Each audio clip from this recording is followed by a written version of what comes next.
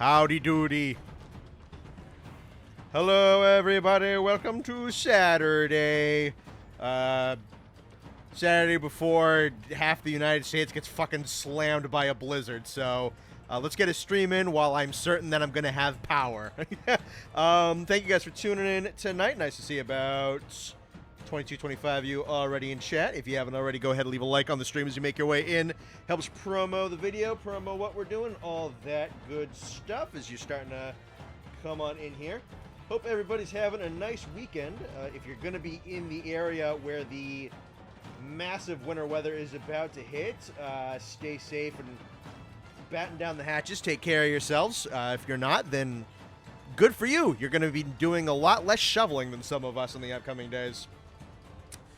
All right, no major plans tonight. We're going to be... I already have started tossing together a build based on the charm that I got last week, because, like, I mean, at this point, why not fucking use it? I made a set for GOG specifically. Might make some other stuff later tonight, but after making a set built around GOG and working on 2 different longswords, I need to fight him more to get my stuff back. So we're going to do a couple of GOG Mazios runs tonight. Won't be the entire stream, but we'll do a couple of them just because I like doing a few of those per stream. I got Nate with me on mic. I don't know if anybody else is going to be available, except Kerry I know won't be. Sam I'm going to assume not because he's getting called into work tomorrow. Yeah, he worked today because he's not working Monday. But I don't know. I haven't heard from Austin all day yet. So I think we're just going to have ourselves an enjoyable afternoon, evening thingamajig. And yeah, we're going to go from there. Let's load in main game. I will be putting the code in for the lobby in stream chat. Should be pinned down beneath. Nice to see about 30 of you shown up already. See some of our regulars and a couple of non-regulars, which is always nice to see. New friends. Hello. New friends. Don't worry, guys. Next Hunter Awards will be Connor and Bastion. Sweet. Yeah. That was today. Getting 8 to 12 inches where I'm at. I think we're hitting like the last Hunter Awards. Yeah, there's a group of it in the community that likes to do like a little award show for content creators in the Monster Hunter space over like all really nice big bulk of categories and just give some acknowledge. I actually got up for YouTuber partially because Meatman was on the committee for it and recommended me, but I was nominated to for like the best YouTuber. I lost out to. I hadn't heard of him before. He's a Spanish gentleman. I don't know if it's Latin American Spanish or European Spanish, but, you know, language barrier. So I hadn't heard of him just because you just don't get pushed for that kind of stuff. I checked out his stuff, though. He seems like he makes some cool shit, had some deep production value. And I seemed just like a cool individual for like the 15 seconds that I watched his stuff. But I don't know. Maybe I will. Got a massive shout out in the awards. Oh, did I? I don't know. I got a shout out. I just checked like the section to see who won the category. I knew it wasn't me because they didn't reach out and ask for an acceptance speech. So I'm like, all right, it's not me. I'll at least check and see. Because I know like Ark was also up and Uno Hunter was also up. Those are the only other two I knew. Honestly, good on that community because I know the last one was very like English speaking centric. And they made much more of a considered effort this year to go to like other like non-English speaking places of Europe, a whole lot more of the Asian community. So there's just like going to be a whole lot more people that they're looking at this year. It's nice. Like, yeah, good on that guy. Snow where all I have is rain. Yeah, well, that'll be spring. I'm getting slammed tomorrow. Yes, sir. Don't think I'm going to be here for a while. Happy to be here. Oh, happy to have you. Let's see. Gonna get revenge on the 3 monster squad from last week? Yeah, we totally should. Good day, boys. Ooh, I still need to do those. Yeah, those quests are actually wicked fun. I'll do them again just for... they get some good rewards in them, too. I don't think I've done any of them yet. I gotta, at some point, run those. Yeah, worth doing. But I got the new Charged Blade set together, so I really want to run GOG. Yeah, I got the longsword sets together, so I also want to run them, so we'll do a couple. But I'll show off what I'm rocking right now. It's a little slapped together, because I literally made this in a half an hour, but I think it's still pretty good. So I got Gogma Apocalypse on a Fire Longsword and a Dragon Longsword. I made sure to get Gogma on both of those. I have them both slotted out with crit boost, their respective elemental attack with Enhancer, and then Grinder with another level of Expert. So I got crit I4 on both of these, crit boost 3 on both of these, full respective elemental attacks, full speed sharpening. So pretty happy with those. And then I got 3-piece Gog to max out the Gog Apocalypse. I got Beta Chest. I took Alpha on the Gauntlets, and I took Beta on the Waist for the Mizu Prowess. Took the Mizu on the legs to fully out, get the level 2 of Bubbly Dance. That way I could work in the bonuses off of Phoenix. I also took Raydao to top off the Stamina Surge and the Maximum Might. There's probably a better helmet on there. I just nabbed this one. The helmet's the only thing that I don't have, like, super duper locked in. And then I invested in Challenger, a little bit of Wex, and with some spare slots, I finished off, let's see, Stamina Surge on Refresh. I made sure to take Footing for Gog. I have baked in a little bit of oil mobility. And then I there's can do that. some spillover stuff like some... Actually, that 2-piece of speed eating is really fucking nice. Managed to get 2 Wex in there, 4 Bursts on there. Max Mites, full Coalescence, full Quick Sheath, full Tremor Res, a little bit of... That Adrenaline Rush probably is not going to come in handy too much, but I have it. And that's what I'm rocking right now. Nice. Got sick over the week. Hope you feel better, blessed. Oh, that's unfortunate. I'm sorry, man. It snows and ices only every couple of years, so every little bit just ruins everything. Yeah, I mean, certain states you just don't have the infrastructure for it. It's always wicked funny, because, like, we have it up here, so it's, like, no big deal. Like, whatever, it snows. It's just, I know what the answer is. I know, like, you're just not built for it. You don't put the resources into it. But when you get into some of, like, the southern U.S., and, like, you see 2 snowflakes, and, like, the entire, like, state collapses, it's just really funny from our perspective. It's been so funny seeing all the memes of, like, all the grocery stores bought out across the U.S. and everyone in New England's just kind of like, oh yeah, it's gonna snow. Yeah, crazy. That's pretty much it. I imagine, especially if you're like an area like Buffalo, New York, is like you care even less. Oh, I bet. I should. That's all I know about Buffalo, New York, is that it just gets slammed with snow. It's really weird. So my college roommate lives in Buffalo, and he's so funny because when Scarlet and Violet Pokemon came out, he had it pre-ordered through GameStop, but GameStop was on the side of the city that got 6 feet of snow. Like the day it was supposed to launch. So he canceled his pre-order and went to Target on the other side of Buffalo, which got like 4 inches. Wow.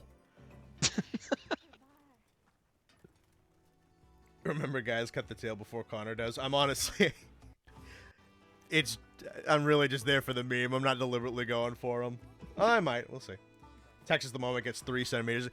We might have talked about this on stream, but our freshman year of high school, we were invited to go to Phoenix, Arizona.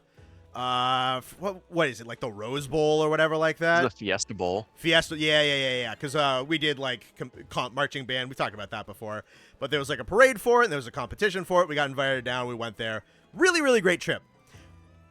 We were there for about a week, and we go to like, hit up like a lot of the major sites because like we didn't just do it solely for the event. You know, we were also there for an extended period of time to actually enjoy what was there in Arizona. The day that we were set to go to the Grand Canyon, like the thing in Arizona that you go to, It was the day we had to get up the earliest. I think we got up at around like 4 o'clock in the morning. It was early. It was somewhere in the neighborhood of like 3 to 5 o'clock in the morning. We had to get up and go to breakfast. Yeah, it was very early. I don't even think an inch of snow. It might have been like a thin covering. Like, not even dusting. It was a dusting of snow while we were on the buses, and the buses were like, no, we can't do it. We can't go to the Grand Canyon. We got to turn around. So we made an hour and a half into that bus ride. So yeah, it was at 90 minutes into the bus ride. They called it like, we can't do this. So they made the call because there was like a roadside bathroom that we stopped over at. So we stopped over at the bathroom. The kids got off. They made it to the bathroom. They made the call that like, we can't do this. We're not going to go to the Grand Canyon. So we all hopped back on the bus, turned around, and drove another 90 minutes back to the hotel. So we got we got up at 4. They put chains on the tires at that stop. So I started calling it the world's greatest trip to the bathroom. Yeah, no, got up at like 4 or 5 o'clock in the morning, hopped on a bus for 90 minutes, and it was to go to a bathroom in the middle of the desert in Arizona. Other than that, honestly, that wasn't even a bad day, because that was just kind of go off and do whatever you want day. So like a bunch of us went to like this giant mall. I think we saw, the Hugh Jackman, Russell Crowe, Les Mis was in theaters. I think some of us went and saw it. Yeah, a lot of people did that. That wasn't even a bad day, but it was wicked funny. In hindsight, it was super funny. Yeah. Oh, yeah. Right. If anyone watching stream is interested, I know we have 40 people here. There are still 5 spots open in the lobby. Yeah. I am about to toss up a Gogmazios right now. We have one more slot on our Gogmazios for anyone who would like to join. Literally just the threat of snow closure at school. Yeah, no, it's like, I imagine it might be is it the case that like just the tires that we sell up here are different than the tires they sell down there? So that is part of it. The bigger thing is actually the asphalt. Like the chemical composition of the asphalt is different. Because in hotter climates, it needs to survive higher temperatures. So it's not designed the same for the snow. So the roads themselves actually get like way more slippery in a snowstorm. Yeah, I know that it makes sense. I just think it's funny. Oh yeah, it's super funny. Watch the country shut down.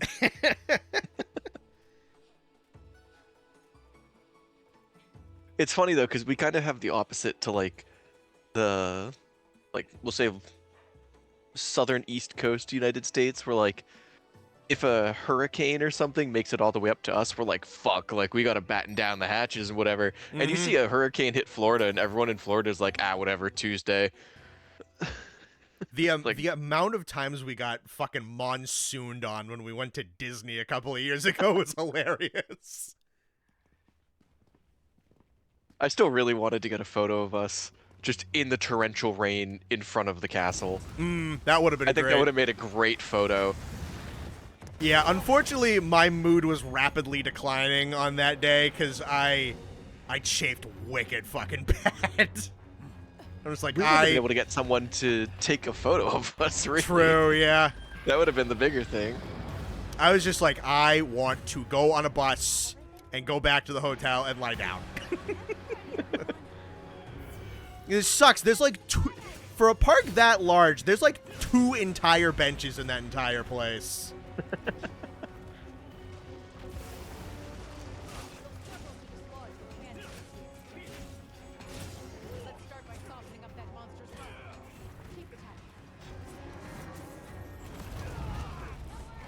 Yikes. Fucking rusty.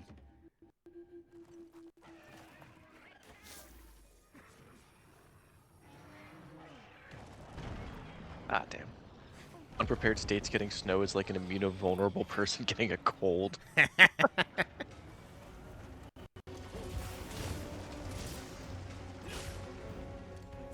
Right on the geyser, nice.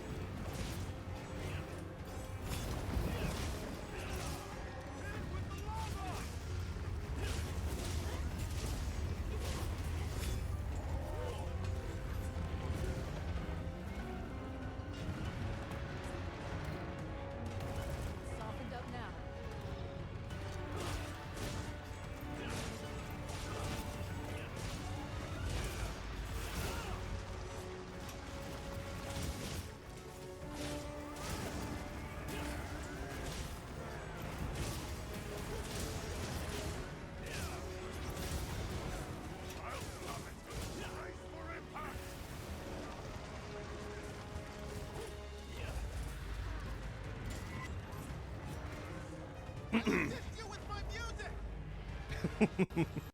Love to hunt, but every time you stream, I go to work. Sorry to hear that. Do you work nights or just a very different time zone?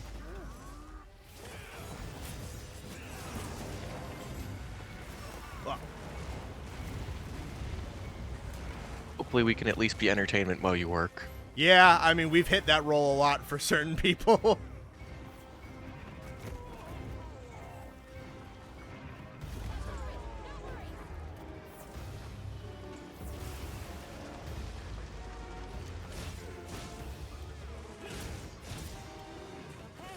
we're on track.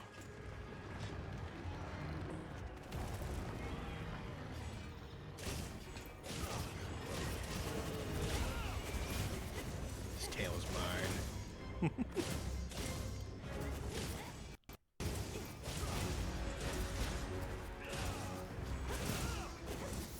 Hey Ty, how's it going? Oh, hey, what's up? Yeah, no, I feel like I haven't seen you. It's been a couple months, I think.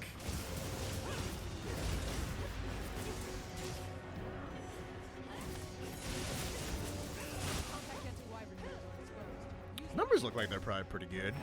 I don't know. I have no idea how big I should be looking. Honestly, I think he's also liquid in most places, so I'm definitely compromising my damage.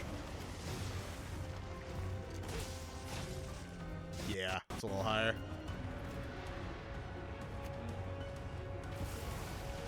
Whoop.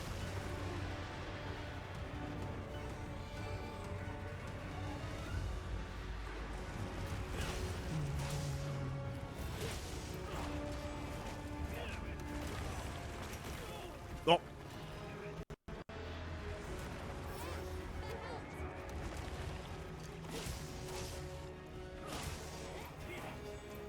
Oh, I forgot to take Pro Transporter for this one. It's so sad. The meta skill for GOG, apparently.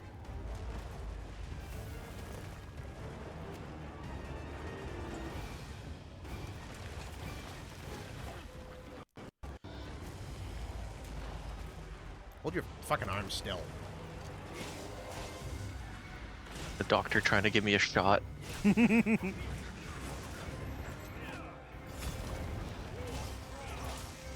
Nice. Doing good. Been busy with work. Put your in your 2-week notice at work because you're getting a new job. Nice. Good shit. Hope it's a nice move up for you.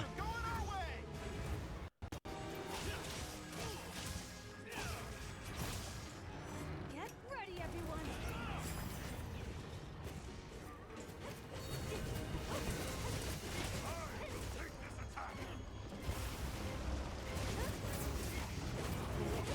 Good Sopple.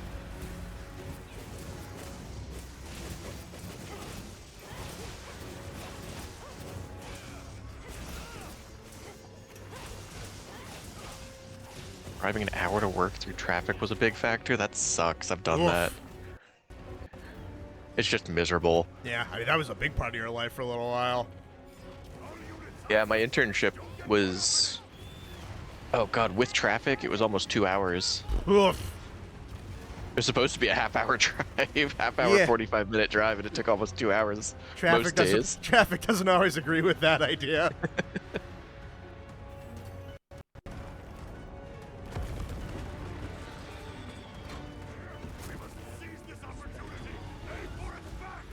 Back.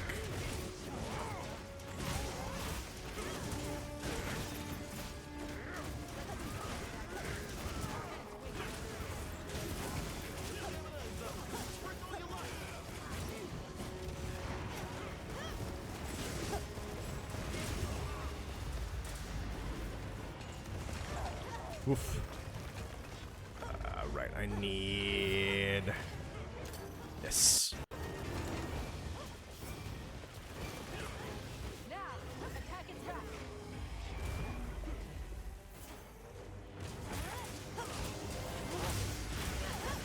That.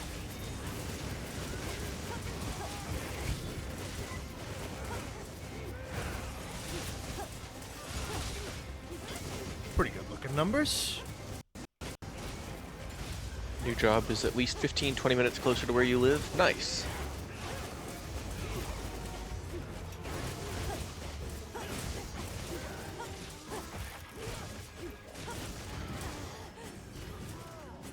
Give me another topple. Yeah, there we go.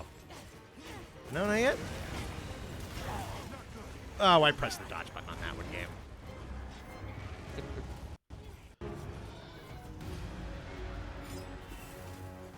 Speed sharpen.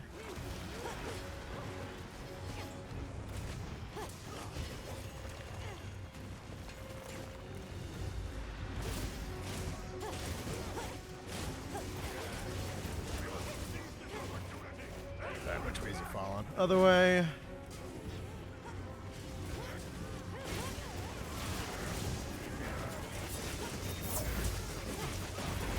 There we go.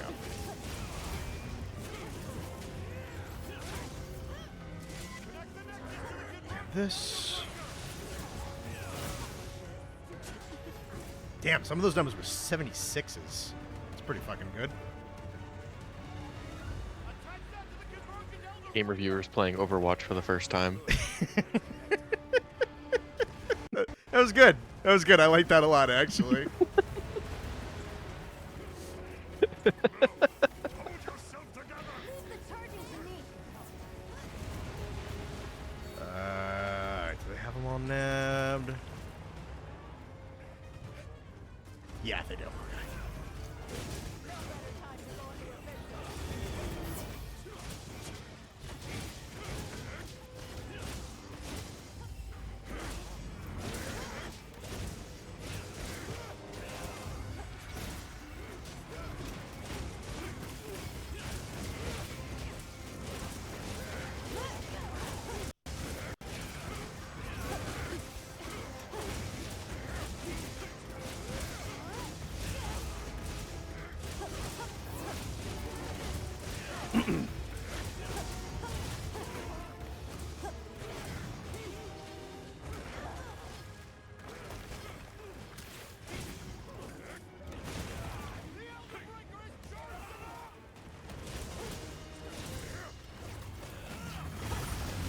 Nice shot.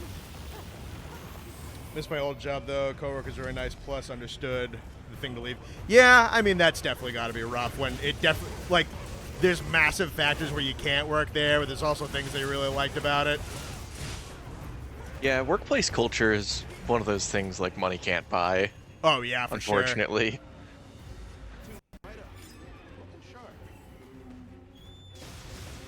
Sword Dragon. I hear my cat getting angry at my door. Use your sacred to pursue it! Gotta live to see another day.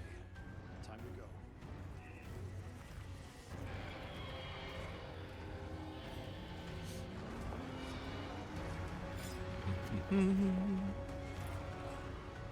I definitely still very much enjoy this encounter, despite how scripted it is. I like it a lot. Yeah, no, I mean, he's been out for about a month at this point. I think I've run it probably, haven't won every round, but I've run it probably about like 15 times now. Really fucking enjoy it.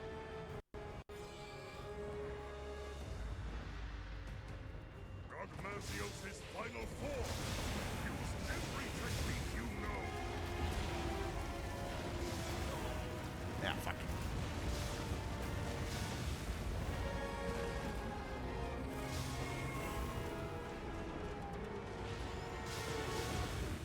I'm using the compact anti-wyvern gun.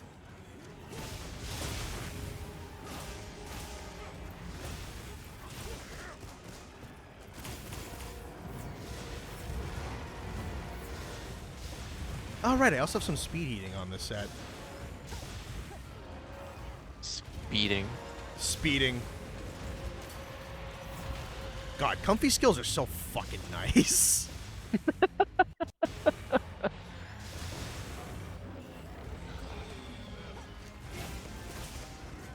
Okay, don't. Fuck you. Like I grappled the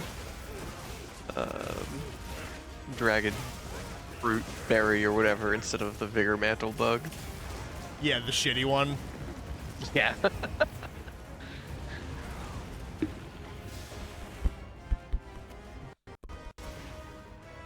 seem to be containing his power. Keep it up.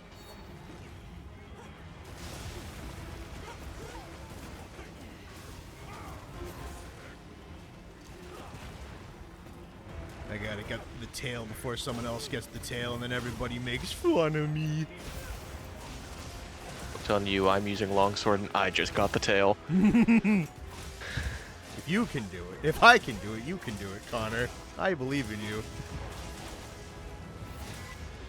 Hold still, hold still, hold still, hold still, hold still. I think that was more his crotch than his tail, but, you know, damage is damage. Is he under the chimney enough? Not at this point, no.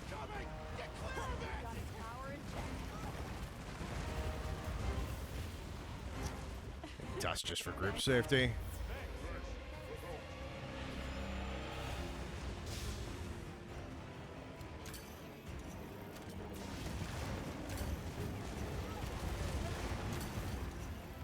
This...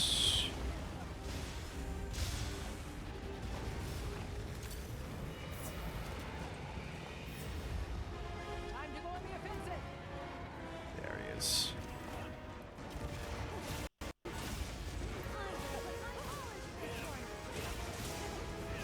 I know there's no way I can actually cut the tail while he's in this mode, but I can stack a fuck ton of damage on it. Clearly you're not believing in yourself hard enough. Holy shit, I just hit for 200 damage with a longsword hit on a single shit. I don't know, I could do that.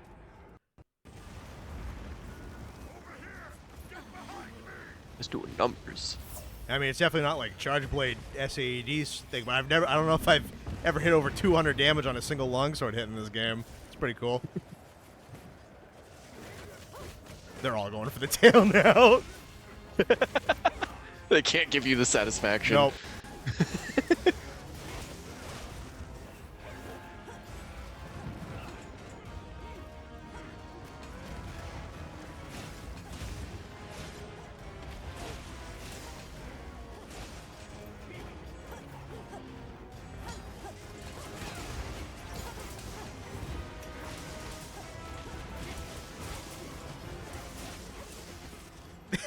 They're all deliberately going for it. Ah, someone else got it. Wow, longsword boy. Yeah.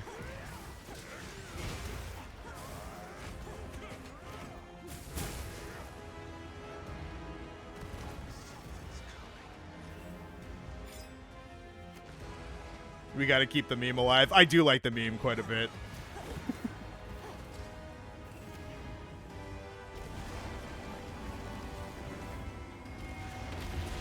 I think I played Longsword a grand total of like twice ever in Frontier.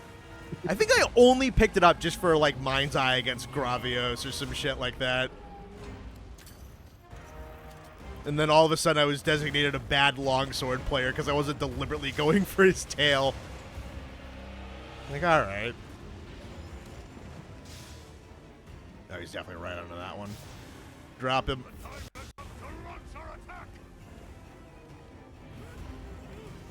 Both chimneys is good.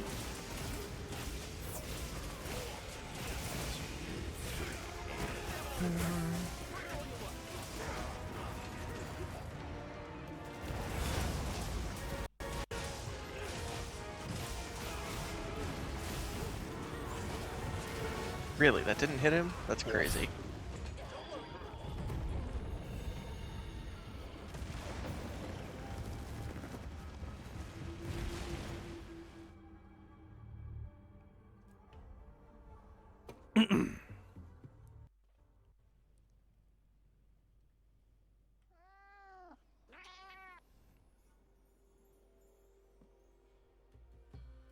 let's see here. Get those. All right, we'll re-up.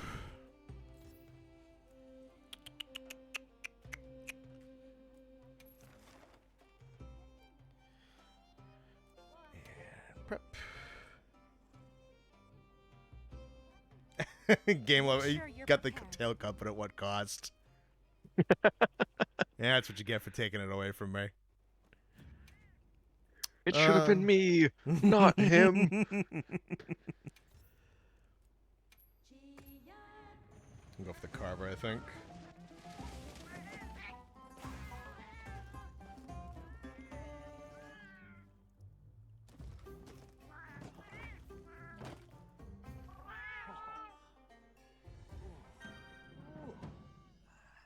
Someone died to a Daimyo Hermitar in his Deathless run.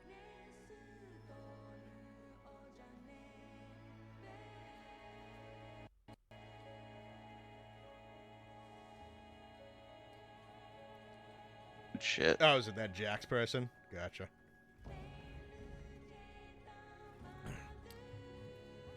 Quest is out for whoever wants in.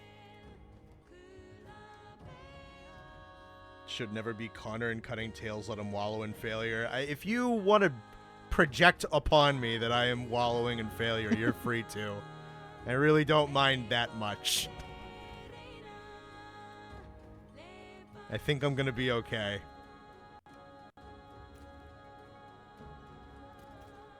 I'll re-up these.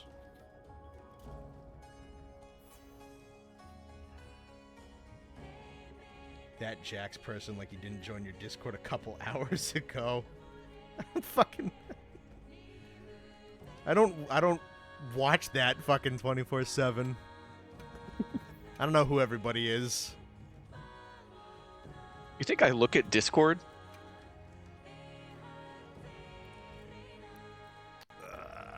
Let's see here.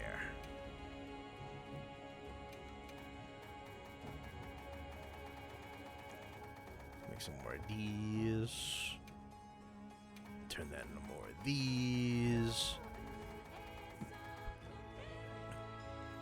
And we'll do vice versa.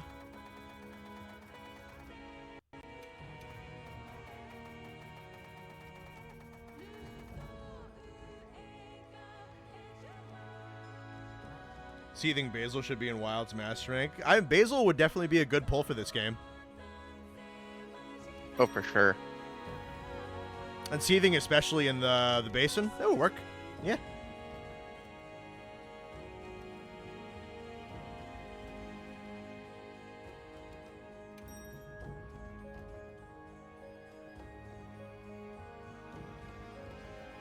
Be back in a minute. All right. I got a different loadout anyway. We're good.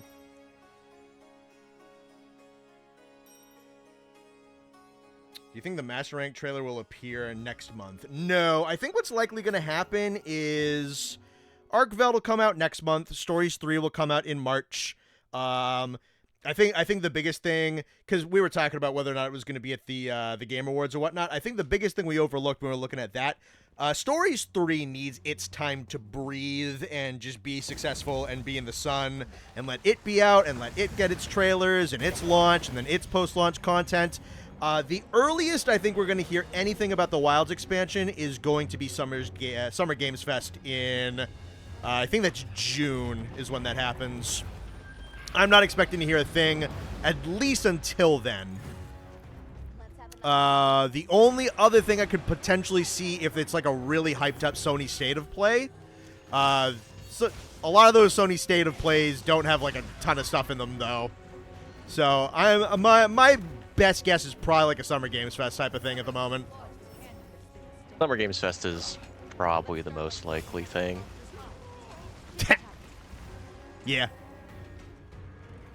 So yeah, I think let Stories 3 have its room. I think that's what we should expect and what Capcom is just going to do. Honestly, it's the best thing for that game anyway. The Stories 3 is very good. I mean, that's just good for the brand in general. both for Monster Hunter as a whole and also kind of like the story sub-brand. I didn't have any charge on that, and I went in early. That sucks. Game.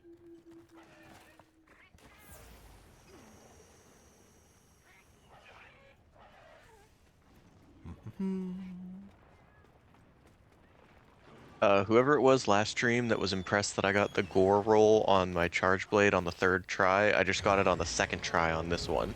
So, Hell yeah. we're cooking.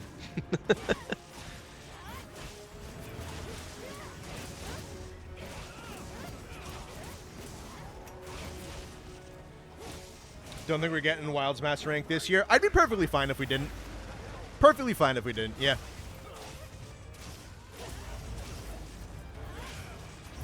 Let them take their time.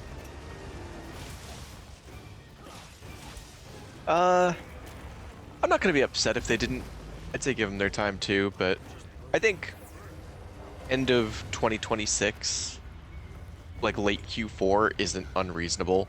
Yeah.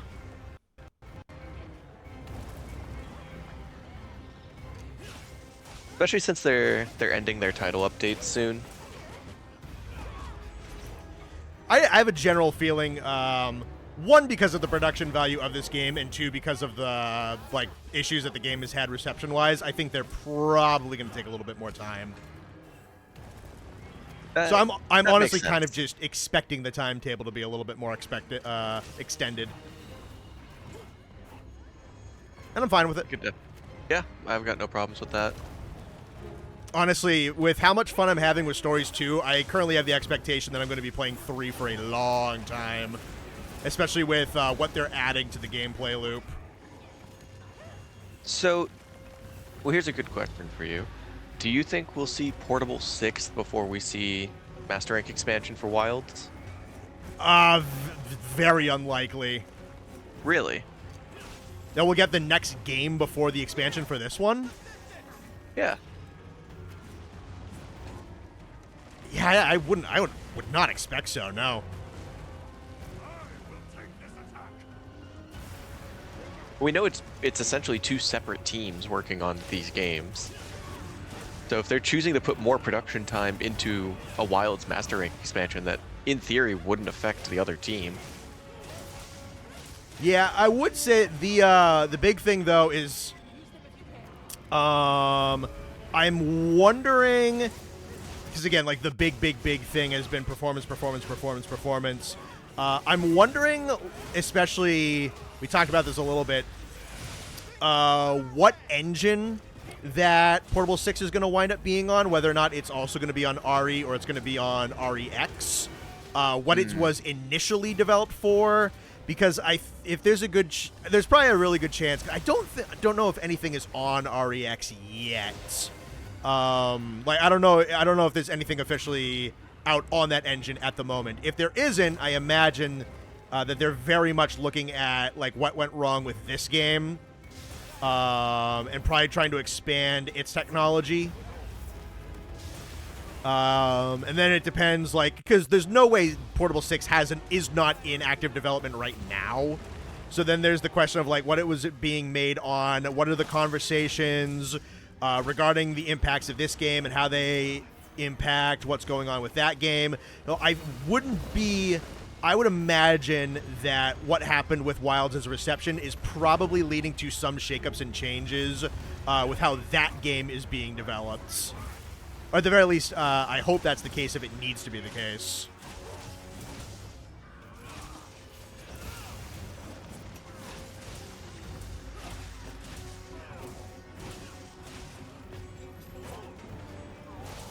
At the same time, though, there's a good chance that whatever Portable 6 is going to be less demanding than this game.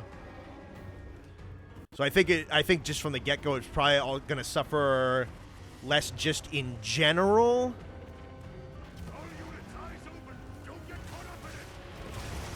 I don't know. A lot of unknowns.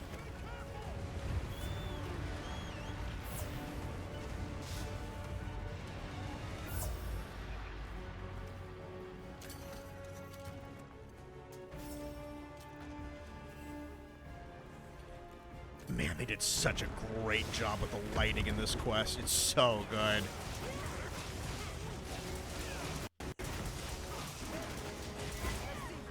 The fire and lava effects in this game are fucking top notch.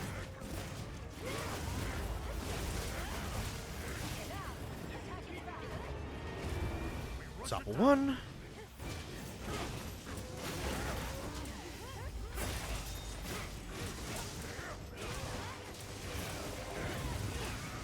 In general, kind of bored of the when master rank discussion. It'll be out when it's... Yeah, that's kind of my take on it, too. It's like, I'm not going to make any bold predictions. Yeah, I'll play it when it comes out. Yeah, exactly. Like, doesn't really matter when that happens. I'm gonna be playing it.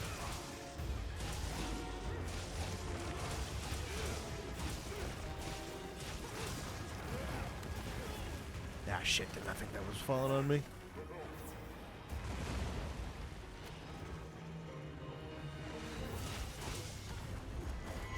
Fuck.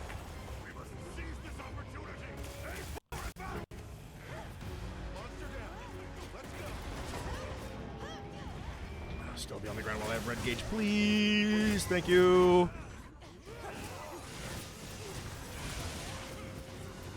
Beautiful. It'll get here when it gets here? Yeah. It'll get here when it gets here. And I hope it takes the time that it needs. That's all I really got to say about it at this point.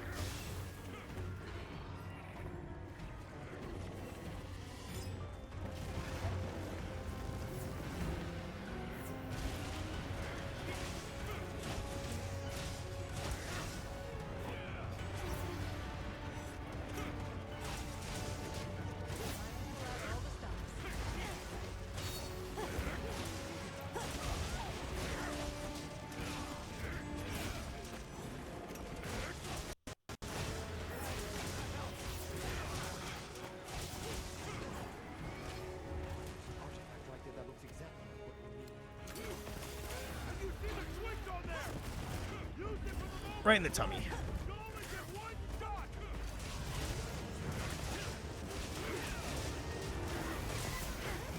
Up and boom. Beautiful.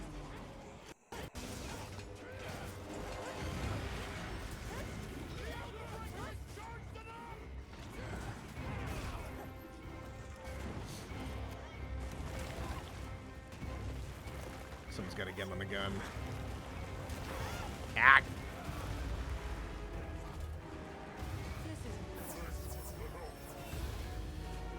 Alrighty, come here.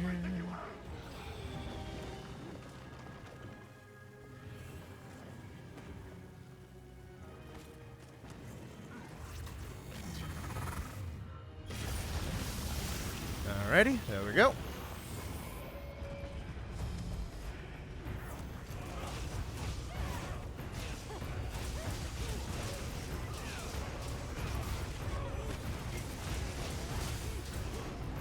I love some Frontier representation in the expansion. It's another thing, like, I'd love it. I'd pop the fuck off. I'm not going to promise myself anything, though. I'm running fire right now. No, I have Dragon up. Right, I think I'm the only death so far. Use your secrets to pursue it.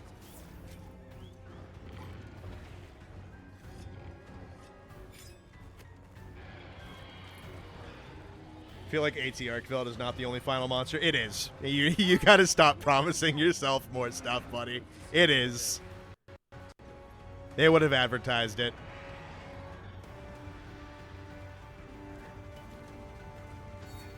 It's going to be very much like Ruin or Nergigante. It's going to be the last challenge of the high rank. Oh my god, that killed me. Holy shit.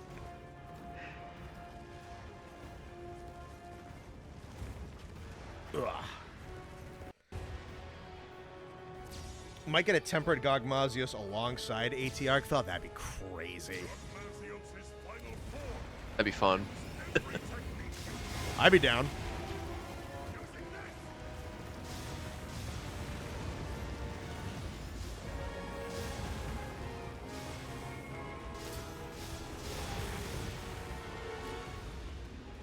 The tail is broken. The race is on. I feel like a dad, like, playing along with a joke for the kids. Like, I really don't care about, like, the cut the tail thing at all.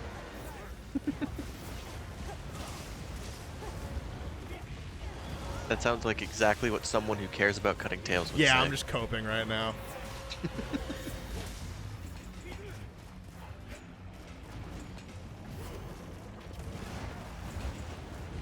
Oh, I ran right into a puddle.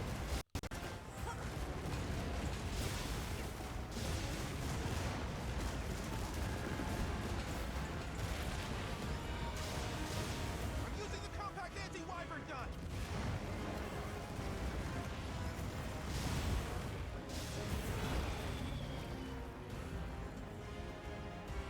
Time to grit those teeth. Ah, shit.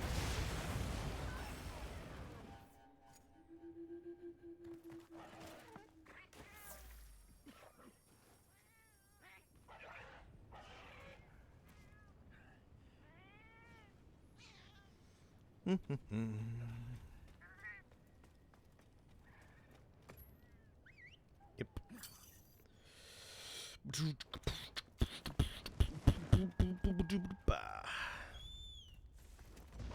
I know everyone's really excited to see, like, oh, what monsters are going to be coming back in the expansion, but honestly, I'm really excited to see what's new in the expansion.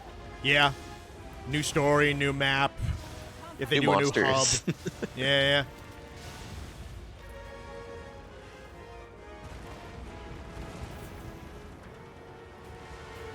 Yeah, that's a good point. The time has come to launch our attack.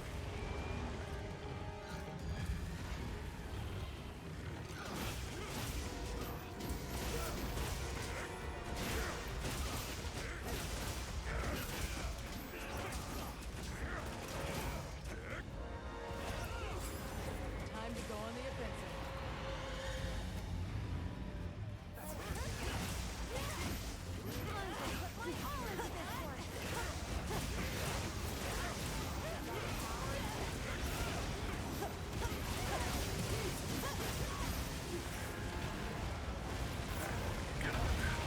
It's preparing an attack. Over here! Get behind me! Jack, don't fucking die out there, buddy, please.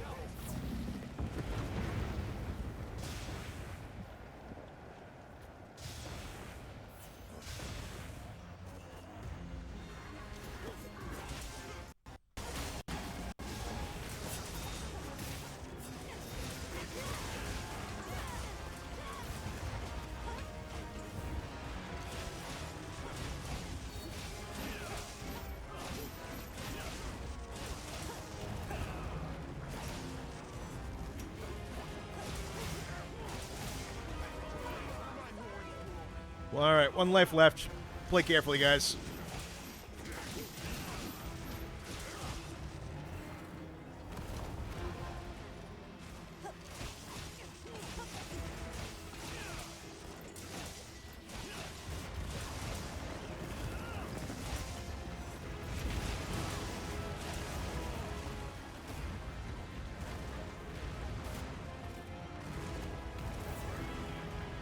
There.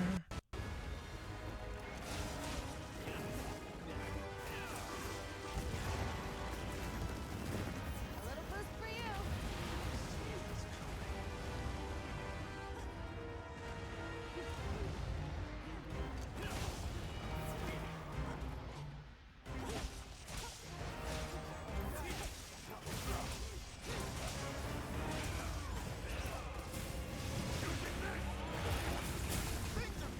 I cut the tail.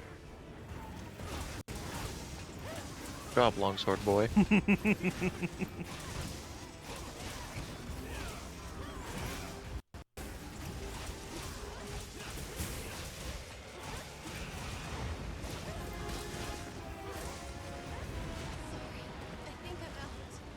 And if anybody says I didn't, they're a liar. Oh, it's exciting to see 1200 damage on each SAED explosion. That's awesome. Oh, I hope I don't die getting behind his shield, though.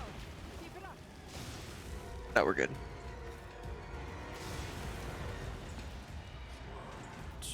There we go.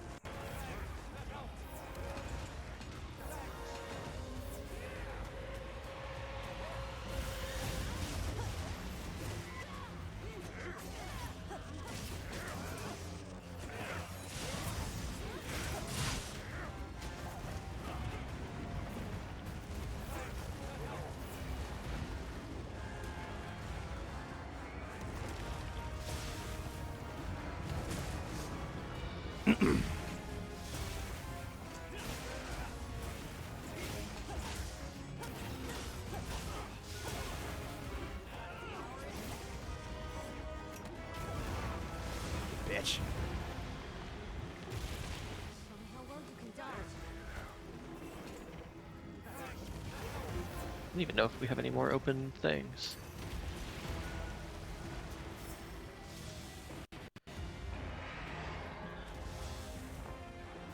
Time to go on the offensive. You hope whatever subspecies they make for current wilds introductions are interesting. Oh, I yeah. would love a late game Chotacabra. That'd be funny, yeah.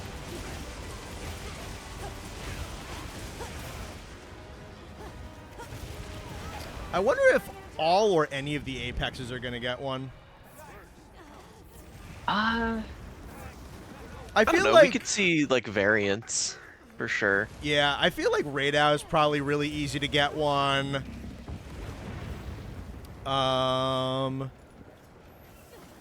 I feel like a new Udra that's in the Scarlet Forest could be wicked fucking cool. The only one Yeah. is like, do you do like a Volcano Jindahad that's in like Gogmazios' map or something? That's the only one where like, what do you do for a Jin? I still think a Fire Jindahad would be really cool. From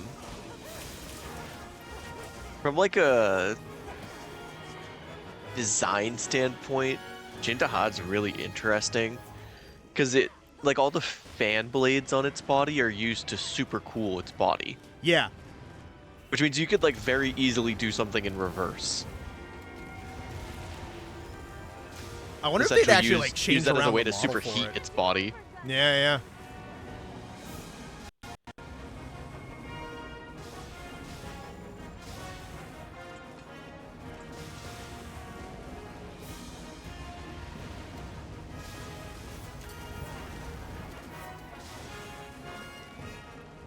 I think there's still an active chimney. We just need to get them under there. Good shit.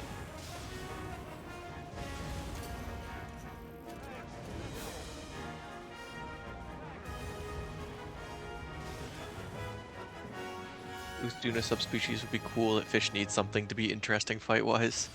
Yeah, I mean, I do genuinely like the AT, but if she got like a tiger stripe equivalent where she's still gigantic but hyper fucking aggressive, that could be really cool. Good job, gentlemen. Tiger stripe Uthuna, that could be something. It wouldn't be that, but like something in that vein. Where it's still nice and big and fat, but it's way more aggressive. I could see that being something interesting. I still gotta get the tail.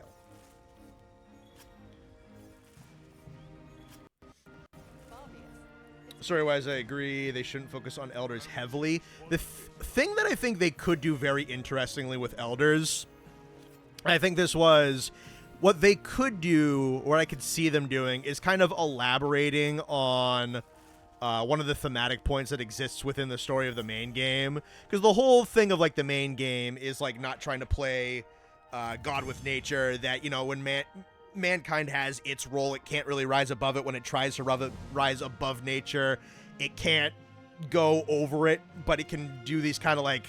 And when it tries, you only really have these, like, warped mutations and stuff like that. I feel like you could possibly effectively use Elder Dragons as a point of contrast against what the citizens of Wyveria did, of, like,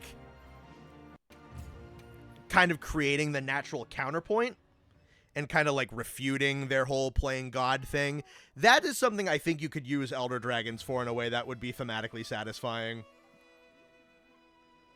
And again, I feel like I've probably say it every other Wild stream, but I feel like using an Elder Dragon, which is supposed to be manipulating the environment and a walking catastrophe, and having that play around with a game that has a dynamic weather system, I think that fits very well. Now, if they want to be like really Elder Dragon Light, keep like the flagships and the apexes being the tippy top tier, and do something a little bit more like Try's monster structure where Elder Dragons are enormously specialized. Again, I'm not going to complain. I just think that there's a good way to do it. 10th God Kill, that fight's so good. Yeah, I'm around that same.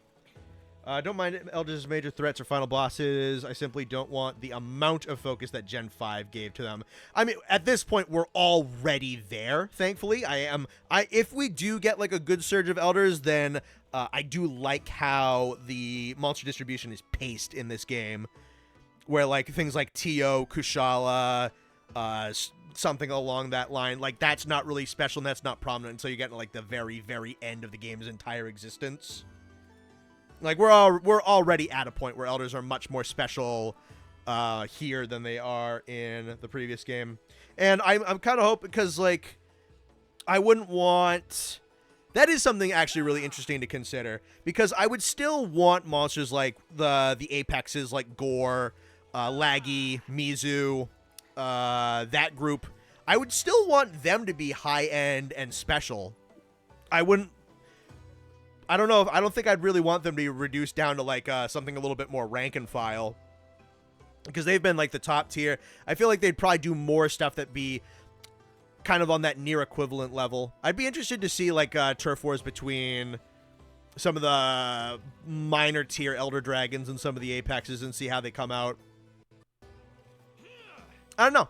There's a lot of very interesting shit they can do. Elder Dragons are post-master ranks.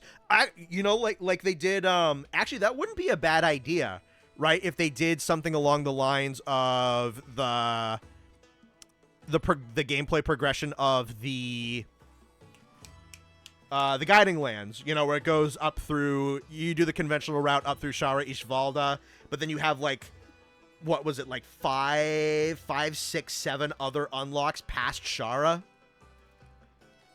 That could work. That definitely could work, actually. If they're, like, post-story. Kind of like what a lot of the returning monsters were in this game. Elder Dragons and Arkveld don't appear to do well with becoming Guardians. Guardian Elder Dragons being tortured abominations that need to be put down could be a direction. Yeah, this is the thing. If they're doing more Guardians, I would like for it to be something that already has in-game representation, because they just kind of, like, make the mechanics weird and the design. I do like the Guardian designs. They're typically not quite at... I don't know. I feel like Guardian Rathalos I like so much because Rathalos is in this game, and he's so different, like, in terms of gameplay, and he's different in terms of design. So I don't have a problem with Guardian Rathalos in the slightest. There's been a whole lot of calls to, like, let's bring back third-generation subspecies that haven't been around in 10 years and put them in as a Guardian. I'm like, no, I don't want that at all. No, thank you. Guardian Baleful Giganox. God, that'd be something. Now, if regular Giganox got into the cliffs and then they did Guardian Baleful, I would be fine with that. I'd be fine with that.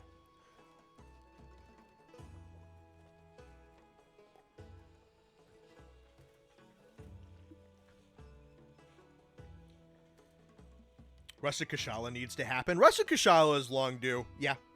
Especially with how good a lot of the variants in Iceborne were. I was honestly really shocked we didn't get Rusted in Iceborne. I thought, especially with his shed skin being on top of the mountain, that it was a borderline shoo-in to get him in, honestly. And then he didn't turn up. I was kind of surprised. I was legitimately surprised. I don't have great weapons for that one.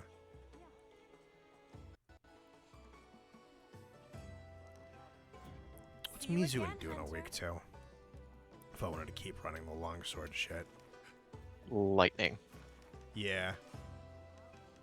I think Mizu has a couple of them.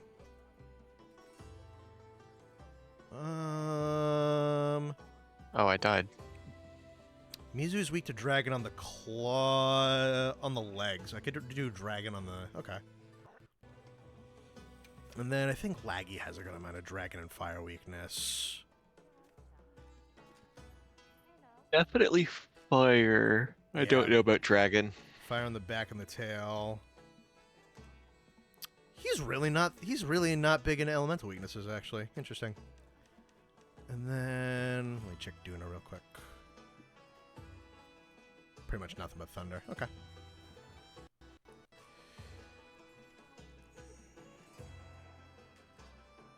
Rustic Ashala does get into the Wilds expansion. Needs a remix of its For You fight theme. Yeah, that'd be cool. If they announced Orochi or normal Kieran for Master Rank, I might not buy it. Don't worry, Kieran. I like you. I think Kieran is very weapon dependent. I'm still shocked Orochi was not in Iceborne. Yeah, it fucking would have been too, and they just got lost in the shuffle, tragically. Right, there's also the hunting exercise ones with like the set spawn locations. We'll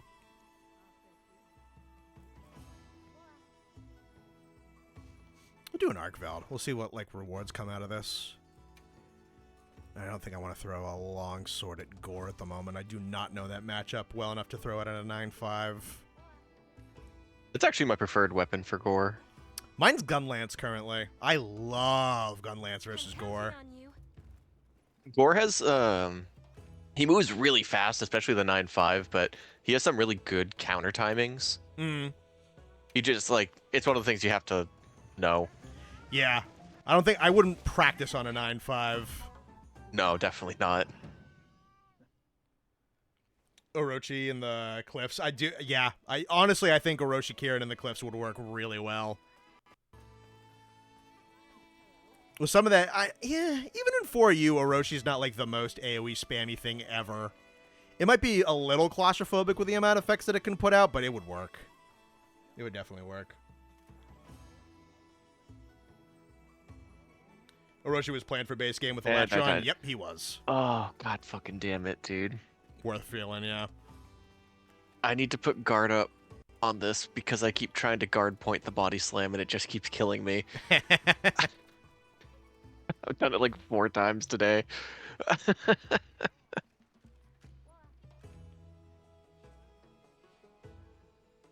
Alright, bad run. Let's run it back. That's on me. Suspicion that he was cut for Frostfang Barryoth instead. I mean, it's definitely the same, like, progression niche role, for sure. I got one more on a 9-star Arkveld. I might dip in a sec. Anyway, and if someone wants to come in late, they can.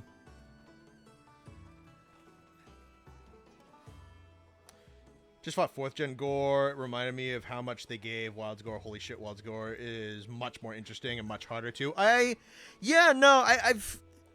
I never loved Gore Magala until this game. I was always way more of a Shigaru guy than a Gore guy for a very, very long time. Honestly, I think I'd still pick Shigaru over Gore, just kind of in like the series' general history. But it's finally much closer. Him being the scariest opponent in this entire game. Honestly, I think I'm still more frightened of max level Gore than I am of Savage Omega. Especially finding a weapon matchup that I really enjoy against him, throwing that against him, learning that fight relatively well. This is the first game where I'm like, man, I really, really like Gore Magala. Not to say, in 4th generation, I did like him quite a bit. I just felt like he was eclipsed. He was never a fight that I remembered the most. And then there was something in the Sunbreak one where I'm just like, this isn't really clicking with me. And again, it was like the Shigaru was, I just think, a whole lot more interesting to me. I think of every Magala iteration I've ever fought, I think Sunbreak Shigaru is probably still my favorite. Even across Frontier and including like Risen's and whatnot. I think it's still probably like the base Sunbreak Shigaru is my favorite. Wild's Gore is up That there. Hazard Shigaru is super fun. Yeah. The 2 Frontier ones are also quite good. The 4th Gen Shigaru is really good.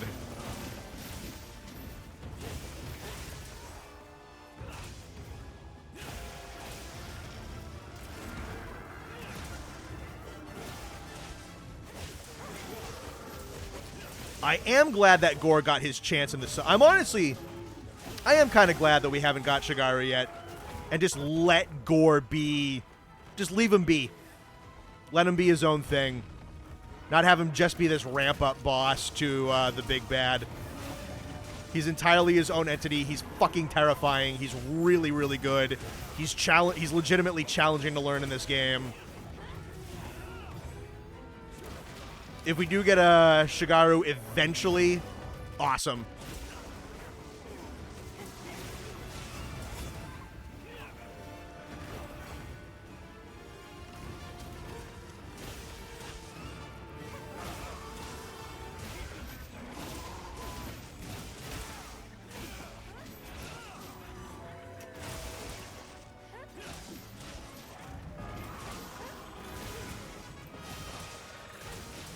Gore's fun to fight when you learn the moves and knock him out of the frenzied state. Yeah. No, the perfect block system with Gun Lance against him. It's just, it's magic. It's really, really good to run.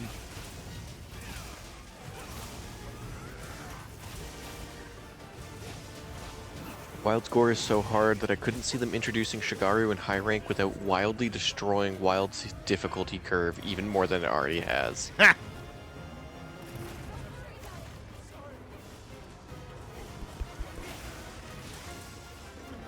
Gore's fine in Wilds if you're not fighting him in a shoebox. Yeah, kinda. Bitch. It's that damn Ice Shard Cliffs.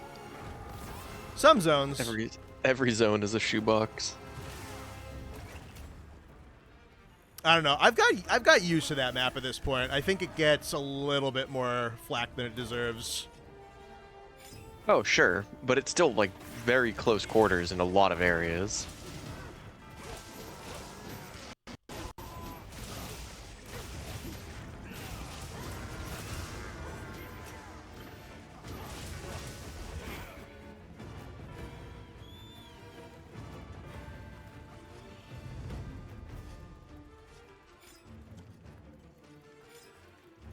Wilds was my first experience with a Magala. Didn't disappoint. Yeah.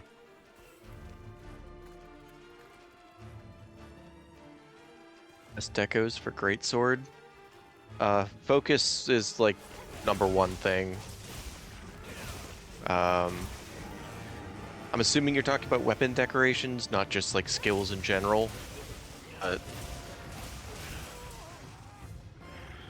Skills in general, I'd say Max Might is like phenomenal. Mm-hmm. Weapon skills though, Elemental really doesn't matter. I tend to run status greatswords, so I like status up a lot of times. I also really like offensive guard on greatsword in this game specifically, even though like it's borderline not worth it at all. I just think it's fun.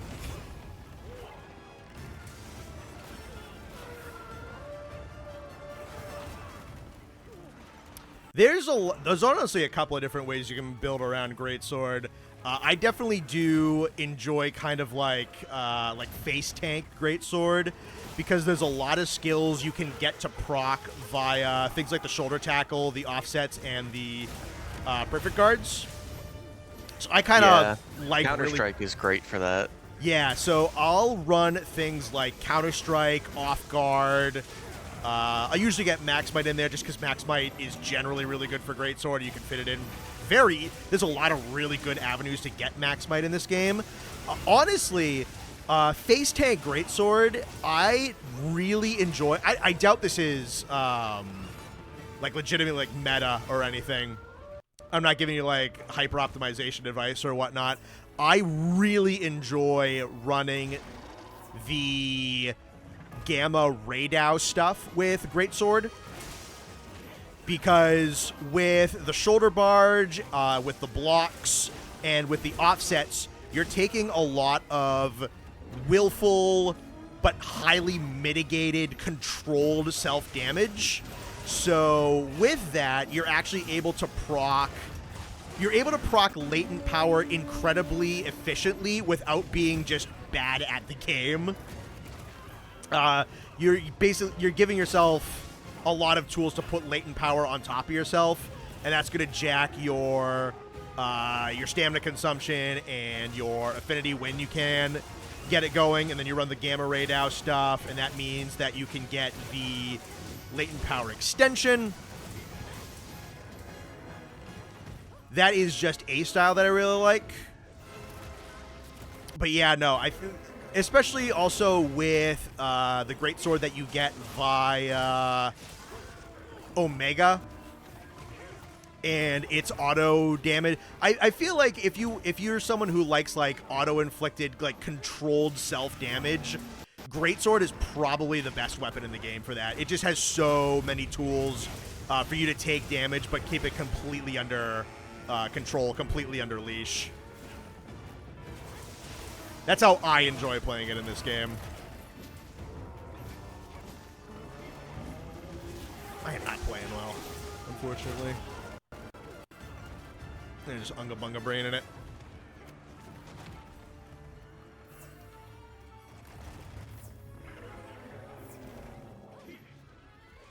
Probably do solo practice.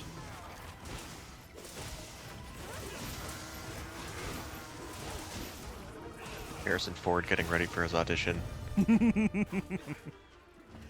I usually like playing longsword solo more than I do in groups.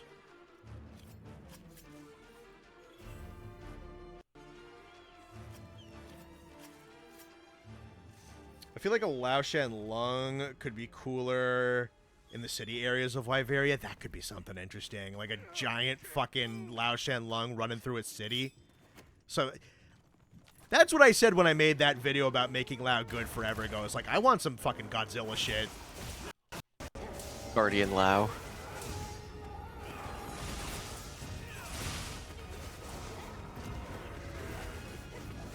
Guardian Ashen Lao. Let's make him different for fucking once. I think the only thing that's different about like Ashen Lao Shan Lung is some hitboxes and health amounts are different. That's literally it. I'm kind of not entirely sure why Ashen Lao exists, except to just be like a different name on a G rank Lao.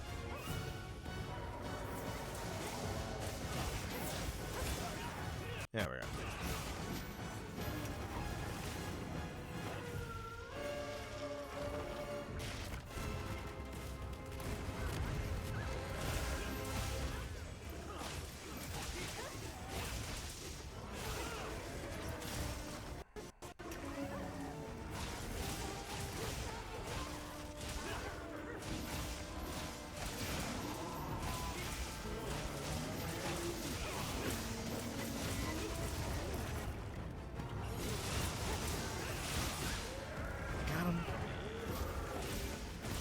Chain flinch, like that. You like the blue on Ashen Lao more than the red? To each their own. I disagree, but I can't say that I don't understand.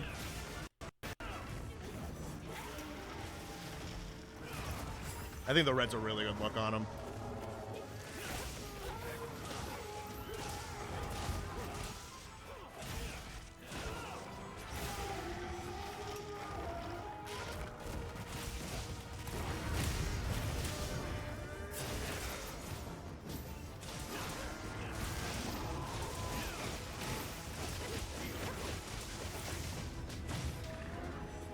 Hold still.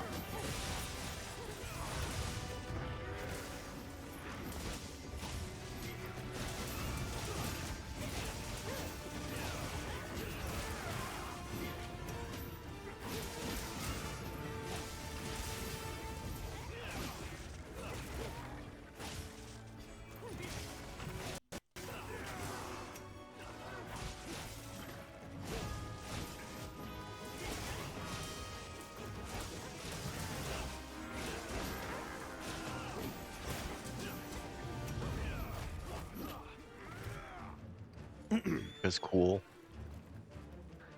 I like your logic.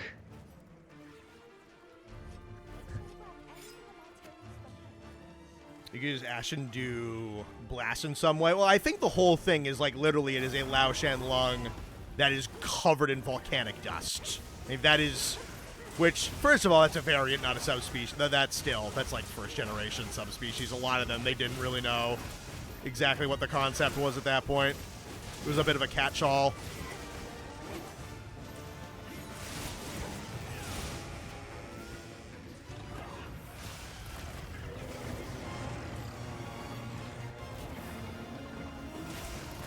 Lao of War.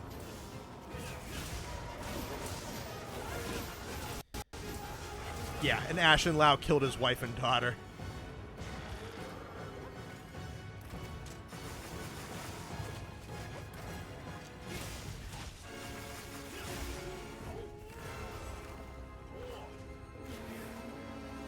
That should do more things than just walk and sometimes throw boulders. Oh, absolutely, yeah. Lao has the potential to do a lot of things. He does, yeah. I mean, the encounter in GU is not, like, terrible or anything. They added a whole bunch of just interesting stuff to play around with the siege equipment. It is not interesting to repeat in the slightest, and it's not particularly fun to do solo. But it's there. It's fine. I think the Rise rampages kind of set the stage for some really incredible siege fights. They could do something like that again without bringing back the full mechanic.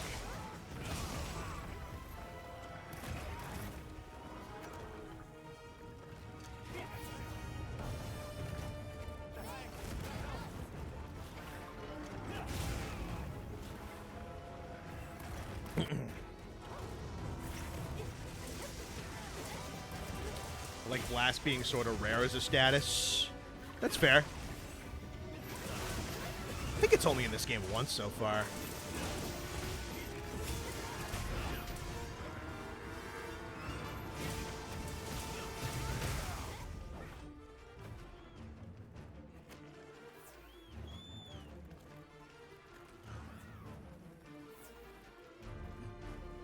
How you doing, Andy Jedi? Nice to see you.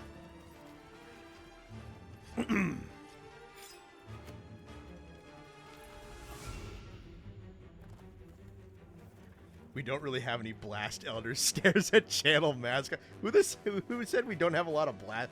We don't really have. We don't have a lot right now.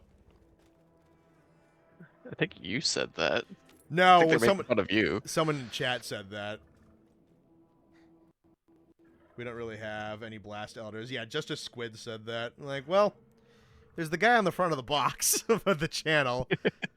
There's Crimson Fatalis. I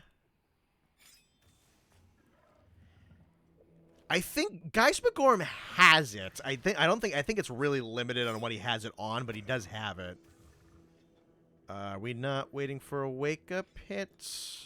Where's our greatsword guy?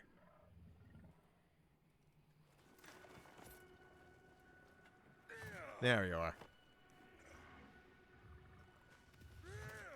Dyer doesn't.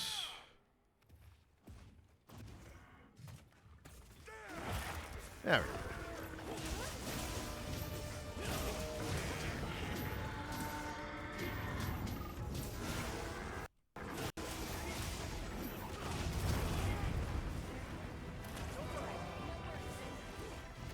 Oh, you died for that greatsword hit, goddamn.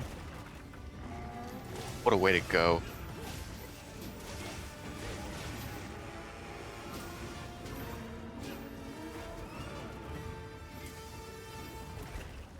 I'm trying to think who else.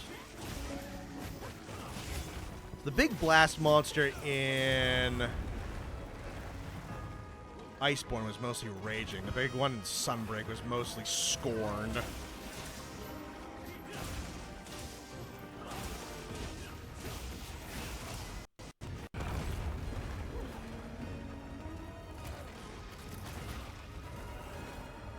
Geyser got me. They're saying Nakarkos has it. The card. Oh yeah, because he has off of Bracky's abilities.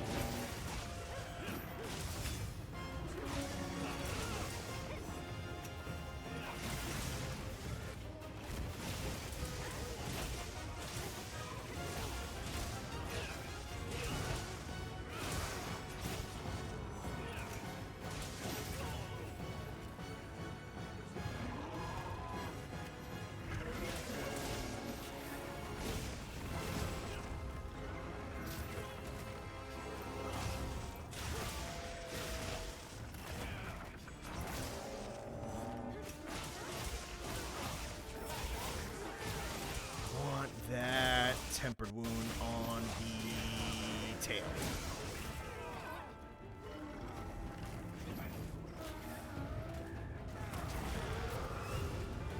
Nice offset.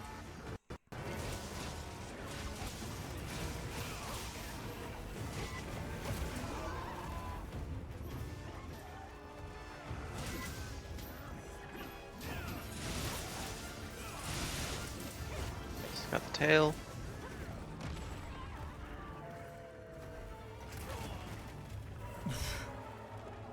The fuck did I go?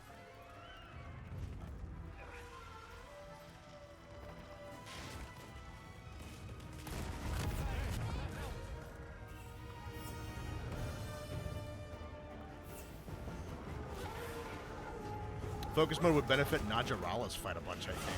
Interesting. Yeah, maybe. I could see that. I think focus mode is something they'd keep moving forward, or do you think that's just a gimmick for this game? I think I could see it going either way. Honestly, it's so, like, integrated into how this game works and how, like, the monsters are designed around it. It would be a little weird if they reverted it. This is a rare research opportunity. Because we've effectively gone away from... I think more and more, at least, we're going away from, like, bait and punish, line up with weak points, and we're more so going with very reactive, like, moveset engages against moveset is much more what we've kind of been doing with Monster Hunter. And it's allowed the monsters to be a lot more reposition-y, a lot more fluid, much more into things like just cross-ups and maneuvering around and getting behind and a whole bunch of shit like that. It would be a little odd. I don't know if maybe they'd like tweak it around. I don't know. I don't know exactly what the future holds for focus mode. Focus mode, while fun, is a bit OP. Exhibit A, Greatsword TCS can just 360 to hit instead of missing and taking up a punishment. Yeah, there is. I feel like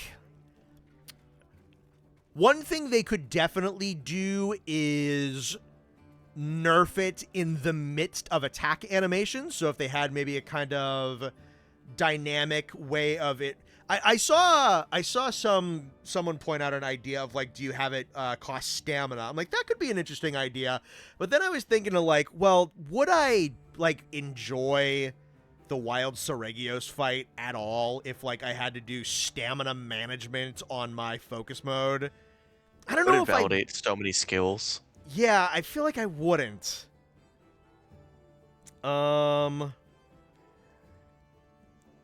I want to just bring this up, but who said that? Stega said focus mode is OP because TCS can just 360 to hit instead of missing.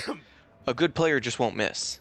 Ugh. So why don't we just cut out the middleman of letting everyone get a TCS wake up hit? Like, why does that have to be some skill diff across the player base? That's really what it boils down to. Like, is that OP? Because it happens anyway. A good player's just not going to miss their wake-up hit. Yeah, I think the overarching point is that focus mode is not going to incentivize you to be as good if you don't have it. I just got a 4-point botanist fucking deco. Oh, that sucks. 2 botanist and 2 more botanist. That's literally what I said. Okay, there we go. A 2-slot for armor, 2 points offensive guard, 2 point stamina surge. That's Yeah. not bad. That's pretty good.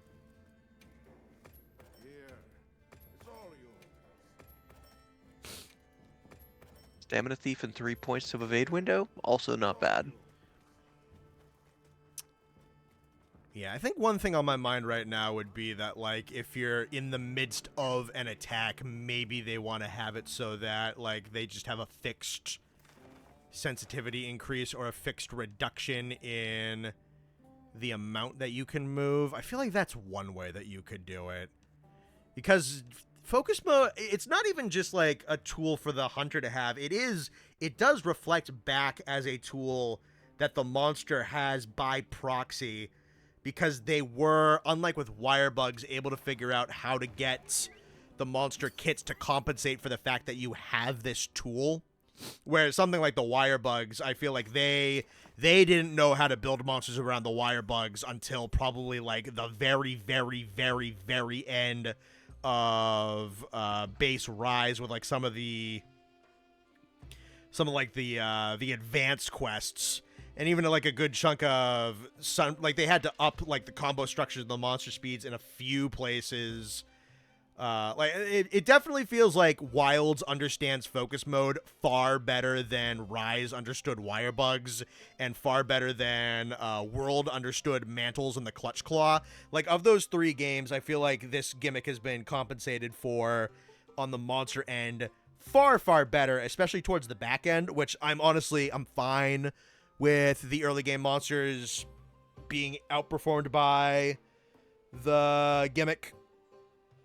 That's perfectly fine, but like the later stuff, like Seregios is built very well around how focus works, and Arkveld is built very well around how it works. AT Uthduna and how she's able to kill box you with the waves, very good for how it works. AT Jindahad with his increased amount of movement, the amount of strikes from different distances and directions that you get from New Udra. Lagiacrus has a number of cross-up attacks. Rathalos has a lot of maneuverability in the air. There is a lot of stuff that the monsters have legitimately benefited from the fact that focus exists, and it would be tough I feel like it would be very weird to regress it.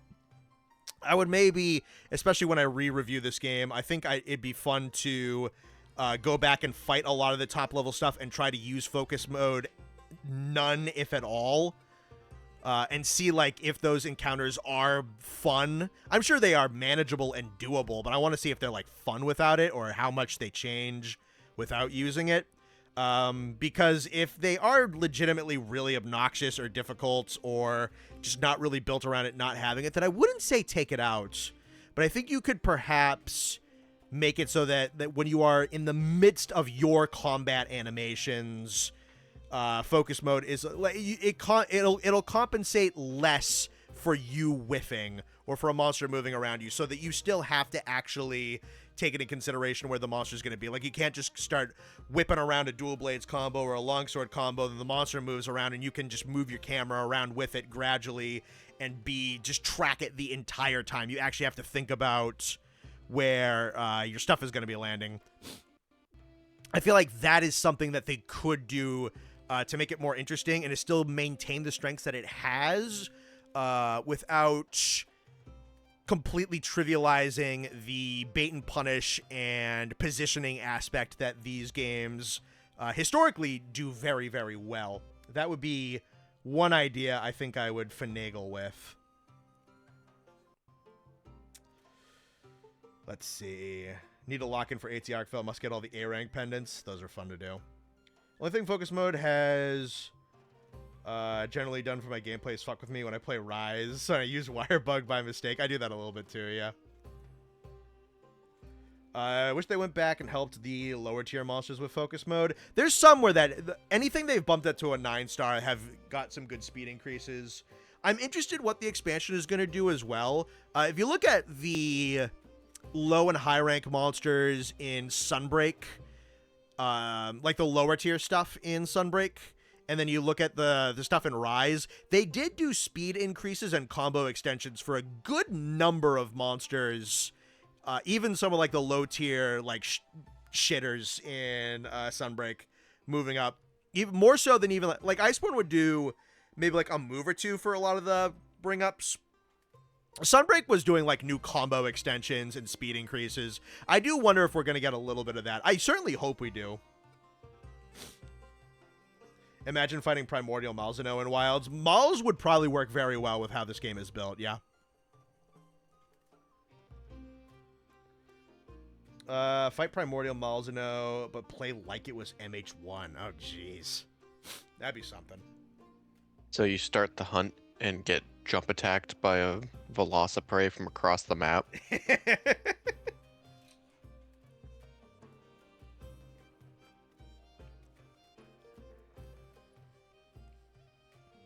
Imagine if they make Tigrex rotate mid-charge to account for focus. I feel like a Tigrex in this, especially like a title update or like a Master Rank only Tigrex in this game could be really, really interesting. Like a Tigrex or a Bloss in this game with how focus mode operates could probably be a lot of fun. I'd like to see either of them. I feel like Tigrex would be a really good addition to this game with how focus works. Also, I feel like I fought him recently because I'd like to do a video. I'd like to do a couple of videos with Tigrex in some point in the near future, probably this year. He did get a bit of a glow up in Iceborne. I think he's also I think he got some understated and underrated changes that not a lot of people talk about in the same breath of, say, like the changes that Kashala and Rathalos got in Rise and Sunbreak. They did make base Tigrex considerably more interesting to go up against in Rise and Sunbreak than he was previously. I don't feel like that's talked about enough. It might be something, not even might be, it is something I'm gonna go into.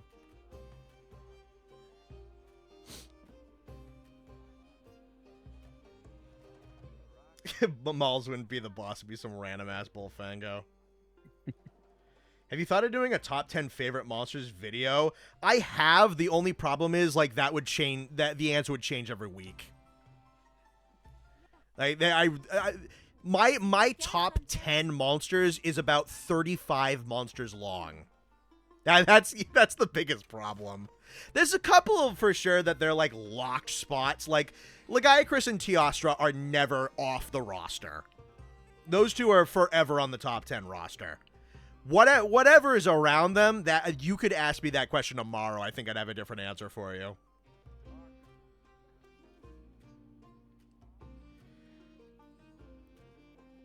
Bloodbath Diablos would go. Oh yeah, dude, Bloodbath in this game would go fucking bananas. That might be like one of the great fights of all. He already is one of the great fights of all time in GU. He's spectacular in that game. I'm gonna pee. I will be back in a couple of seconds. All right, chat. You know what that means. Actually, you know what? We have a lot of new people here tonight. How many people are actually here? 65. Damn. Welcome in, everyone. For anyone who is unaware, anytime Connor leaves to go to the bathroom, that means it is question time. You're allowed to ask any question you want. I will answer as many as I can before Connor gets back. And the stupider the question, the stupider the answer. Majority of you know this at this point, but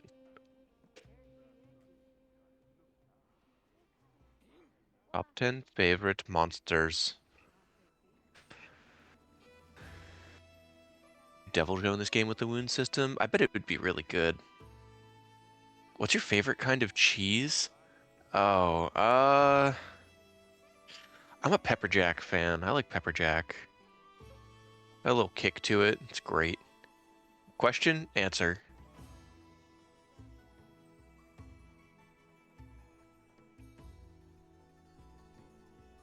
What's Nate's favorite monster? Genmaron, which is why it's a tragedy that there's not a Genmaron siege in this game. A lot of really good monsters, but Genmaron's easily my favorite. How many carts can one cart Tagog himself? In this game, isn't it 4? They add Monoblos and Furokururu in Wilds. Never fought them before. Furokururu is in my top 10, just concept alone. What are your top 10 anime betrayals to cry to?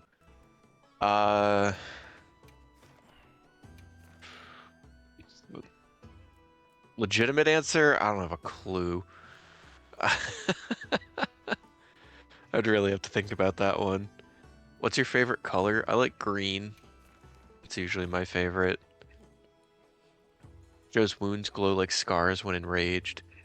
If Teostra was a vegetable, what fruit would he be? Chili pepper. Exposed muscle on enraged Joe would be a perfect weak spot. Yeah, I mean, it would probably open up like how, why am I blanking on the big bear's name? Doshiguma. Yeah, I'd imagine it would be something like that. I think it'd be cooler if Joe punished people for trying to close his wounds. I think that'd be an interesting mechanic.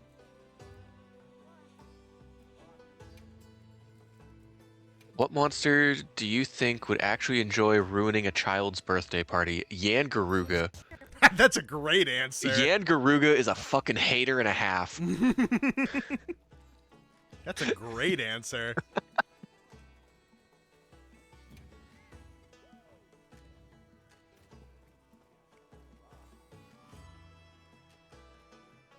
Who is the coolest Marvel character? SpongeBob.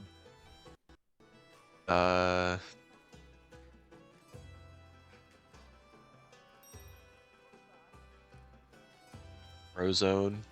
Frozone. He's got ice powers. He's pretty cold.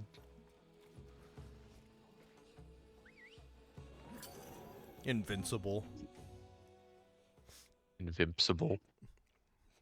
Then why can I see him?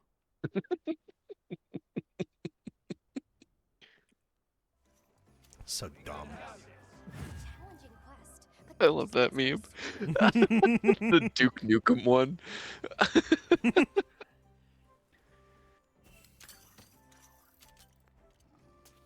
There's something about those Duke Nukem memes always make me laugh. It doesn't matter what it is. I've got a A monster would peer-reviewed make essay. It says you're a pussy. I got the dragon one. My favorite Marvel character is Word Girl. Alright. What monster would make the best dish to eat? Man, how many times have we answered this question? Hold on. This is not what monster tastes the best. This is what monster could prepare the best dish for us to eat. What monster chefs it up the best? Yeah, what's the best chef? I mean, Bishatin's got a lot of ingredients on hand. Yeah. I have a lot of faith in Grillmaster Glavinus. Ooh, it's a good pick.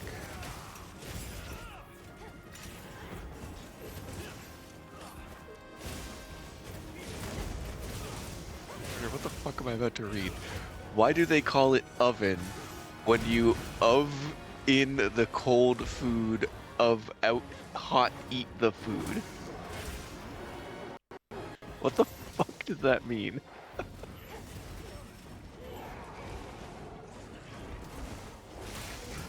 You're the coolest Marvel character? Alright, I'll believe you.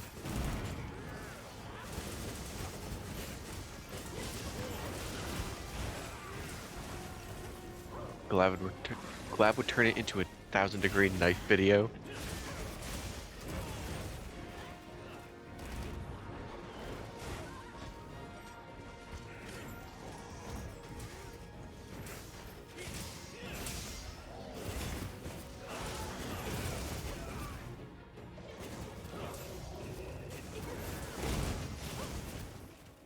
He looks like he can cook really good.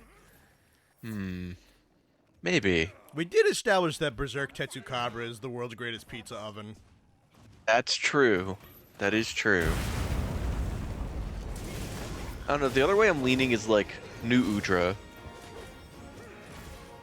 Because he's got all those hands. Yeah, like, yeah. he could do a lot of things at the same time, but he can also just cook it himself. True. Like he's got the built-in burner.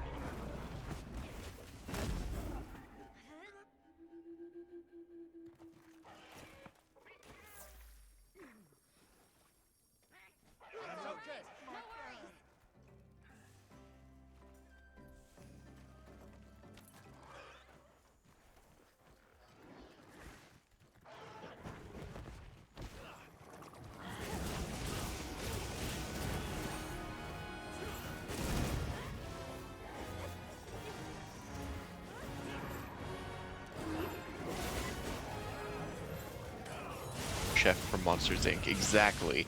Yeah. That's where we're thinking. Honestly, if we're on that line of logic, Shay was probably insanely, because they're like, Nudra's probably really good and can grill it itself, but it's also like really kind of big. Shay was gonna be like a lot more like small and precise. Like if you're working on, I feel like it's a different like line of specialty. Like if you're looking for like someone who can like grill you up like 45 cheeseburgers and they're all like really fucking good, you go with Nudra. If you're looking for something to be like hyper super precise, like the best ingredients, like super like really finicky, really picky, I feel like you could go like Shay Wu on that one.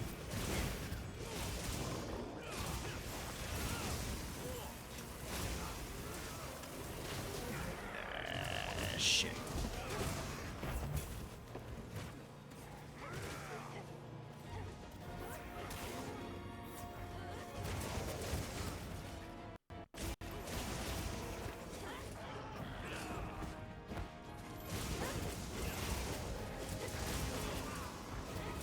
Uru subspecies that operates a hibachi grill for minimum wage.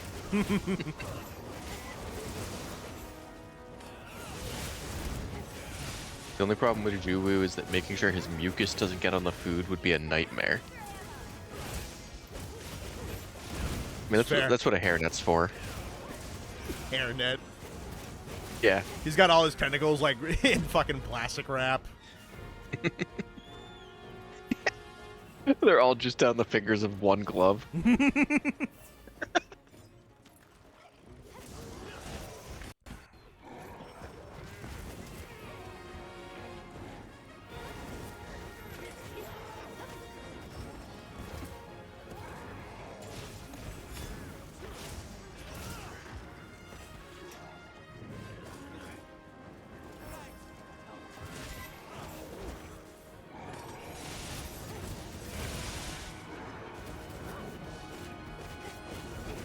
Get me another way for that slam.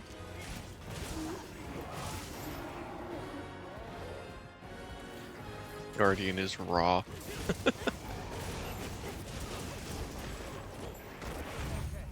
Oh, jeez, that rampage attack hurts.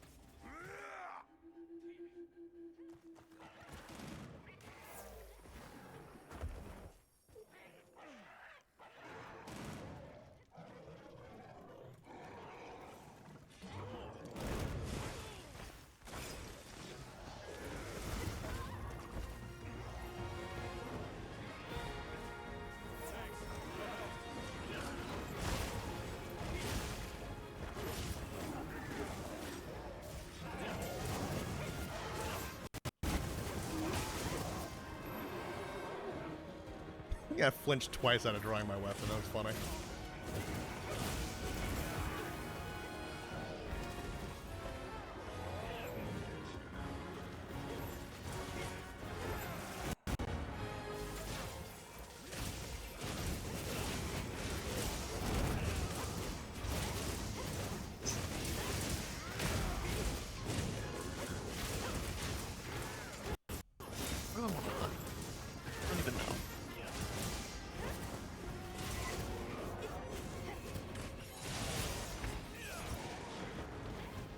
Tail.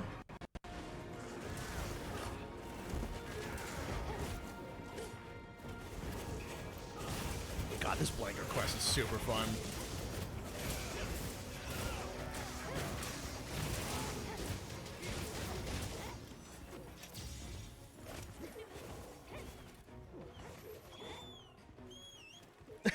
Where's the Wilk sauce?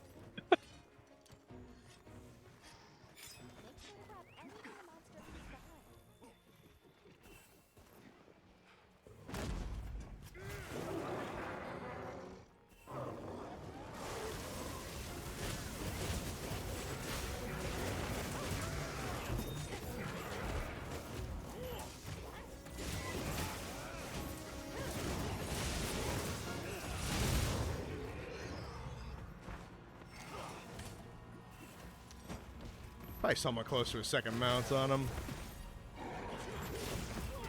Ah, fucking donkey kick.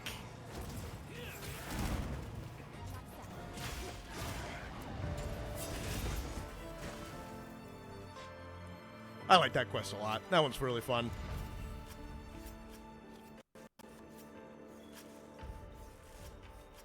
Such lovely coloration. Is it due to environmental factors? Neat. Alright, we want to do another GOG run. What do I want to do after this? I'll say I might slap Gunlance back on and do some of those triple quests for the material grinding for a little bit. Get some Yeah, I gotta gotta do some triple quests. Alright, yeah, I'll do that next. I want to do Gunlance for that. Just have something universal on for it.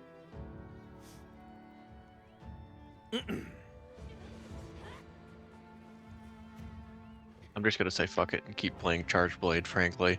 Fair. I'm glad you're enjoying it.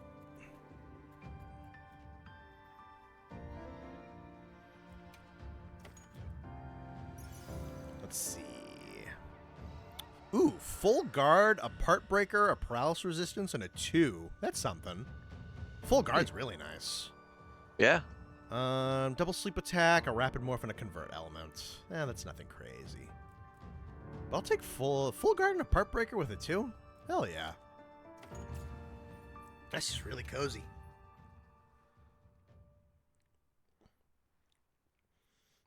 Because the guard skills can be sometimes a bit of a bitch to slot in. That's one thing. You know for a fucking fact that when Master Rank comes out and we have tier 4 decorations, considering the fact that we already have combo decos because of how this skill system works, there's going to be some fucking stacked combo decos in in the Master Rank expansion. Yeah. Alright, let me do... because it was the Rathalos one that swatted us last time. And I am bringing fucking dung pods. Because those 9-star Rathian pieces of shit can get fucked. Accept and prep. Yeah, I felt we got... very least I got tossed on this one. I'm gonna have to go get more Orichalcite. True. These triple quests drop some is a big reason to run them. Oh, that's good to know. Alright, I do have that loaded. Yeah, I did not want to lose that set. Bring that. Alright, do I already... I already have Poopy. Good. Good. No, not that. I forgot it's a different button. Auto refill. I'll bring traps and tranks just for expediency's sake, unless things get dropped before they can sleep. Not that they're needed. It's just nice. 41 minutes left on food.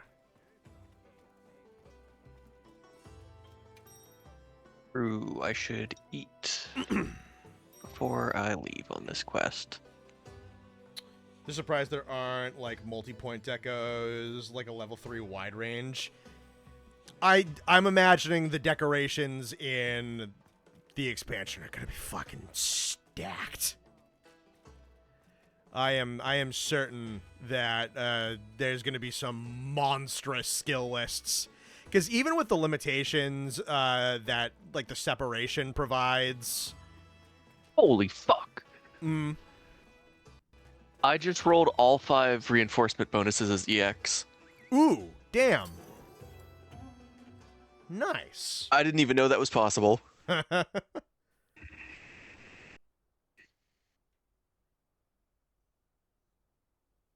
good shit. I feel like they could do a type of challenge quest that incentivizes you to hunt everything on the map and doesn't give you restocks. That could be something. That'd be fun. I don't know if they're ever going to do a non-restock quest that isn't an arena. I don't know about that one. It'd be interesting, at the very least. I'd like it. I just don't know if it's going to happen. I do wonder, one thing I think they definitely could do, speaking of like hunt everything on the map, one thing I definitely think the expansion could maybe benefit from is if there are some rewards that you can only get via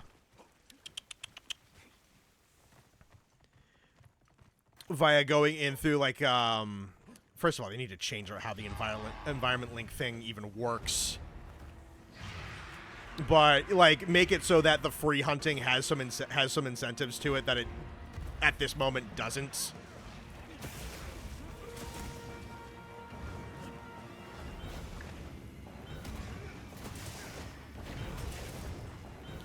That's a big reason it's because like there are some times where if I'm playing this game just for fun, I'll be like, I'll just go out in the environment. I'll just go like, especially if I'm running like a pretty universal, like a raw or a status set or something like that, and I just want to run it for fun, like this set that I'm running right now.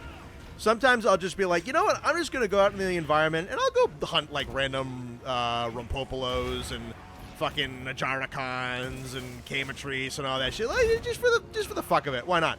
Forgot to eat. But I definitely do notice, and you know, when I do that, it is fun. Like, it is fun to just go out on the lam and fucking hunt whatever I want to hunt and sit and cook my meals out in the middle of the field or whatnot. There's just not really a lot of reason to do it. You know, at least with the Guiding Lands, they had all of their own rewards, you know, for the issues that had. And Sunbreak also had a lot of, like, multi-monster mechanical incentive. But I feel like if there was a reason to do targeted quests and a reason to do generalized expeditions, that would definitely be to this game's benefit. Because at this point, I really only use one of the game's major selling points as a bit of a novelty. And I do think it is fun, but I don't think it really has, like, that much into it besides it is fun. And for it to be really worth it, I think it needs more than that. And I don't think that's impossible to do either.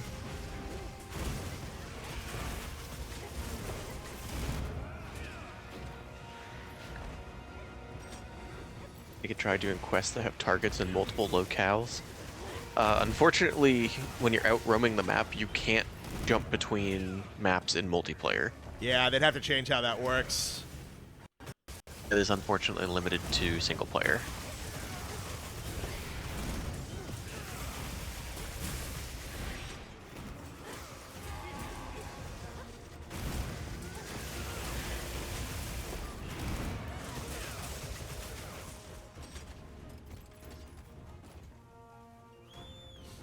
They could have maybe some kind of limited exponential, like by exponential, it'd have to be pretty limited. But like, say you go out into the environment link, and you fight one monster.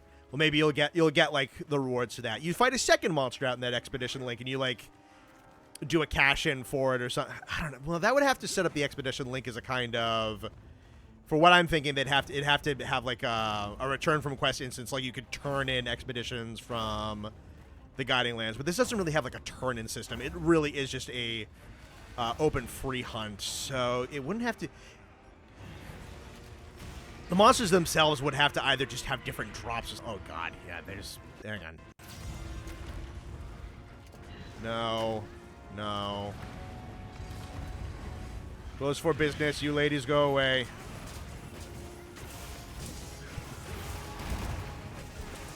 There's definitely a way to do it. I'd be interested to figure out what that way is. Oh my god, girls, please stop screaming. Ladies, please. I've literally...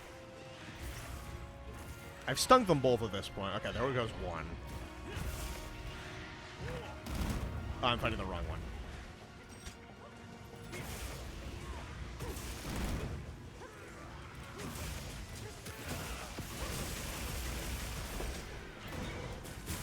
You can use general monster price for smelting ore and armor spheres, so technically every monster still has value.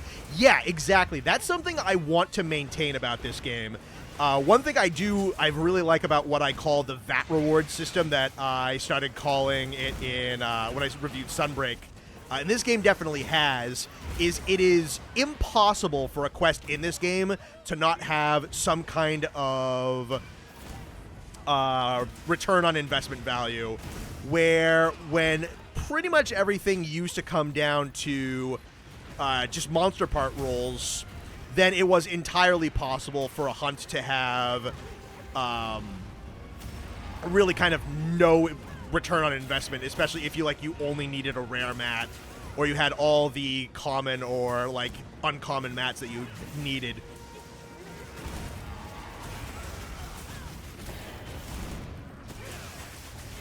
But it's not like if you do conventional quests in this game that you're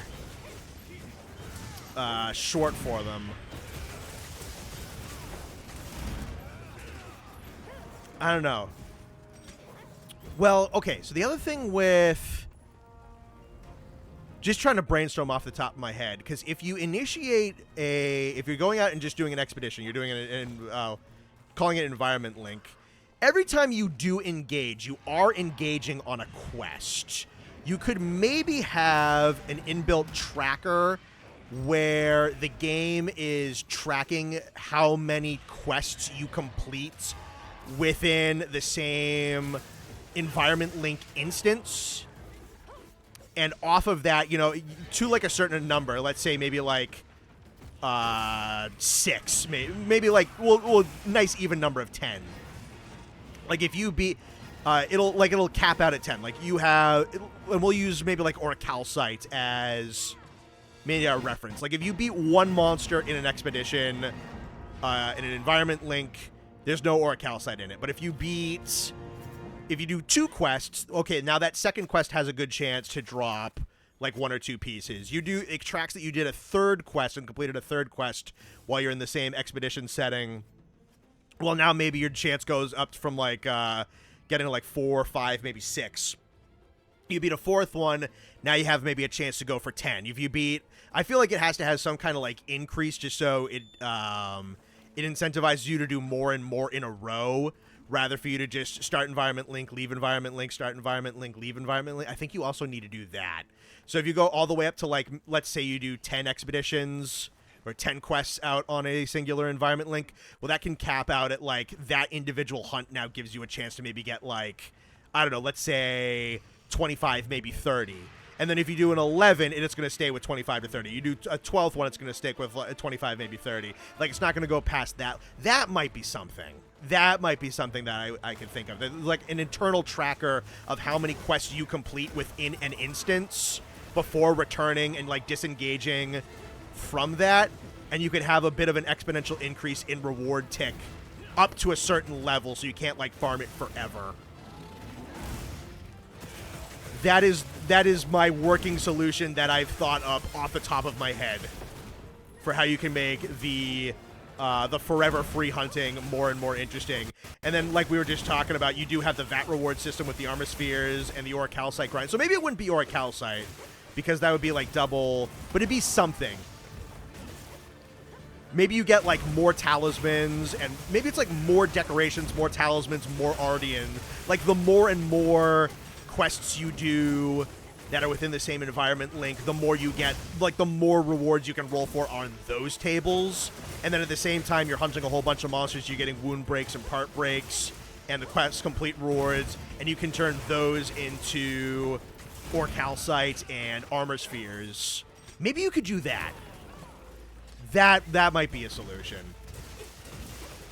I'm team scale it forever.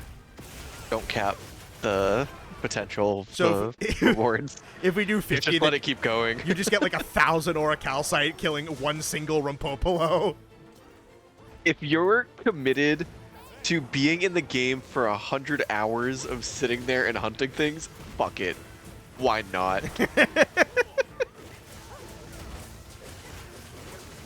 At that point, like 1,000 doesn't mean anything to you.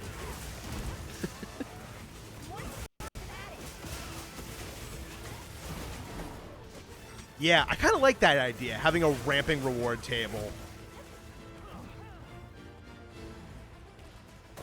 That would be at this moment that would be my solution. I think it should be a ramping reward table, but I also think the reward table should be based on the level of monster you hunted. Yeah, that is also true. Fighting a high rank, non-tempered anything like Rumpopolo should not get you the same rewards as like a tempered new Udra in the free hunt.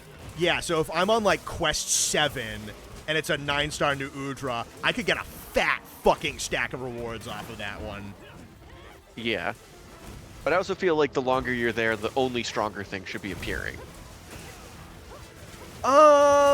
I don't think I agree with that, because I think that might clash with the idea of like, oh, you're out in an environment and like the monsters are just kind of like out doing their own thing, and I feel like it could still be a little bit more. Maybe they could do a lure system like the Guiding Lands.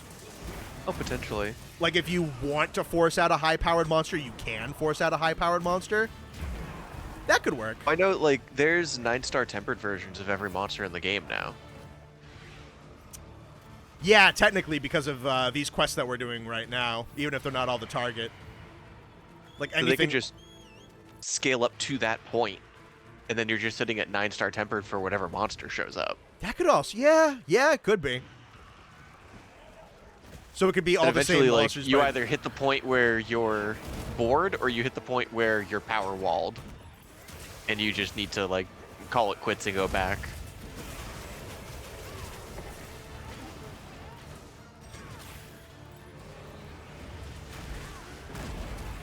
The other thing I was thinking of is it could be rewards that you can't get off of like optional event quests. But I feel like that would overcomplicate things. I feel like you could either be like super duper controlled by having it be hyper specific quests, or you could potentially get a larger amount by spending more time outside and doing more like kind of random shit. Like it's a bit of a trade-off. Like one is hyper controlled, the other one has a potential to have a much bigger stack. And that way you're not also fumbling with like 15 different reward tables as well. Yeah.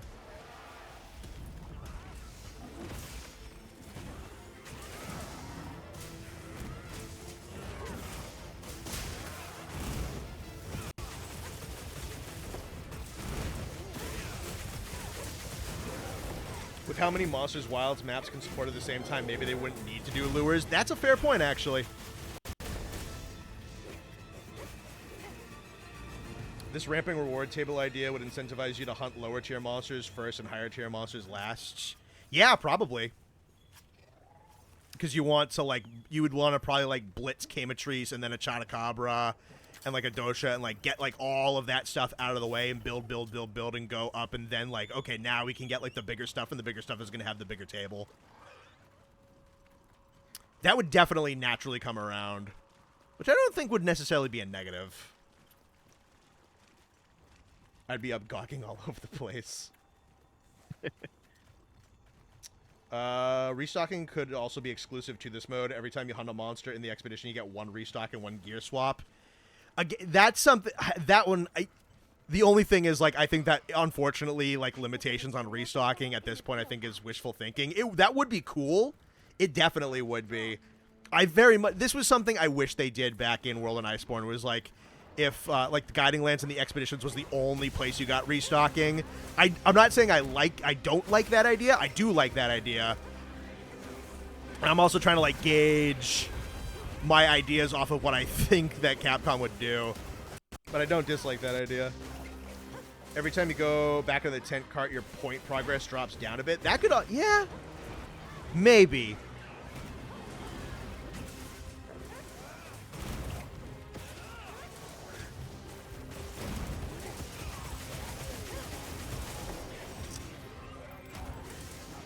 Honestly, I would have really mixed feelings on the restocking and like changing weapons. Like restocking is one thing. Changing weapons is, I feel like, a bigger issue of hunting a bunch of things in a row. But it's clearly the direction they want the games to move in, because it's something that was in World, it's something that was here, it's something that's in Rise. It's a new player skill, or not skill, but feature. Yeah. It's use it if you want, don't use it if you don't. Like that's really what it boils down to. Yeah. And sure, I see like the balancing issue of like being able to restock every single time you hunt something, and why that would be not ideal for someone who's more used to the game and what it's about, but it's clearly the direction they're going. To me, it's not the end of the world. Just don't use it. Yeah, Like- I also agree very much with like you can use or not use whatever mechanics you want. Like I don't use the sacred pickup. The only thing that I really notice with item restocking is like, well, the terror of like, oh man, I'm down to like 2 potions and 3 herbs right now. Like that kind of just can't exist anymore. Like if I need to go back, like I can. Whereas in something a little bit older, like the option just straight up, there is some extra pressure from the option just straight up not existing. Yeah, sure. But in something with like a forever huntathon, it's like, okay, yeah, restocking makes perfect sense. I do wish it would be nice if it wasn't in the event quests and like the optional quests and stuff like that.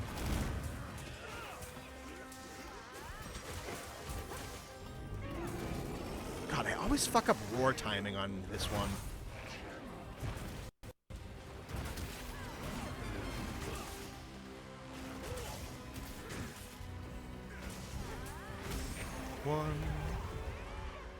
Yeah, someone is really fucking on it with the... oh, it's Raph, of course. They're really on it with the offsets. It's Raph.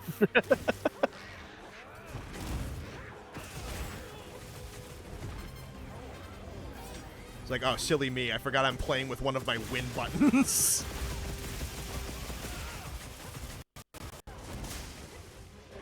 It's like Ralph and Alter. I was like, oh, nice. I'm going to win.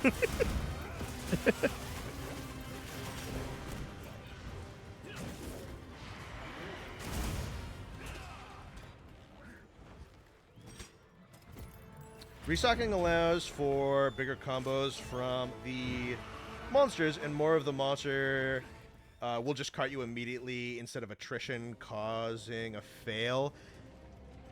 Sometimes, yeah. I mean, they do, to compensate, they do kind of have to step up. Okay, Rathian, fucking... Oh, my God.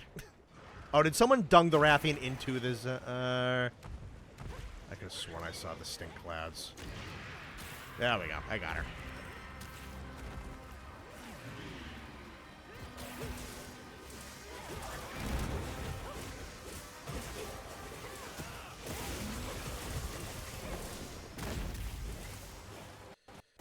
Got the wound on his back sack opened up.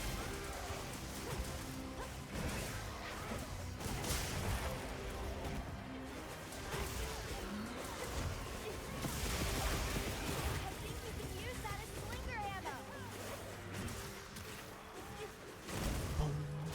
Stick. Boom.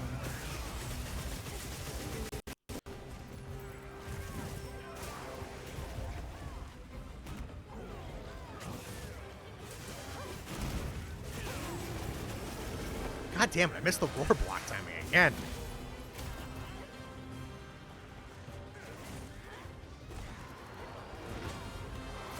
I was not missing. No, not getting through there.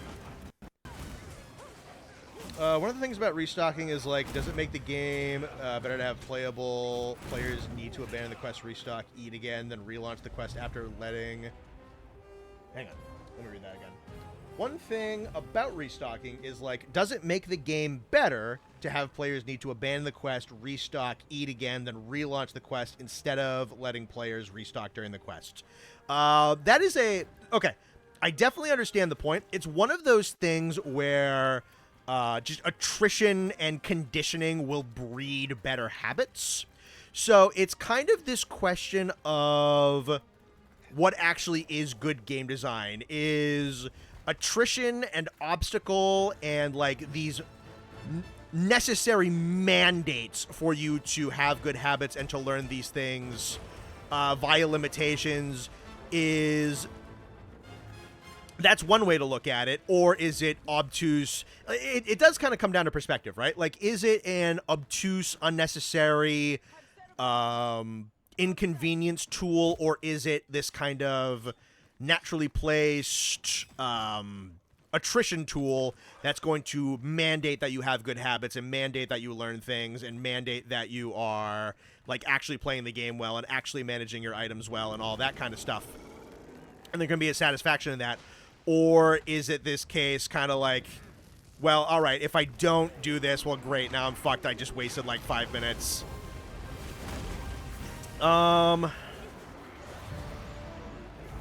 That's definitely...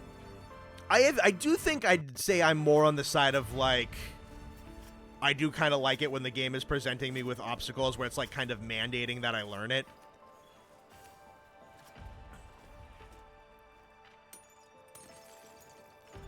Because with a game like this... There's a lot of places where it's like, oh, I forgot this? Well, okay, I can immediately compensate for it. I have literally 0 consequences for my bad behavior.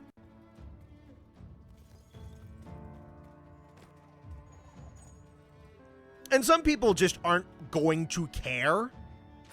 But, like, fine, if you don't care, you don't care. That's fine. It's whatever. And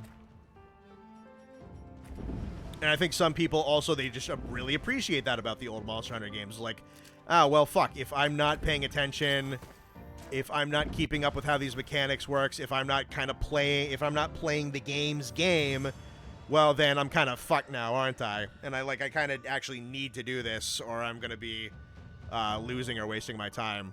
There are some people who genuinely value that. I would say that I do. Like, there's a couple of instances... I distinctly remember in playing especially if you go back to like some of the older Frontier streams, especially, I remember very clearly the original runs I was trying to go up against Odi Batoras. And Odi Batoras, after like stream 3 or 4 maybe, his I think his like higher rank form, there would be some points where I'm like, I'm down to like, I have 15 whetstones, I am out of mega potions, I barely have combines anymore, max potions are dead, I have maybe like 2 normal potions and enough combos to make like 3 more left in my entire bag. I am whittling down to like 1 more hot drink.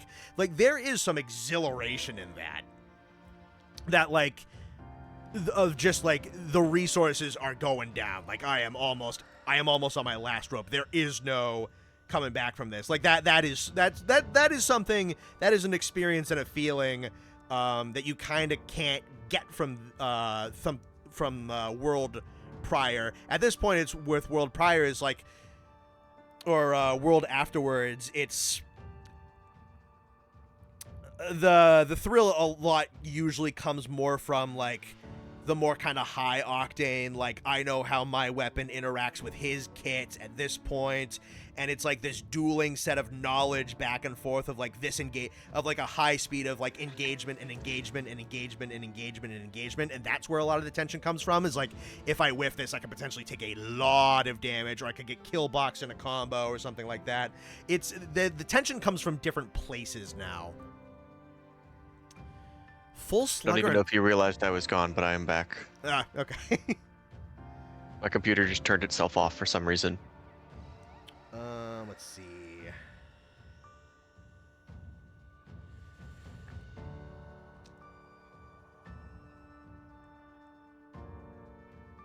I would at least appreciate an attempt at maybe doing a game with no restock again, but keep gear swap. Gear swap, I think I am perfectly okay with. I think restocking is definitely something that is more damaging to the tension of the games than gear swapping it, especially because they seem to very much want to be doing these systems where it's like, okay, you have either an infinity quest or you have 4 monsters in a quest. Go and like take your different sets for these different things. Like that I really don't have that much of an issue with. I wish there was more of a use for Iron Skin in this game, because full Iron Skin, full Slugger, that's something. Well, if Devil Joe ever comes back. Master's Survival Expert. Thank you, game. Let's see. Raph's saying they got a special quest for you. Is there another custom one? All right, let's check it. If you're interested in truly tough challenge, Connor, I've posted a special investment to test your absolute hunter skills. Oh boy.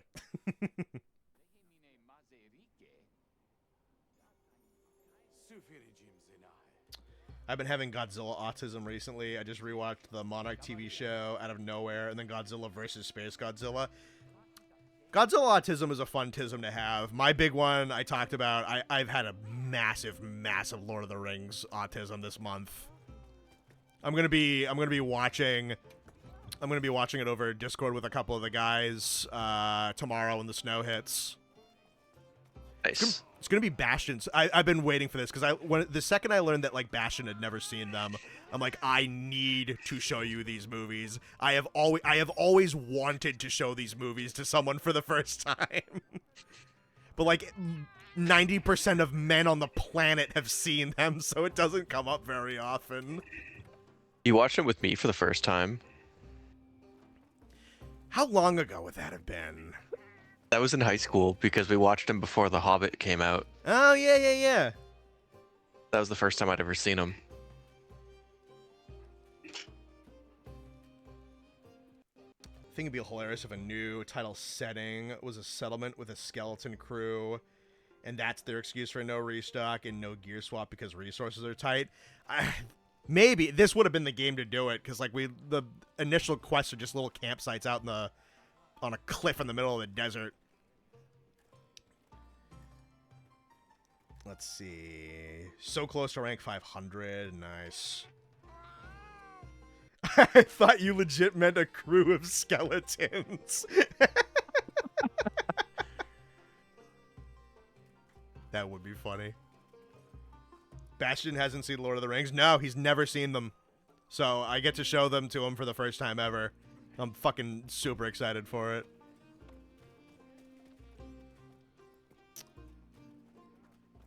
Right, I think Raph posted something. That's what I'm doing. Yes. Of course. Yes.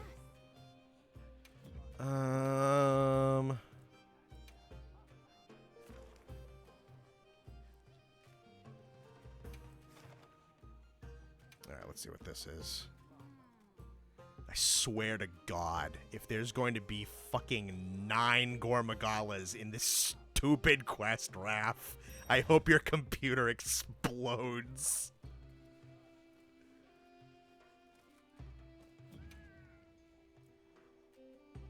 I do love that we can do custom quests in this game. It's very fun. It's cool. Very, very cool. I haven't played a game that had custom quests in it since like 4U, when I would stumble onto lobbies with randos that'd have them every now and again. Did I ever say that my profile in 4 Ultimate, I have 99 stacks of several very, very rare monster parts in that game because I hopped into a rando lobby and some dude modded a Paw Pass delivery quest so that the item box had 99 stacks of like some of the rarest materials in the game. So I have 99 immortal reactors in 4U. I don't think I fought Raging Bracky in that game, by the way. Just said something in the chat log. Welcome to Apex Wilds, my toughest challenge yet. Rules to follow. 1. We don't kill Gore until all the rest do. But we can whittle him down until the next monster arrives. Okay. 2nd, use the fucking gate. I swear to God, don't whiff that shit. All the rest are as follows. Oh, God, Raph, what the fuck is this? Archray, Arch-Uth, Arch-Nu, and Tempered Guardian Arkveld. Good fucking Lord, Raph. Have fun. What are we fucking doing, buddy?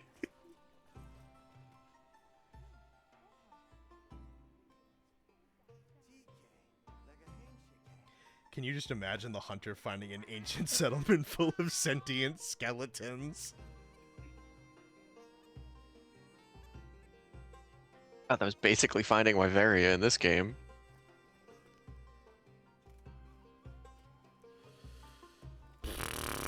Jesus. The 50 minutes is also part of the challenge? Yeah, you're fucking telling me.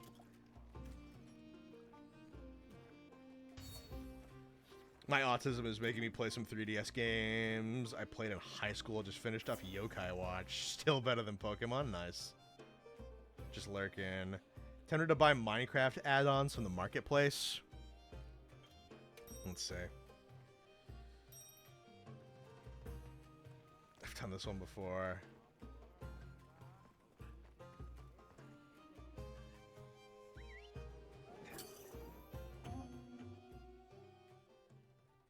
Welcome to hell, yeah.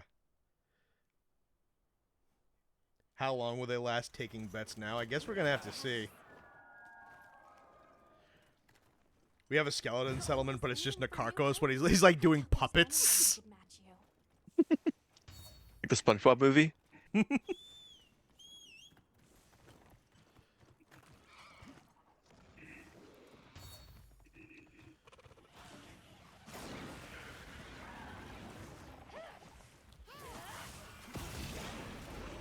I'm hoping that the other monsters do a fair amount of whittling on gore.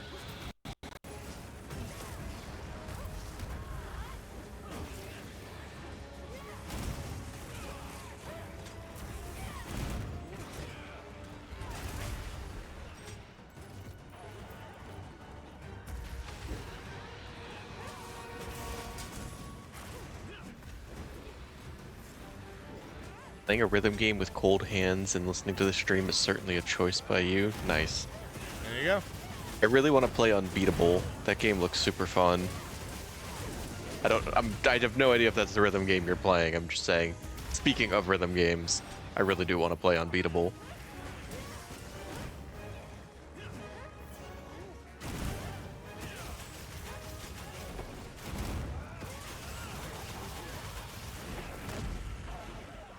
Oh, this is gonna hurt.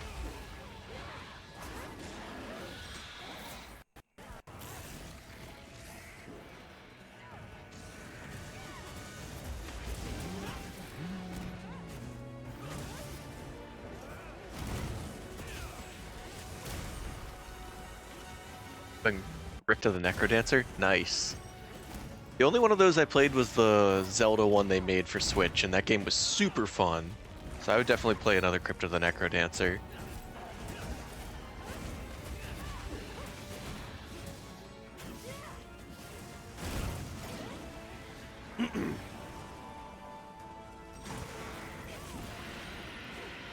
Alright, there's Frenzy.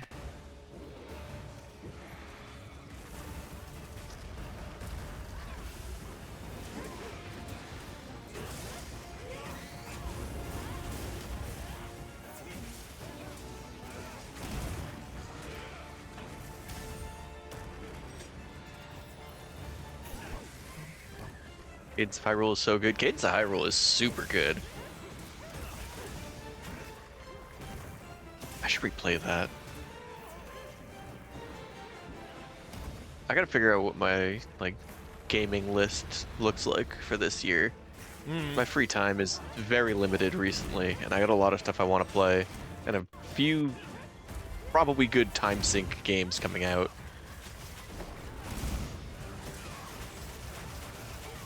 It's like, I really want to play the new Lego Batman. I really want to play the new James Bond game.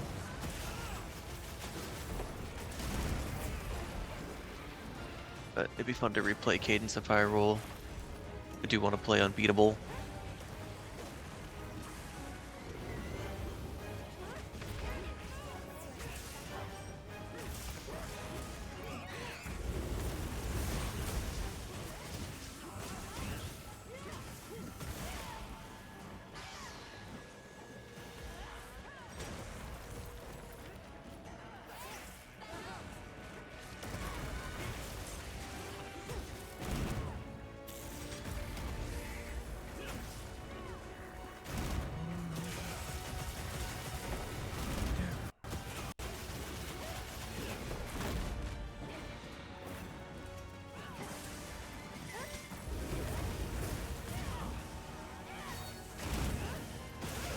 Seragios is a rhythm game. Honestly, yeah. Kinda, yeah, especially with Bo.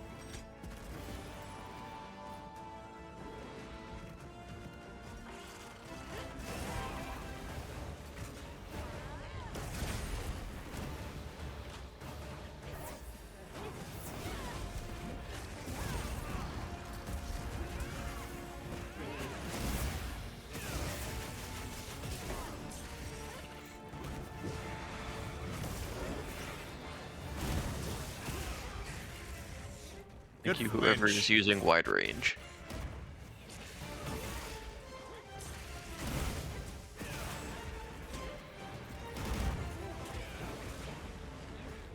Oh, you line yourself up perfectly for that. Good shit.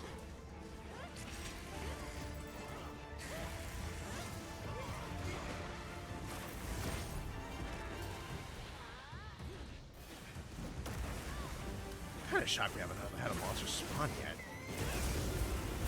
I know this guy's got a lot of health, but still.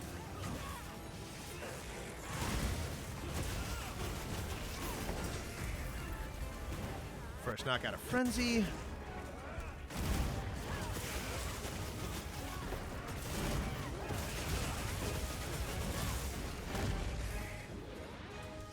Whoever Master mentioned Rank that you, Steve is just Osu. whoever it was that mentioned last stream that you get a faster Wyvern Fire off of anything to do with Wyvern Stake, I appreciate that you pointed that out to me. Especially in 4-player, that is a very clean, consistent combo I can run after these full burst shots. What was the one game where you were like a neon setting fighting robots with music you uploaded? Haven't seen anything for that game. Oh, that was at the Game Awards. I don't remember what it was called, but I know what you're talking about, and it sounded really cool. At least on a concept level. It was, I'd have to go back in the showcase and look at it. Thankfully, it was like really early on.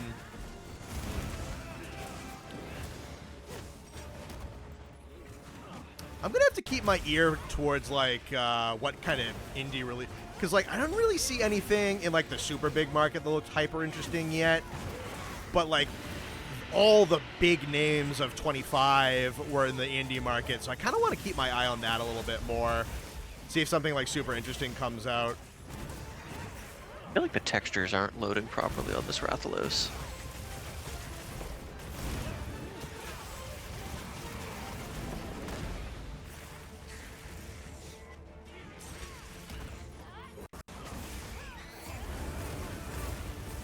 Yeah, I'd have to look again at indie games coming out, but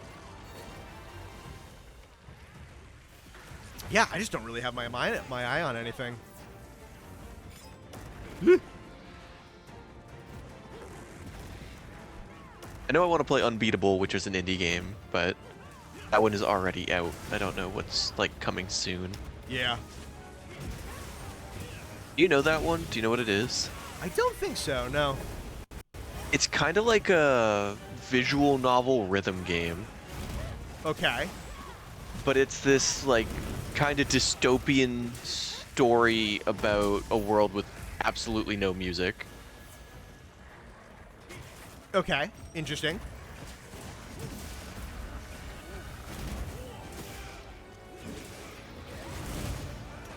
I've tried to avoid seeing stuff about it because I don't want to get spoiled, but it looks super fun. Sure.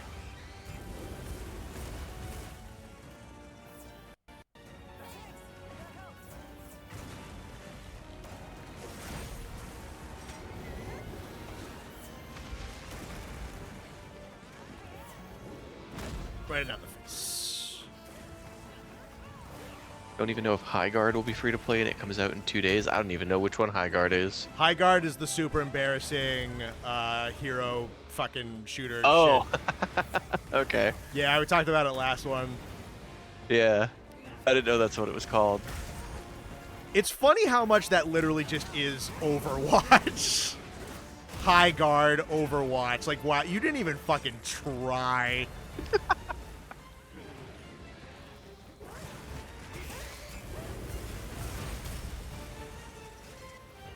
Where the fuck are these other monsters? Like, how low does he get before they spawn? It's free to play, they tweeted.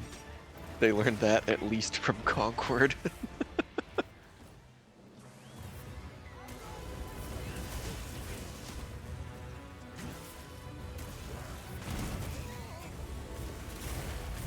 I'm about to get fucking... Ah, god damn it, I got friends and I don't have nullberries.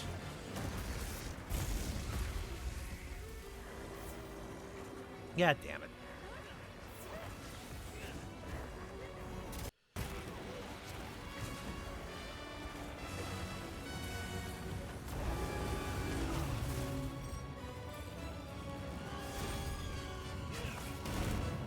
This is AT rare, right? I believe that's what they said to you at the beginning, yes. Oh, Jesus.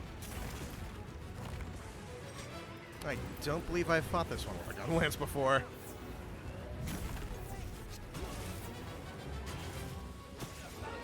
There we go.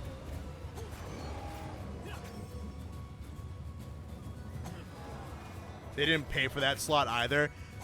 I heard about that that slot was offered to them by Keeley, which is fucking hilarious if that's true. Because I'm gonna be, I think I said this last week. The fact that that game got like the closer, like that was the bookend for the Game Awards, is a massive, massive reason why I got clowned on. Like if that was just in the middle of the show, everyone would have said, "Oh, okay, hero shooter, fucking whatever." But it's the fact that it was the closer, that they thought that was good enough to be the closing game. Everyone's like, "You've got to be fucking kidding me." They ruined that game's chances by giving it the promo that it did, which is probably one of the... I don't think I've ever seen something quite like that, where giving that game, like, more prestigious marketing actually, like, annihilated its chances. Like, it increased the amount of clownery that game got. I don't think I've ever seen that before.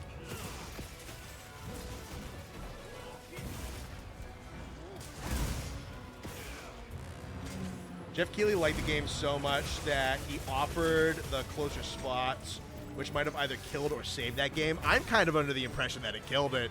It probably would have gone it likely would have gone completely under the radar, unless they had just like really, really solid marketing kind of in the lead up or whatever. But I genuinely think that everyone's like, that's what you're gonna fucking close this off with. Because like it or not, the Game Awards really is a reveal show at this point. Yeah. I'm not gonna lie, that's why I'm there. That's why I stream it. I don't fucking stream it for the awards. It's nice when something I like or something I deserve gets one, but like, do I give a shit about video game awards? No. I'm there because I know that I'm gonna get a lot of people to show up, so I'm gonna get a lot of money, and I want to look at game trailers. The award show is the opinions of strangers, and I don't care. Yeah.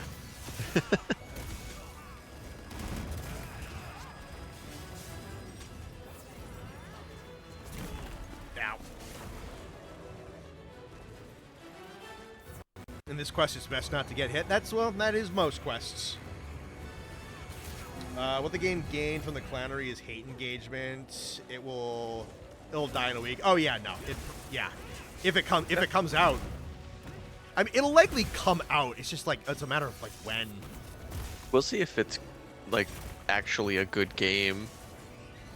I mean, it didn't look like it was horrible. It didn't look like anything I had never seen before, or an interesting elaboration on anything I'd ever seen. Like, there was nothing that just felt super interesting about it.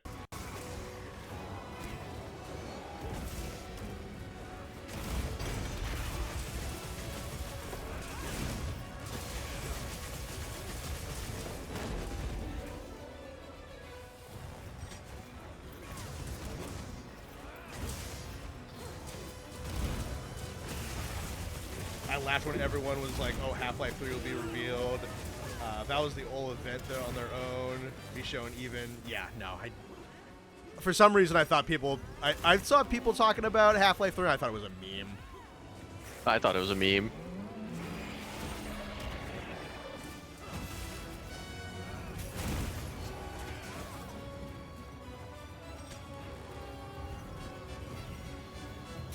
Is it going to get concorded, basically? I mean, it might be. I don't know if it's going to be that drastic, because Concord, I think, is going to probably go down as one of the single greatest media failures of all time. They wanted Concord to be a gargantuan brand. Sony effectively wanted its own Star Wars, was what they wanted out of that one. I think the rough estimate was about $400 million was put into Concord. There was... Concord got, like, an episode in that Amazon Secret Level show. I think they were going to plan to bring it into other media. Like, they wanted that to be their next greatest IP. Like, the next thing. And it died so fucking hard on the vine. You know, no matter what happens to this high guard game, people will say Concord 2. That is one of the most drastic, dramatic, cataclysmic media failures that I think we will ever see, ever, is Concord. They really believed in that game for some fucking reason. Hero shooters are simultaneously oversaturated and utterly barren, maybe due to how predatory their live service games are. Yeah.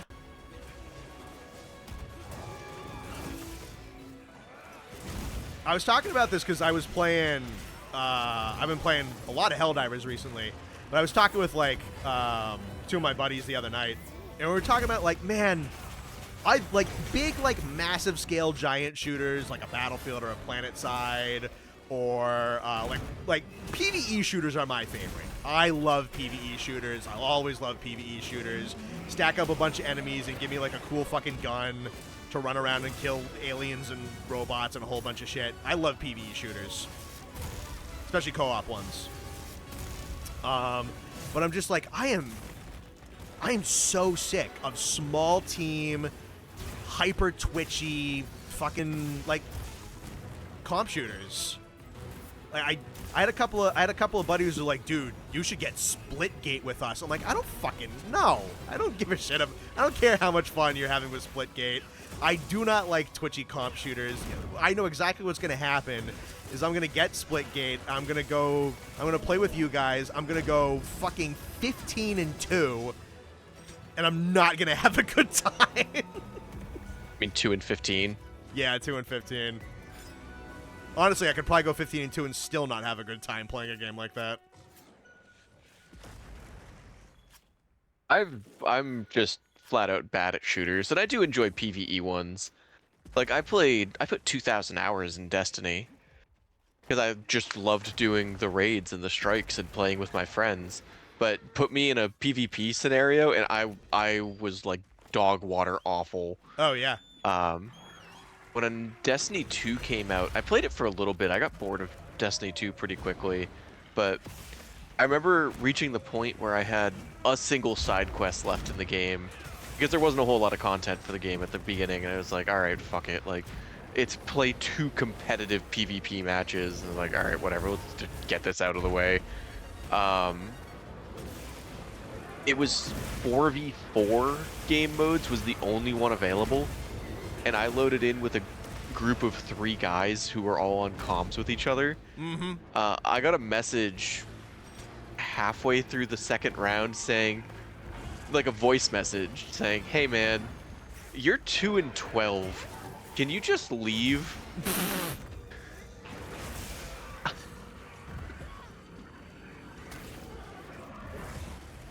I wish I still had it saved because it made me laugh so hard. It's just like, homie, I don't want to be here just as much as you don't want me here.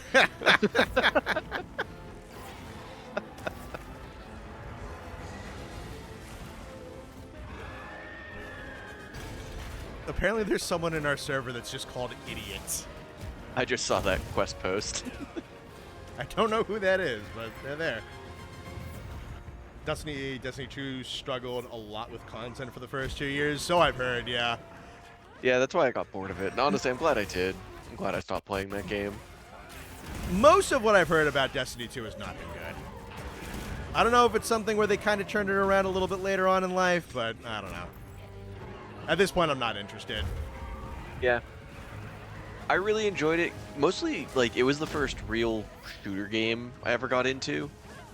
And it was just a fun game to play with friends. Like, Yeah. Steven, Matt, and I used to just do raid nights, like, once a week. We'd just hop on, do the Nightfall Strike, spend, like, 4 hours doing one mission because we were spending so much time dicking around instead of actually doing the mission. That's the best. It was so much fun.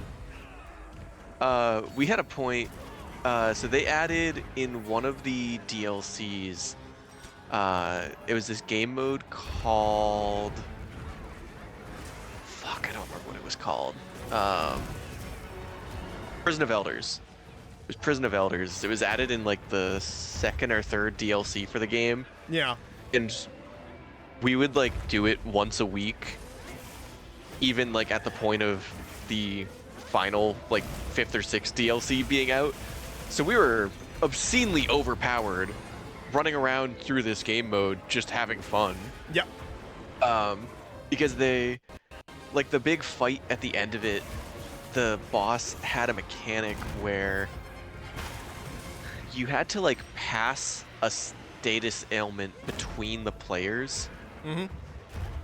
And if you had it for more than 30 seconds, you just automatically died. So like within a 30-second window, you had to pass it to someone else.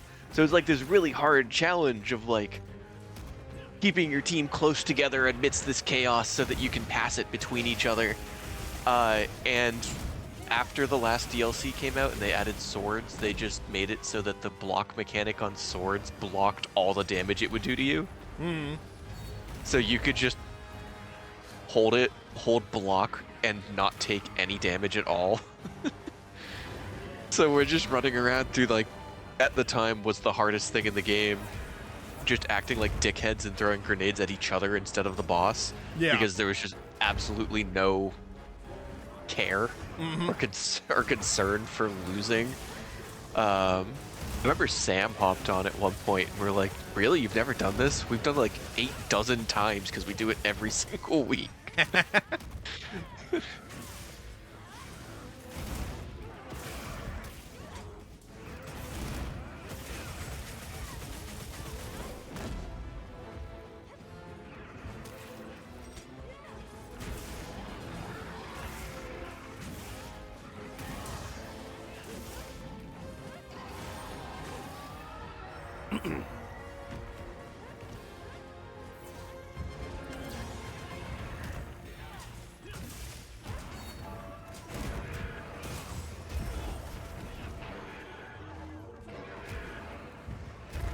Oh, jeez, those fucking side hits.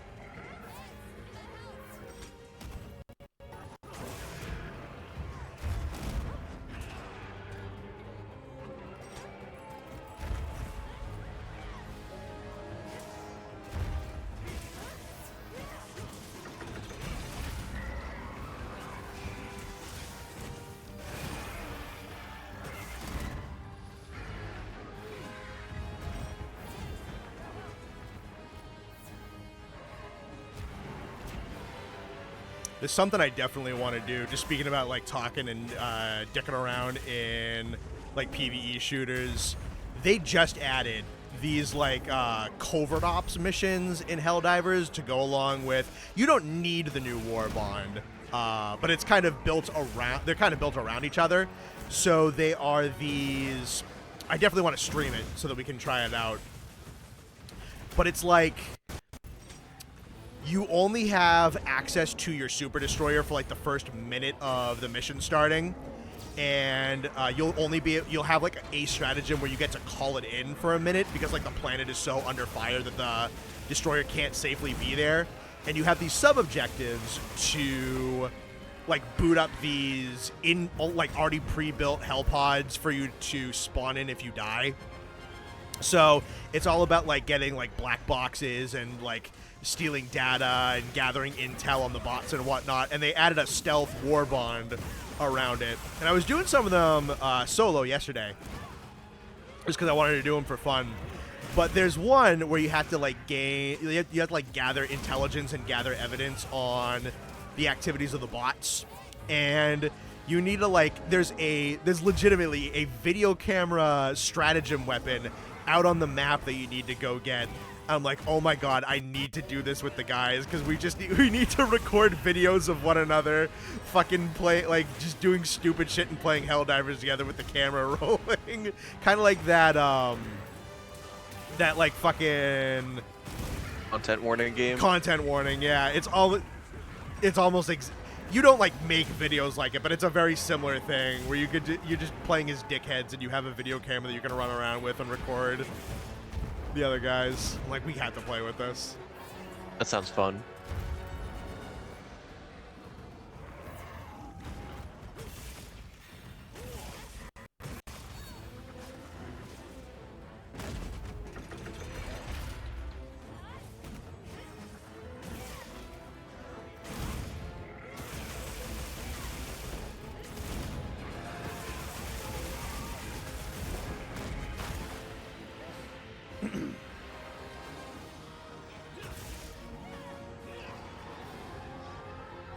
need to get back into HD2. It's worth getting into.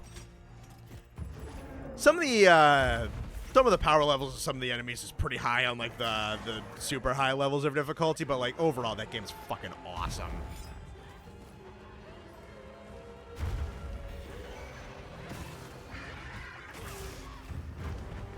Yeah, that stealth bond they just added is super fucking cool too.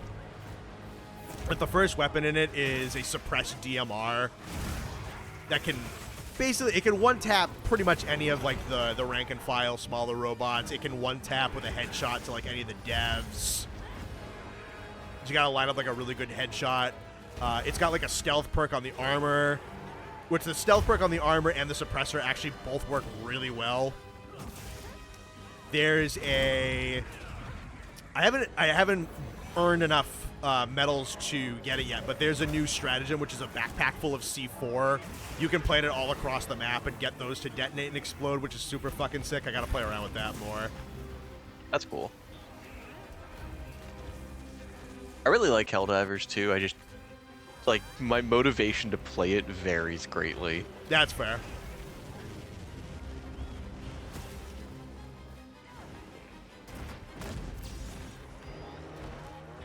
Who just tried to flash pod the new Udra? Who did it? I saw that.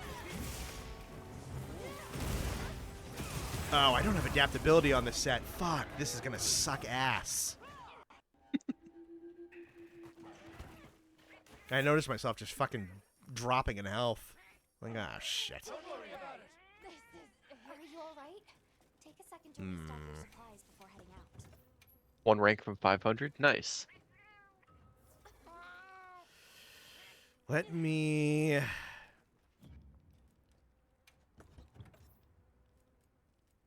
Where is it? This is actually going to have the skills that I want, so I don't just get chipped to death, because 2 of us just died. I would hate to fail this, because I do not want to run this back if we don't complete it. This thing is just so fucking long.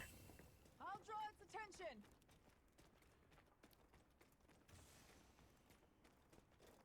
Thanks, that helped. I'll draw its attention.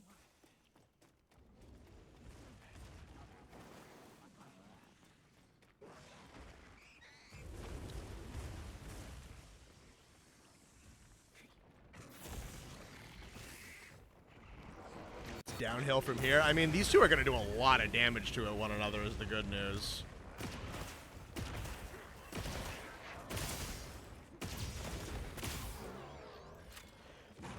Honestly, I didn't notice the fire that New Udra just leaves behind in its wake until this, because it just blends into the ground.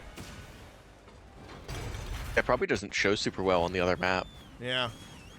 Like, I know the oil bomb needs adaptability, but I didn't know that it just left fire around.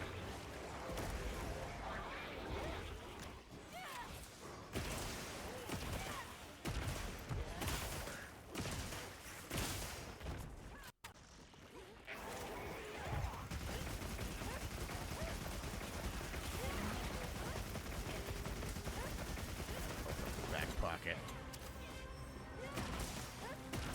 Just rocket.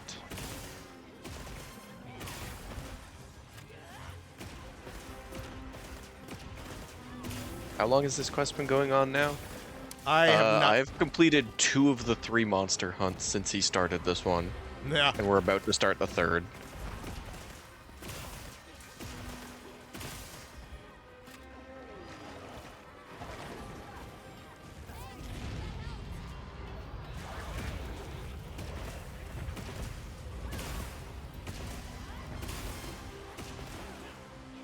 I'm missing a quad. Or tetrad or whatever.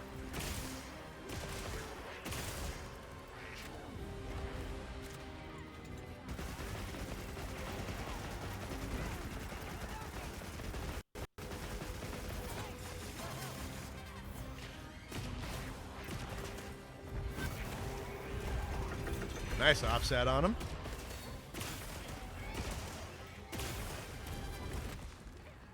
Six bullets left.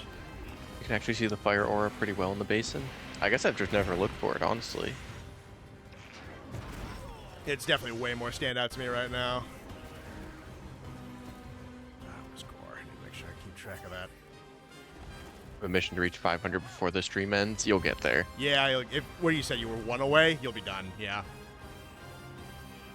High level stuff, you're like almost guaranteed 1 per.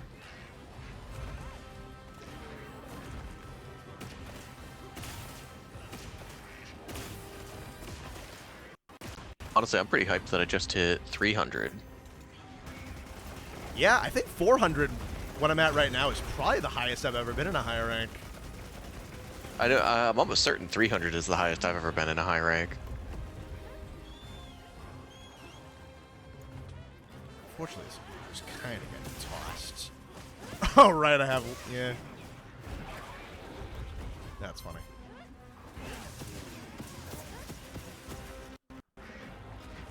Wait, do I have...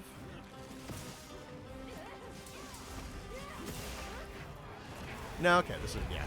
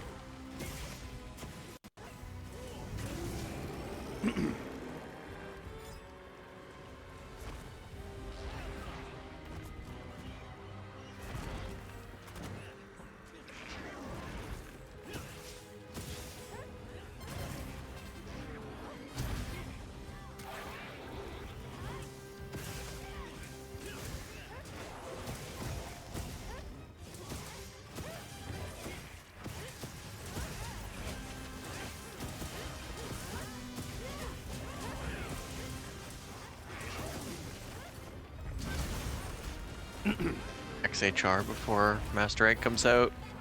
If you think you can do it, go for it. That's a cool thing to do. I don't think I'll hit it. You definitely can, yeah. I mean, there's. We have a couple people in the lobby right now who are. I'm running with 2 people who are $9.99 right now. It's really impressive. I don't have the time. Yeah. I can see it being possible for me to hit at least HR $9.99 by the time I'm like done with this game.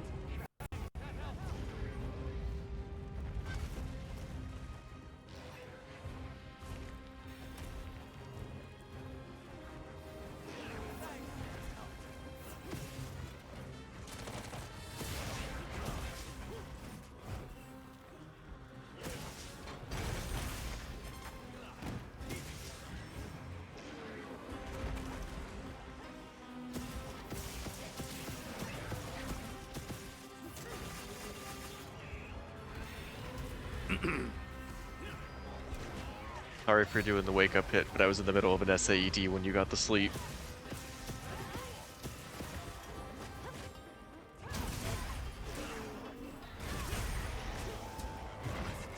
Oh, shit.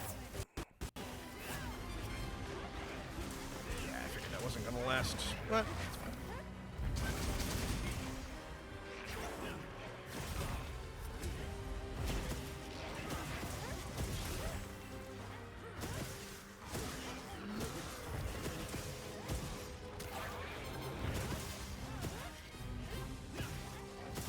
Still want this one open on the back.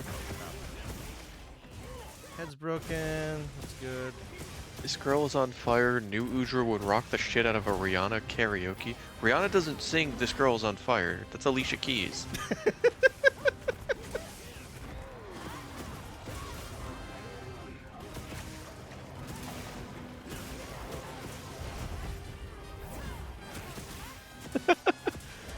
Do people still care about crowns and wilds? Monarchies aren't very popular nowadays, so I don't think so. That's good. I like that.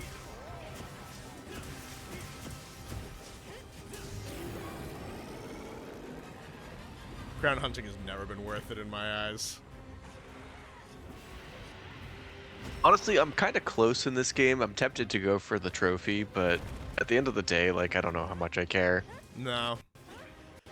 Well, a big thing that helps with this game is that, like, if you're playing with a community like ours, a whole bunch of people just had investigations for crowns. And, like, I have this one, I have this one, I have that one. Like, I remember especially when Laggy came out. I was like, I have Gold Crown Laggy. I've got Gold Crown Laggy over here. Blah blah blah blah blah. Like, all right, yeah. I mean, I'll take it. I think I definitely have both. I have at least one. I know I have both for Laggy. Yeah. Also, honestly, the guys who can spawn monsters in quests can control the size of the monsters. Mm. So, like, I have a couple just from being in hunts with Iron Kaiser. That makes sense.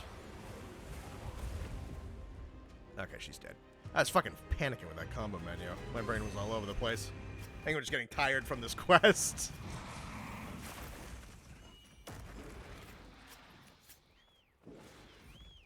Alright, so We loaded this in with 4 people, and there's 3 of us fighting the Doshiguma, and 1 person soloing the Serachios.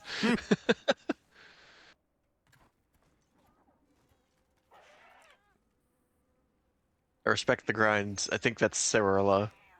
I hope I'm pronouncing that correct. Here comes AT Jindahad. That'd be crazy. Yeah, I think it's just Arkveld, and then we gotta finish off Gore, and I think then we're done.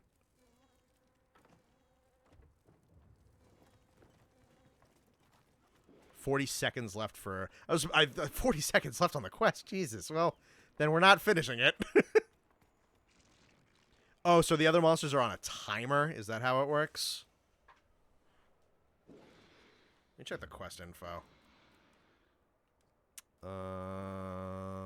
Quest info. Alright, so there's still 13 minutes left. Okay, I have to imagine that Gore is pretty fucking weak at this point.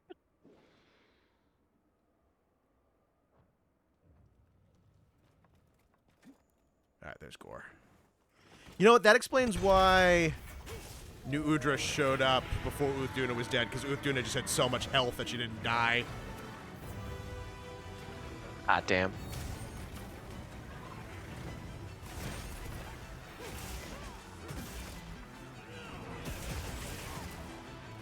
Oh, I'm gonna hang on a second. If we're taking this opportunity.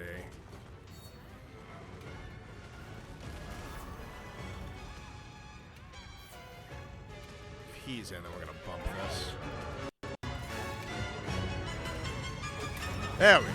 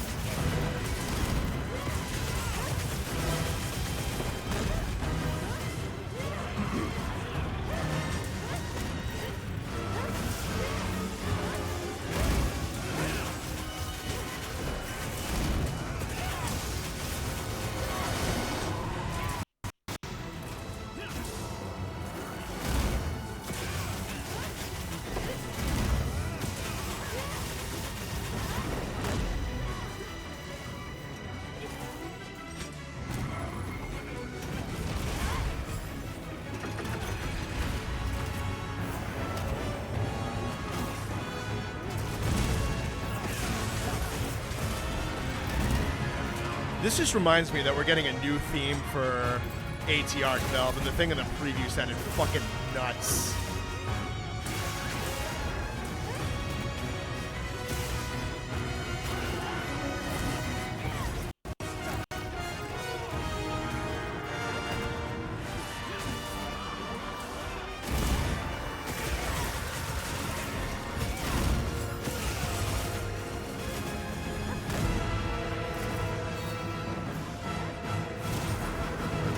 Fuck, yeah, that was kind of a weird power clash, but I'll take it.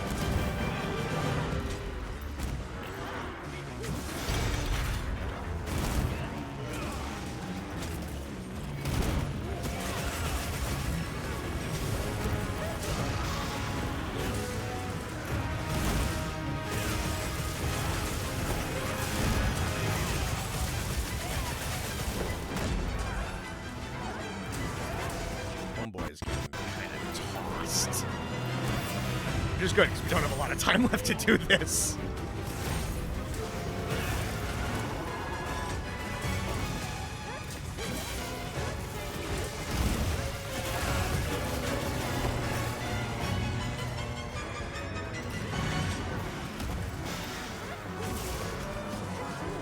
didn't know we were getting a new one, go back and watch the like the presentation for TU4 and Stories 3. When they talk about, it's a little bit after like the main trailer type of stuff, but they talk about like the roadmap and whatnot. They talk about that's where they officially announced that ATR Belt was coming out. And when they did, it was some like crazy sound and like Bloodborne DLC boss theme playing in the background. That was not already in the game.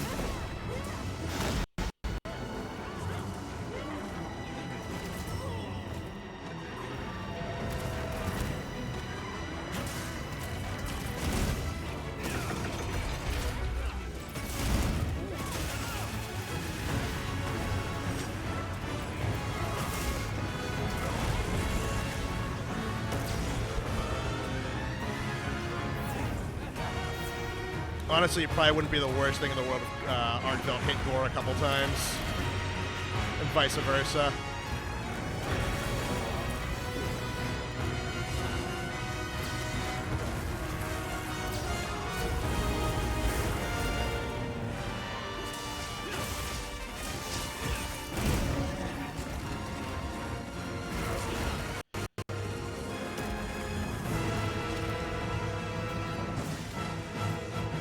Speed recovery.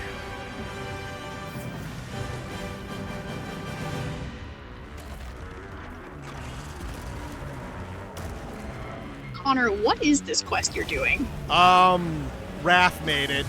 one of the community members made it. But it's the ultimate thing is killing a max level Gormagala, but the dude has an honor rule where we're not allowed to kill him until 3 Arch-Tempereds and an Arkveld are dead. Oh my god, and both of them are attacking me.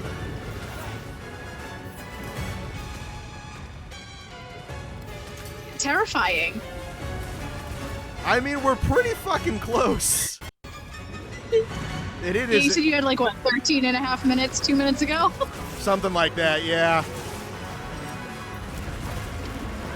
The 2 remaining targets are both pretty fucking weak at this point.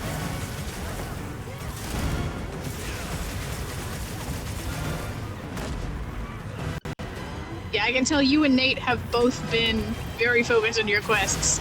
Because neither of you is being funny man, and that's disappointing on my way home.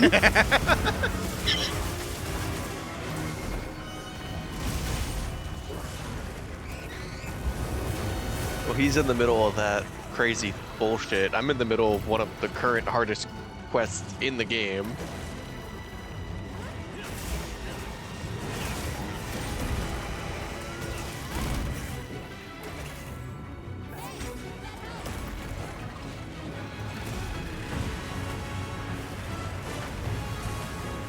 And as someone who has not picked up Monster Hunter Wilds in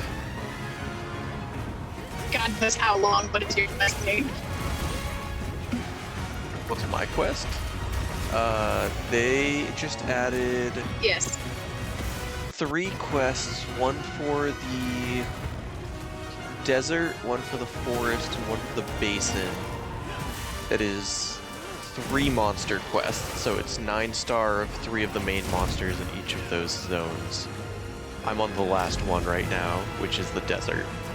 So, the 9-star tempered Alpha Doshiguma is down, the 9-star tempered Saragios is down, and we're headed over to work on the tempered Raidao next.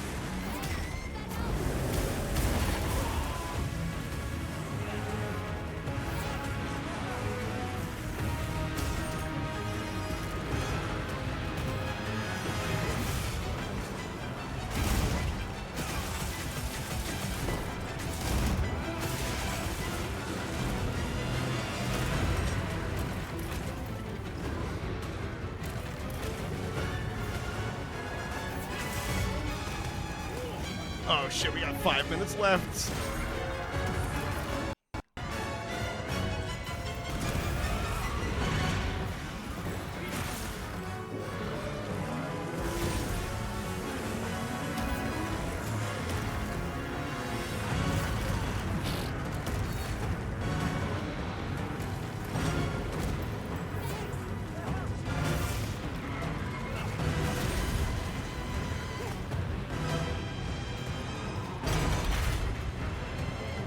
Alright, we got him isolated.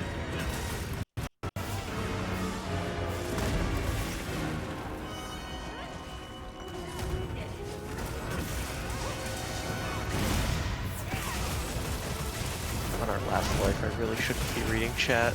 No.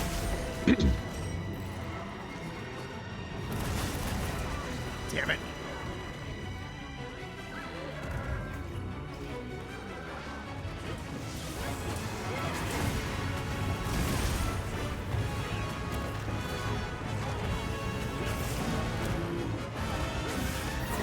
Come on, big guy, you just gotta go down.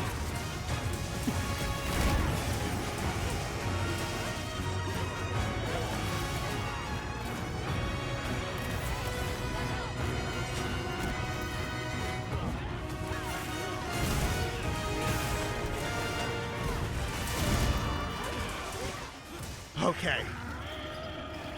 No time to carving. That gore needs to die now.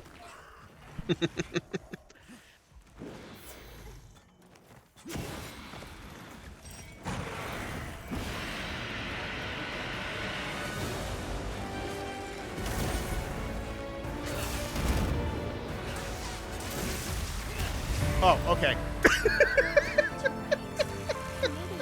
Get it? Yeah, no, he died about... I was like, all right, lock in, boys. We got maybe like 3 minutes left to kill the Gort.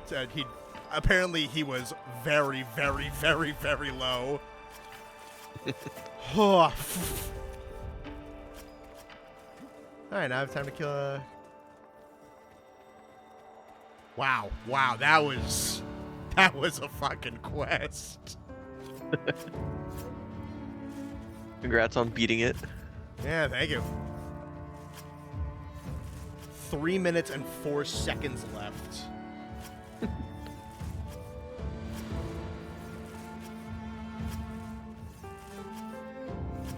Oh, he's glitched. I'm just carving nothing, okay?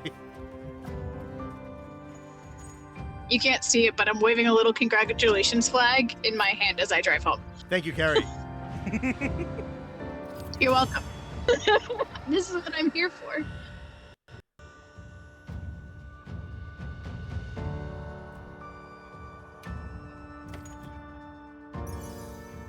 Damn. That sure was something. Bro, I've been a mod. Raditz, you've been a mod for like 3.5 days. Shut the fuck up. You can't just act like you've been a mod for months. Fuck you. Bro, I've been a mod. Yeah. Get off your fucking high horse and calm down. Holy shit.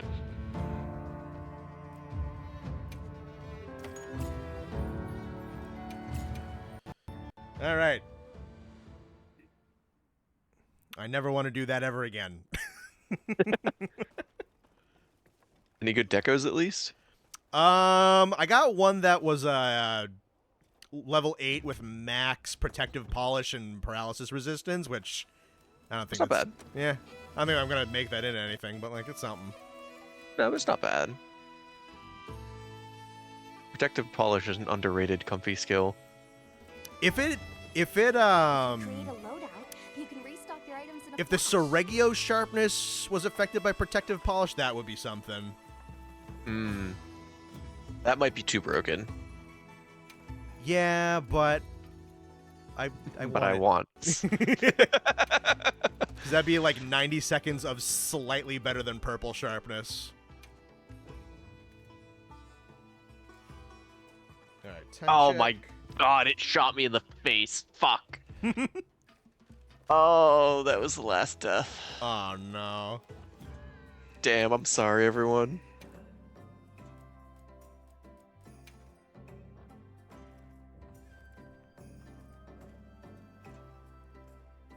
Raditz fist fighting Reddit mods in a Walmart parking lot.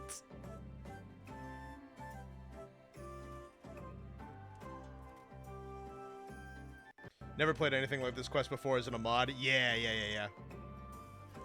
It's one of the custom quests that some of the PC guys know how to throw together.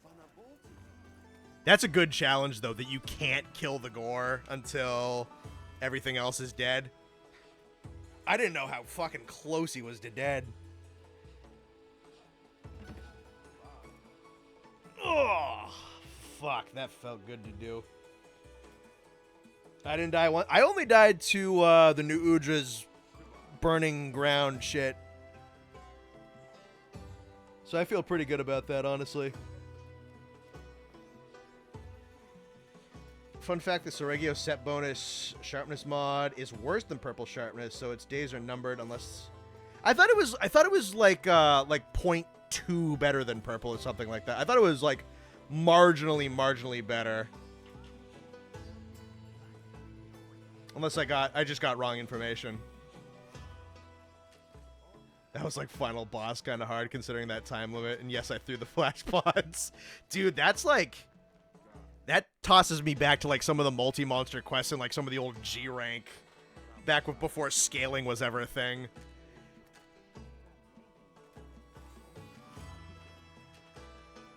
Of just what a fucking marathon quest that was.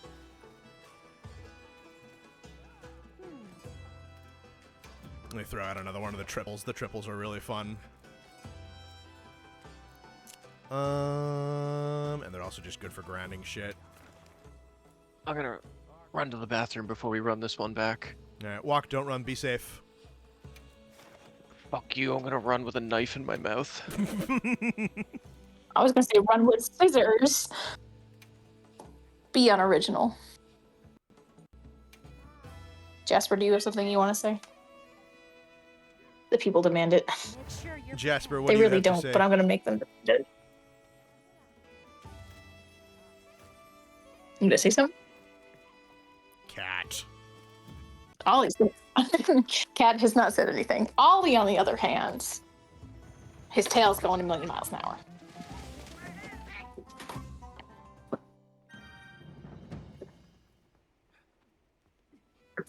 Didn't Trier 3 Ultimate have a 5 monster quest you need to beat before unlocking Elatrion? There's some 3 monster stuff. God, I've been hunter rank farming in that game, which is a fucking nightmare slog, by the way. There's one of them, which I think it's like both of the Nargacugas and both of the Barioths in the arena. I'm like, I don't want to fucking do that by myself. But that game doesn't have online anymore. Yay. Actually, I might want to... We're doing... I'll keep the dung pods. I don't need those.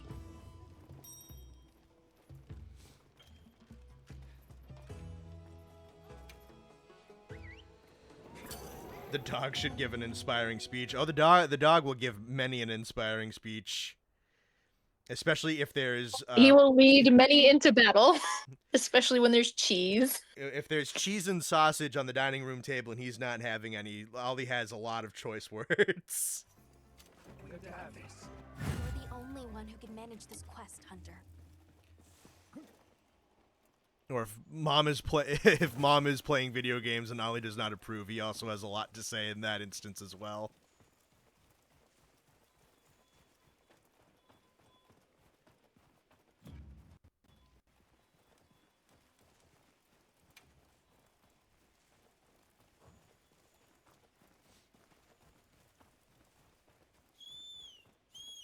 What kind of cheese? Pretty much any cheese. Ollie is not picky when it comes to cheese. Ollie is not picky when it comes to food in general. If it is human food, he shall have it. Ollie eats paper products. And that's the end of the story. That's true. He does get his, like, paper towel or toilet paper roll once a week. And that's his enrichment activity.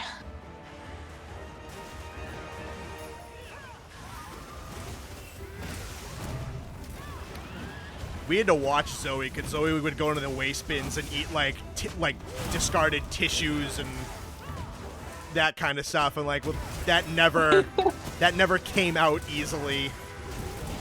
No, it never does.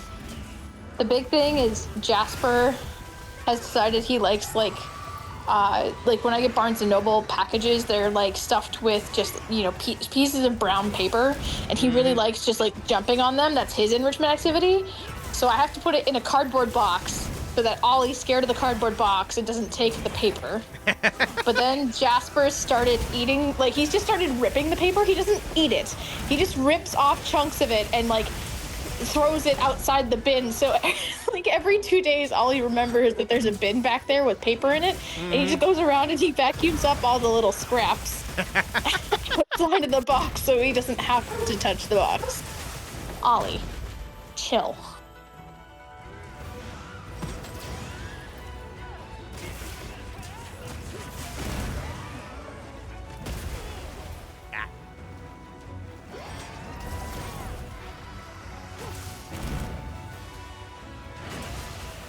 No, Quack. He will voice his intentions not to get rid of the rabbits, but to get rid of the ghosts that haunt my house.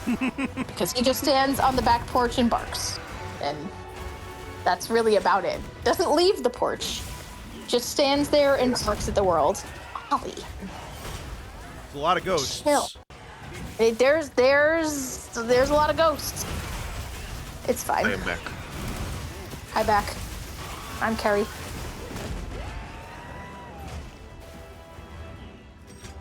Carrie. What kind of a weird name is Carrie? I don't know. But it's paired with an Ollie, who you can now hear.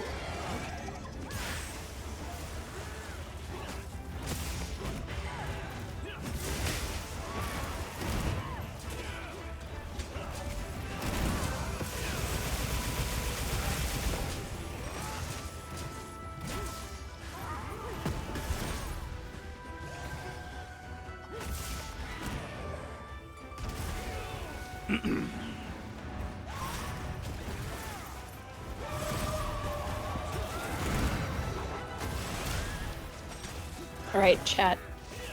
Do I make brownies or cake so that I have some form of sweet when I inevitably lose power this weekend?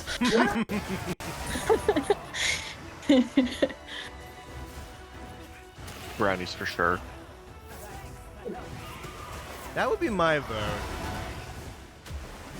I know. You know, this is a great question. Do I have either of these mixes before, as I've now put this in chat? You've just blue-balled yourself. We're good. I got a box of each. You are not going back outside, Ollie. That's not happening. You just came in. I'm not making cookies. I am putting powder mix with eggs and probably water or oil in a pot, and we're gonna call it a day. I'm not gonna get out all the measuring cups to make cookies. Just get 15 more boxes of the Pillsbury ones. Honestly, I do think I still have 2 boxes You left. probably for me. do. I left a shit ton at your house. You left like 6. You can mail them to my house.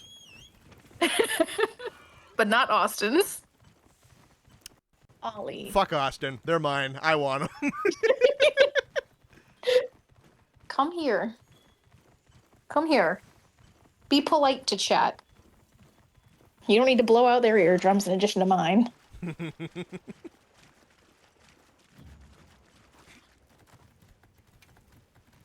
I know, Quack, but I only have like the I think it's yellow box cake mix, and that means I have to do something. And I don't want to do something. I just want to put things that it tells me on the box into a bowl. It's not quite the middle of the night, Sky. He goes out at like 1 a.m. when he desires it, and I'm still awake, so it's fine. He got the zoomies at like 12:45, and that's how I knew it was time to go to bed.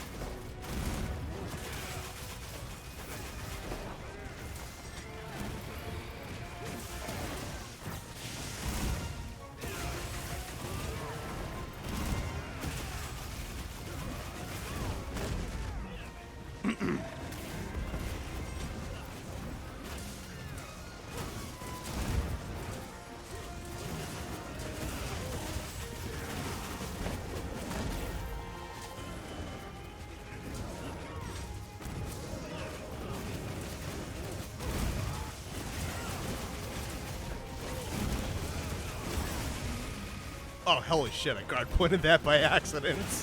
Well, that was nice.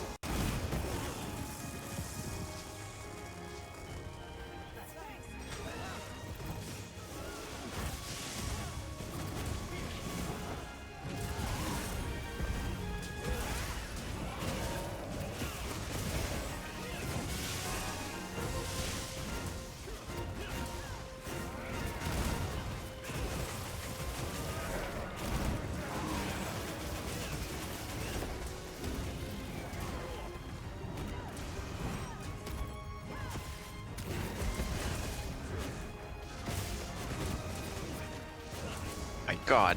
Oh. Okay. My meal ran out, and I didn't realize it, so I had about half as much health as I should have. Oh. That's unfortunate.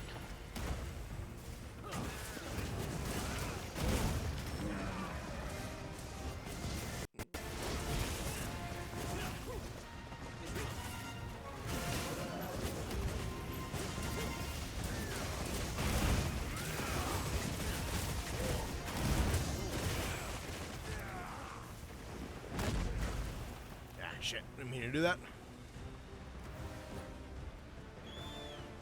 Have a good night, Gil.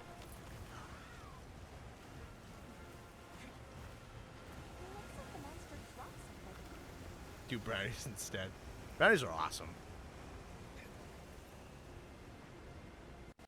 Man, I hope I don't lose power tomorrow. God, it'll be so real. I didn't even realize that Veiled Monarch was Gale. Yeah. I hate this stupid name change they did. I don't know why. It's driving me crazy. It's so dumb. Fortunately, a bunch of them are the same, and a bunch of them I just like recognize the PFP. Like, Yeah, but I didn't realize that one was Gale. I feel bad.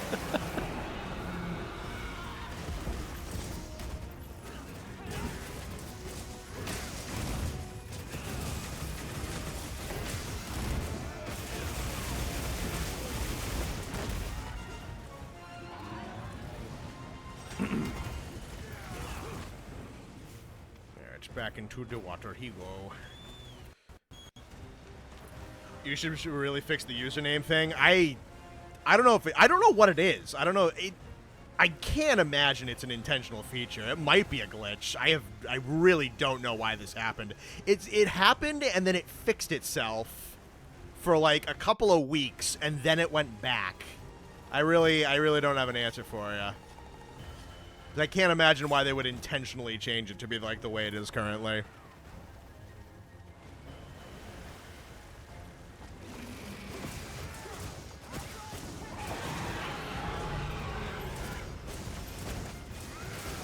Yeah, I see you going for the lure pod. It's not going to work.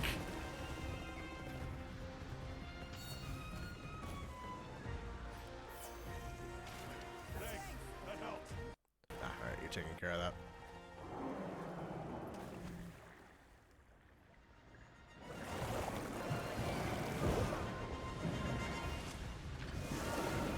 Very excited to announce that I forgot I bought cookies for D&D, which got canceled yesterday, and now I'm gonna have cookies and brownies for later. Nice. Very random aside. Very excited for all of you in chat who said I should make cookies.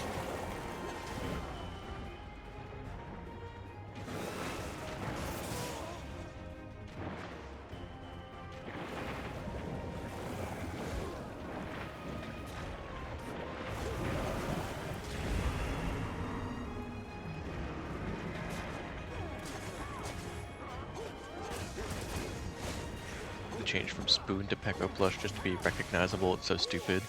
See, some of you, like, we can definitely tell by your usernames. Like, Pecco, I would recognize your username even if your name changed in the chat. Yep. Some of them are just, like, dark amalgamous blobs that I can't actually pick the details out of from sitting across from my computer screen.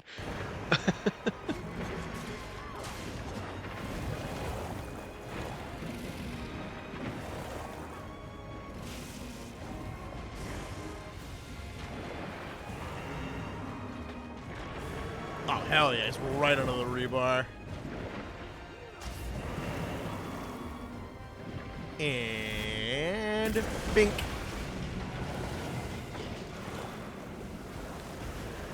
Get fucked, idiot.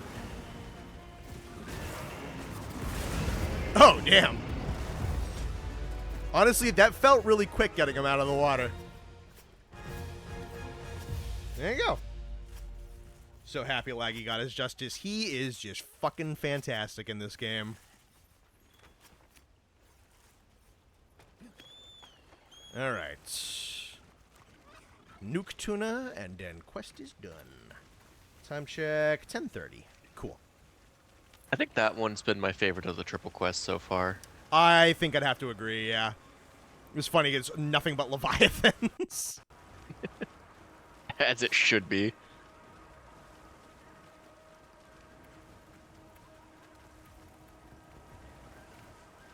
Hello, Nate. Are you two ready for a foot of snow tomorrow? I'm hoping for 14 inches. Dude, my radar just keeps going up. I just saw the announcement that I was supposed to get like 19. But just Jesus. We've got a bet. It was going 16 this morning. I have a bet going with my friends.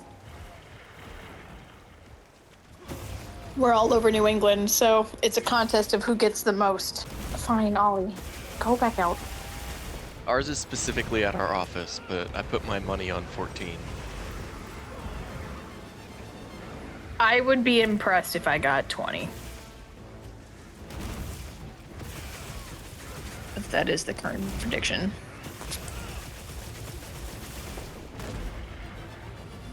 I think I've checked what it was in my area. The last number I heard was like, it was like 7 or 8, but apparently like it's gonna go a lot higher than that.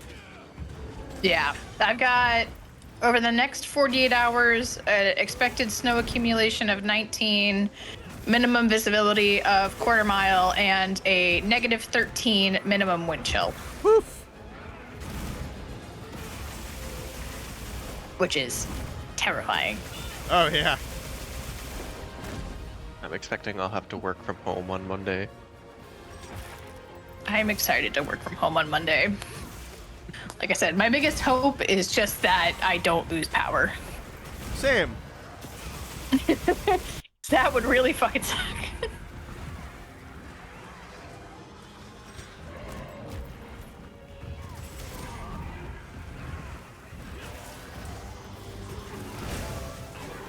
I'm very fortunate in that right where I live, I am usually priority 1 to get power back from just due to where my street's located. I remember, yeah, like, my parents are the same, I believe, for the same reason. And I'm very upset that I lost that when I moved. Yeah, no, I mean, I remember a couple of, like, wicked bad snowstorms back in, say, like, high school, where I'd have my power back probably within, like, I don't know, 8 hours or something like that. And then there would be some people, same school, but they'd be, like, 3 days deep and they'd not have their power back.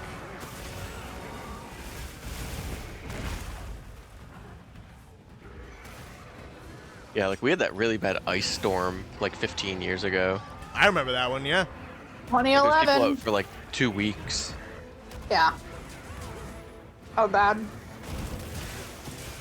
I was only out for like 13 hours, I think.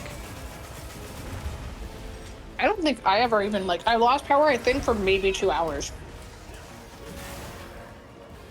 Which was nice. Yeah, that'd probably be around the remember- same as me. My brother and I, we were sitting downstairs and the power was out, so we were just reading. And I remember my parents had gone out for something or other. And I was like, oh, I'm gonna go get a snack. So I walked out to our kitchen and looked at our microwave and it had the time on it. So I was like, oh, power's back on. Nice. So I walked back out to the room my brother was in and I started flicking the lights on and off on him. He's like, Nice. put it out. Like, I'm trying to read. I just kept doing it. He's like, oh, hey, the power's back on. I know. My barrage of candles will finally come in handy. They're all going to be lit in a cluster on my kitchen counter. Yeah, I'd imagine play with. I imagine my mother's getting all the candles in the house ready as we speak.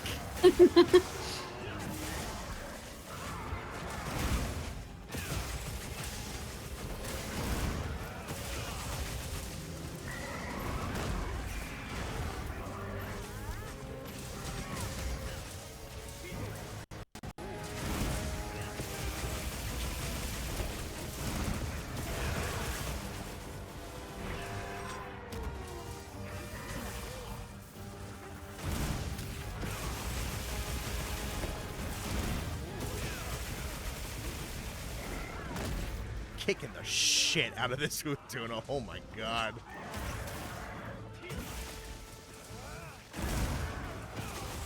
It's kind of the point we're at with this raid out at the moment. Yeah.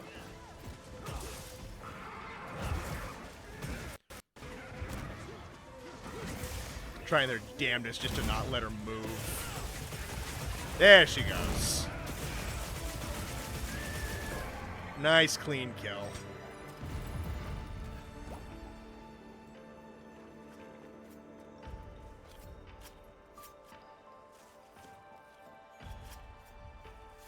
Hope my power doesn't go out because I live in an old shitty dorm building and it's not a priority for the maintenance in the yeah. No, I imagine not. You just gotta be like me and stockpile all the blankets. Quack.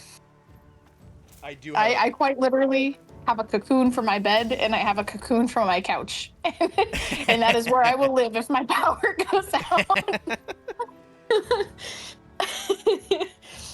I do have I a wish I was backup joking. comforter at the ready if need be. I was going through, I couldn't, for the life of me, I can't find my snow pants, but I found an old pair of my dad's, so I'm gonna make do, but while I was looking, I found an old, like, massive quilt, and I told Ed, I'm gonna layer the fleece blanket as a base layer, then the quilt, and then, like, 8 million fleece layers on top of that, and Jasper will come and just sit on the top layer, and it'll be great.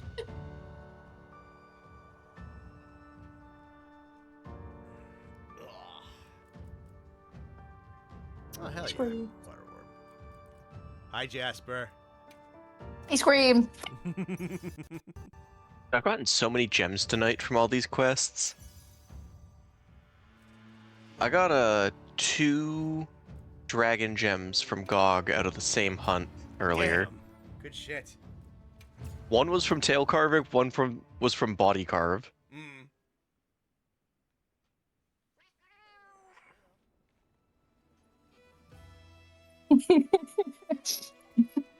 I went to go check on Ollie because I let him out. He's sitting at the base of the stairs, staring at the door.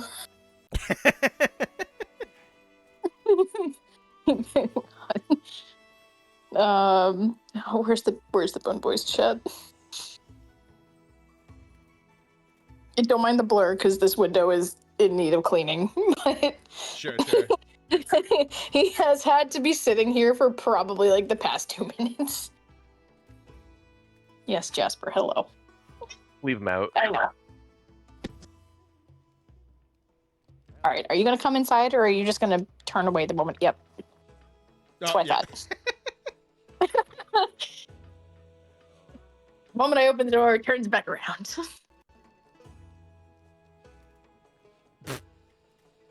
What a goober.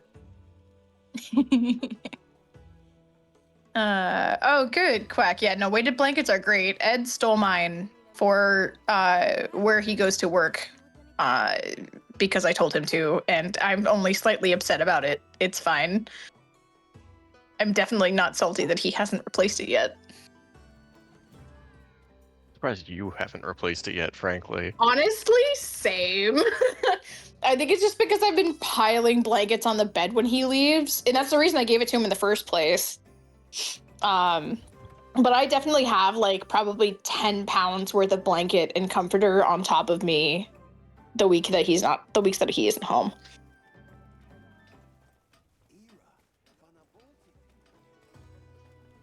Yeah.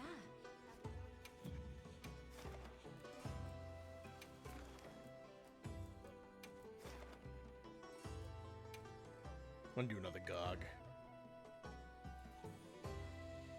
Make sure you're prepared.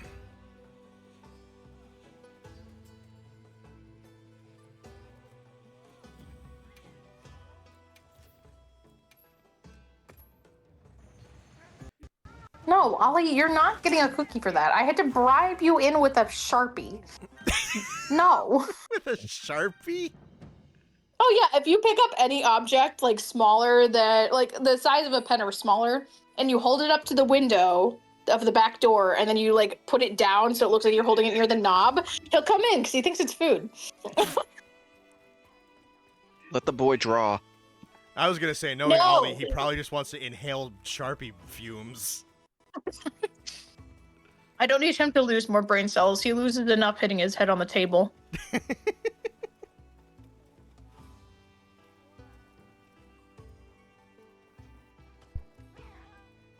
Quack, if you have an issue with eating your sandwich because your fridge went out, that's a different problem. Eat it now. I'm about to say, eat it now or eat it tomorrow if your fridge goes out. You have Nothing's food. stopping you from eating it right now.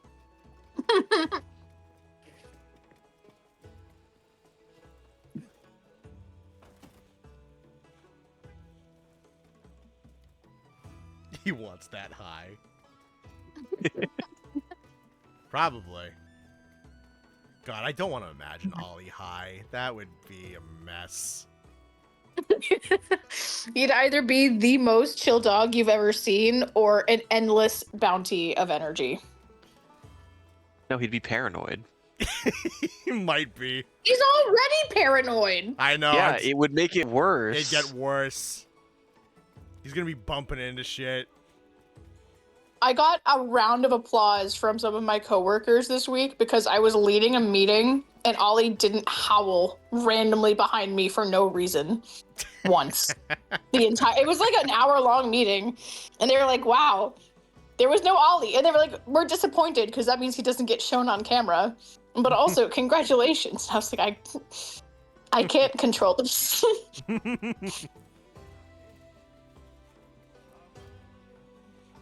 Have you ever watched those videos of dogs still semi under anesthesia? Yes.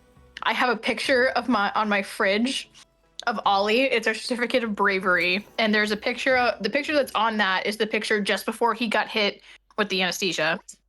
Ollie, thank you for announcing your presence. And then I knew the doctor who did his surgery, and she sent me a photo when he was coming out, and man's looked gone.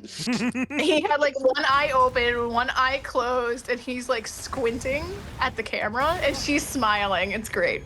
I want to get it framed. But it feels weird having just some random stranger on a picture. What?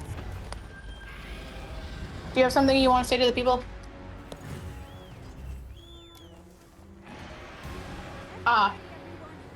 You see the toilet paper roll. Do you? I honestly can't tell. Show me. Show me, come on. Sir, that is a full toilet paper roll. You are not getting that. No, that's not how this works. Yep, raft crashed. That sucks. Well, there's another slot open up on the God quests.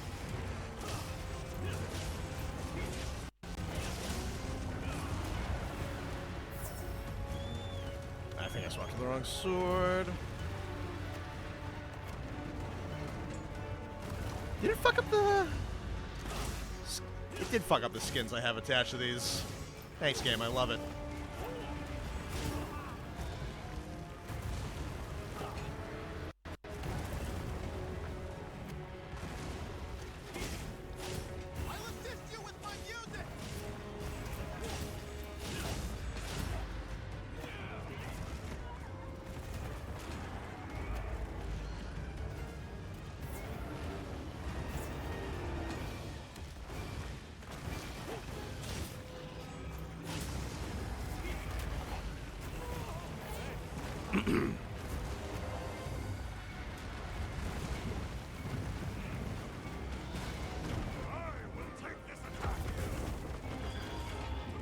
Damn, good flinch.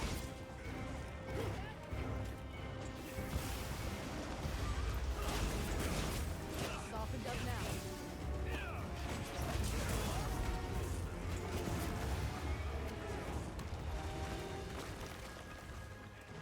Max potion. There we are.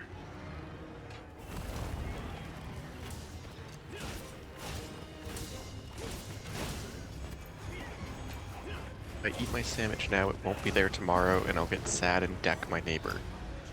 But you... I mean, it won't be there tomorrow, that's true. But you could eat it now. Why don't you eat it now and still deck your neighbor?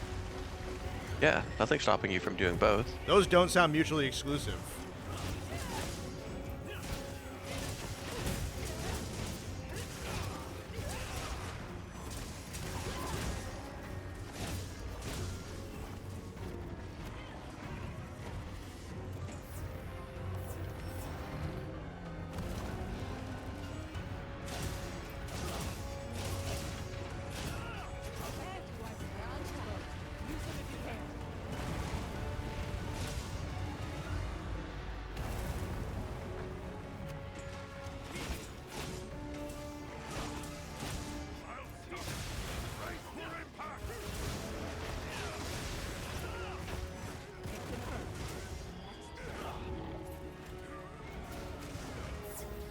YouTuber.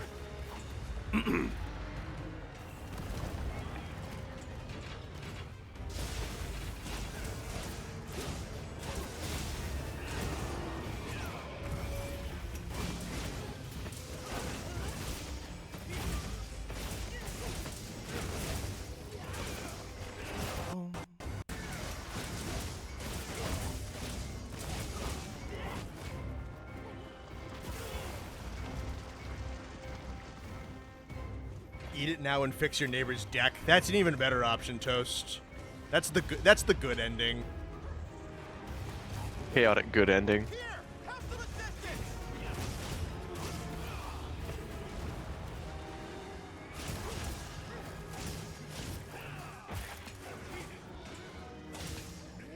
We need to write, yeah.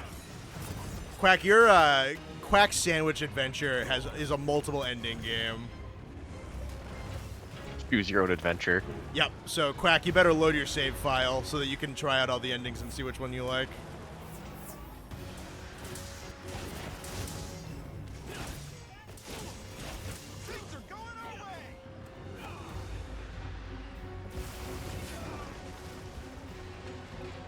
Get ready, everyone.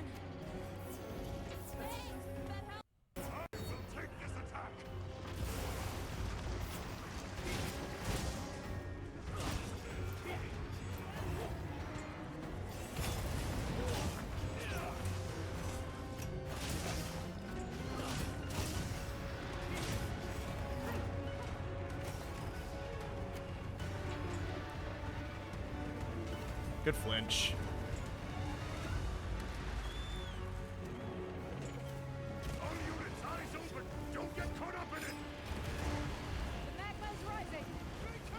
Power potentially going out is why I baked and ate that entire 1.2 pound cut of salmon by myself so it wouldn't go to waste in the worst case scenario. Yeah, that's honestly...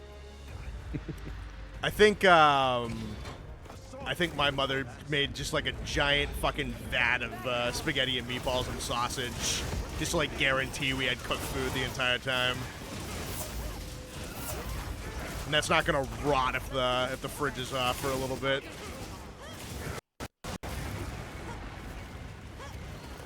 Oh, did you guys get the... No, it's the first back break. Never mind. You're not out for the count yet, right?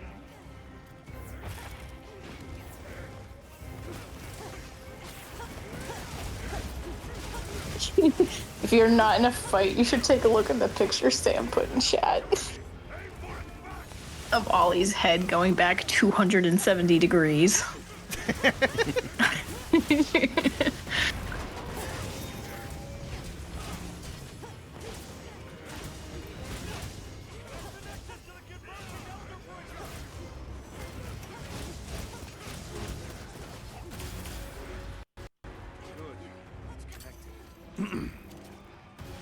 Every ending involves me harming my neighbor in some way. It's the sandwich that has multiple endings. The sandwich is the protagonist. We just didn't know.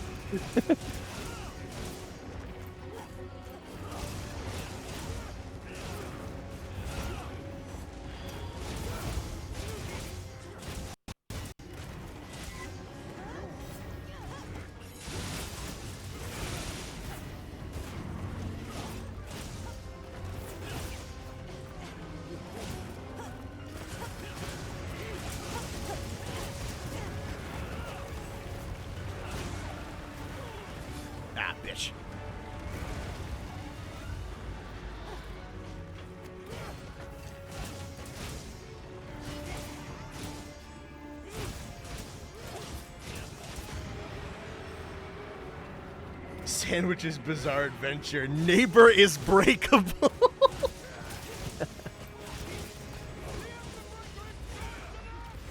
Oh, Sam, that cryptic creature. He almost hopped on tonight. Honestly, I wish if I saw his message earlier, I would have told him to just hop in the Discord while he played HD. Yeah. He said he wanted to play Helldivers before his power goes out. Yeah, which is fair. It's just if I saw that message earlier, I would have told him, just hang out and talk with us while you play Helldivers.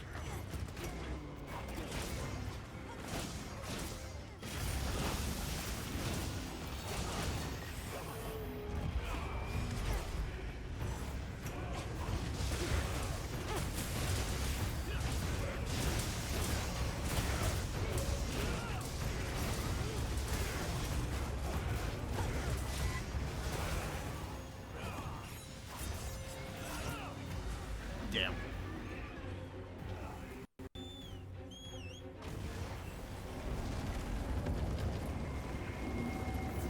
It's airborne. Use your sacred to pursue it. I miss how in Rise you could check the posted quests from anywhere in the hub. Live to see another day. Time to go. Yeah, that was a thing. Maybe it is in this game and I just don't know how to do it. I don't know. Because it was on its own little, like, sub-menu.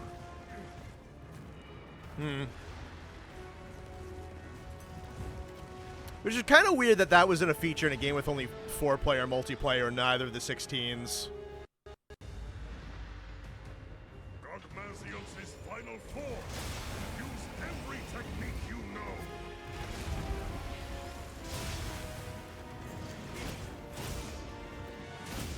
I'm going to put my all into this one. Hitting it with dragon element attached should reduce its strength.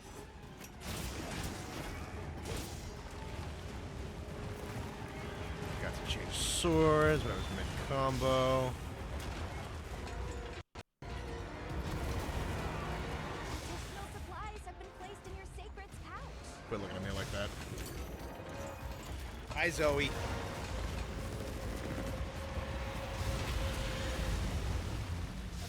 You want to fight a dragon? Zoe craves violence. Zoe craves naps and my dad's plates.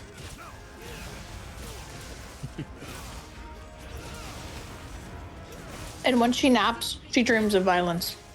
Maybe. She does get the twitchy dreams every now and again. It's definitely increased as she's gotten older. Which the twitchy dreams are really cute to watch. Sometimes I'll just watch her.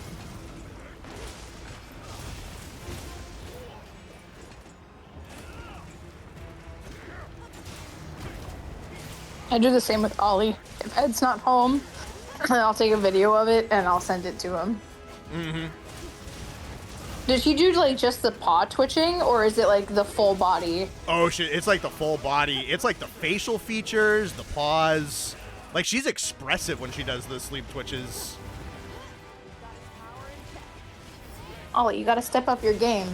A 14-year-old dog?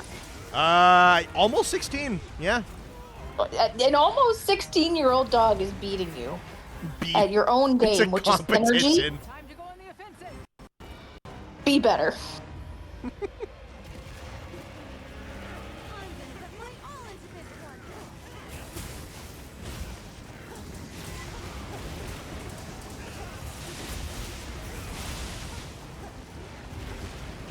Do not want to be in the middle of that. Preparing an attack.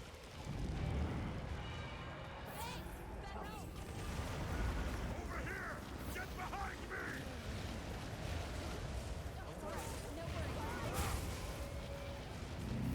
Ooh, how many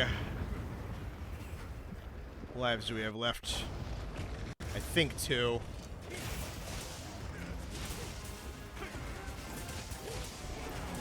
New Telltale game.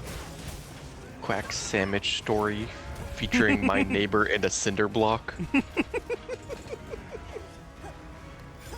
I'd play it.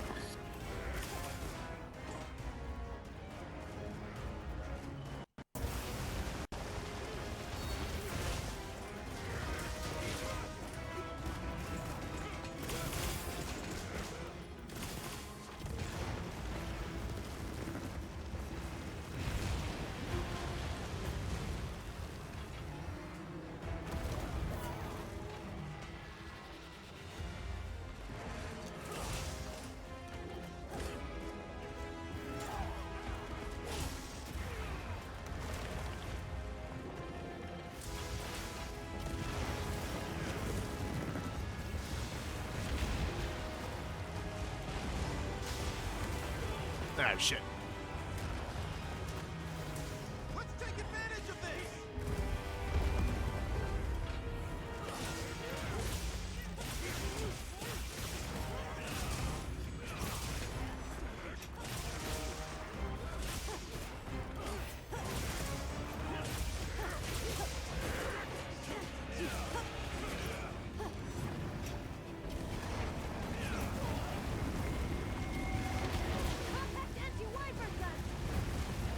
We should fall back and regroup.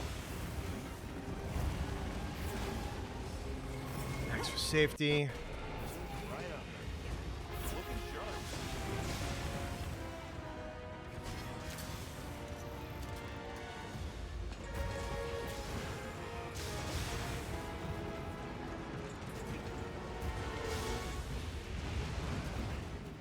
Is that both of the chimneys? It was, yeah.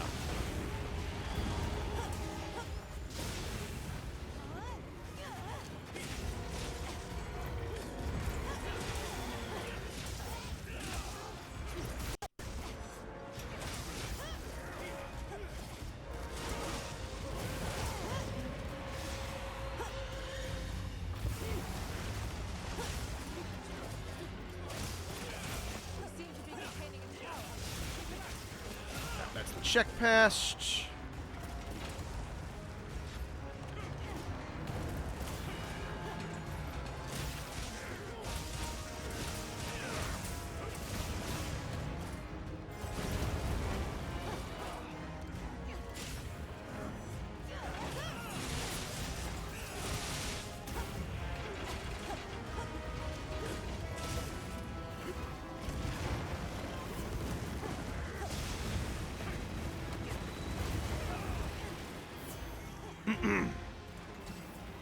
I would use a mech to beat up my neighbor. There's a whole backstory there. We've got its power in check. Using this!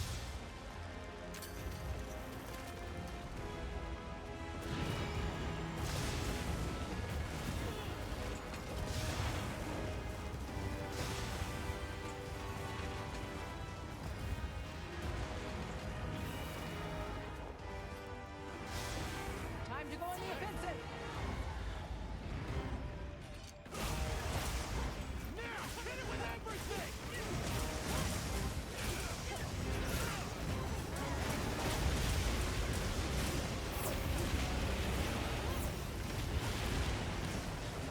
Alright, watch for... It's preparing an attack. There he is. Get behind me! He's probably gonna be pretty fucking low after this.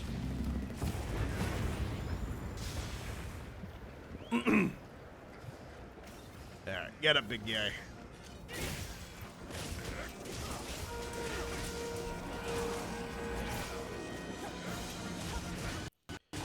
Yeah, pretty fucking low. It just go right down. Pretty much, yeah. He was stood up for about another 15 seconds. Oh. War Torn Dragon Gem. Nice. Do I hear a second?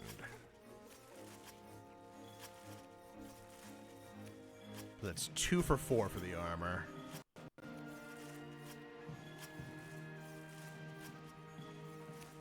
Nope. Alright, well, I'll take 1. Oh, this fight's fucking fun. I gotta learn better about actually engaging with his attacks in that final phase. Because mostly I'm just rolling around and poking him in the arms when I get a chance.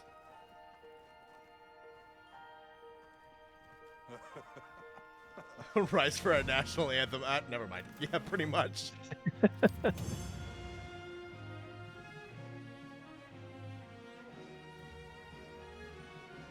There's no such thing as a pacifist route in the Quack game. No, I guess not. Alright, get all my shit. One Talisman of Wonder. Oh, it's a level 5. Alright. That's not happening again.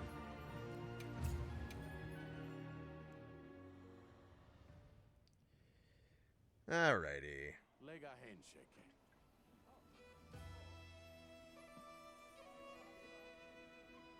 11 on the dot with a GOG kill. I think that's a good place to wrap for the night. I think I told Shadow I'd play some Helldivers with him after stream. Alright, ladies and gentlemen. I think this is going to be a good time to call. It's been a good 4-hour show. Thank you guys for tuning in tonight. Very much appreciated. No major announcements, barring the regular stream schedule, assuming that I'm going to have... No, I'll definitely have power by Wednesday if I lose it at all. And then we'll do another wild stream, and I think that'll close out streams for this month. Change of the month is on... Yeah, alright, so we'll do two, maybe 3 more streams this month if things pan out a certain way.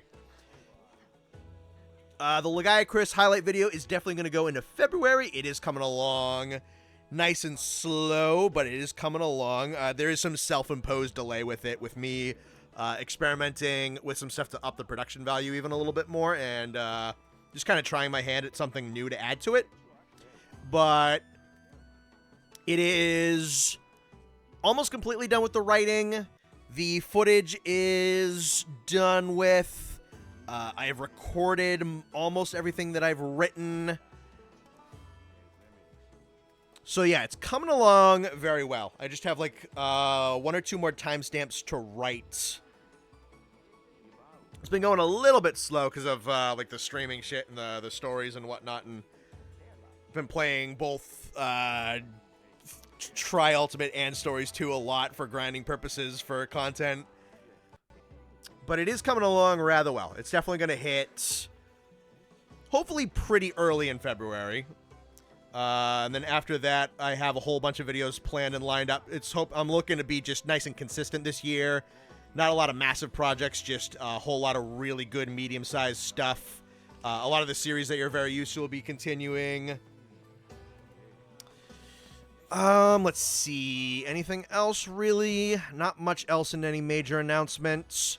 So yeah, if you're going to be hit with a snowstorm, please stay safe, take care of yourselves, batten down the hatches, all that good stuff. Stay warm. Hopefully no property damage, hopefully no power loss. And we'll talk to you again on Tuesday or Wednesday. We'll see what we want to do. All right. Good night, everybody. Bye. Night, everyone.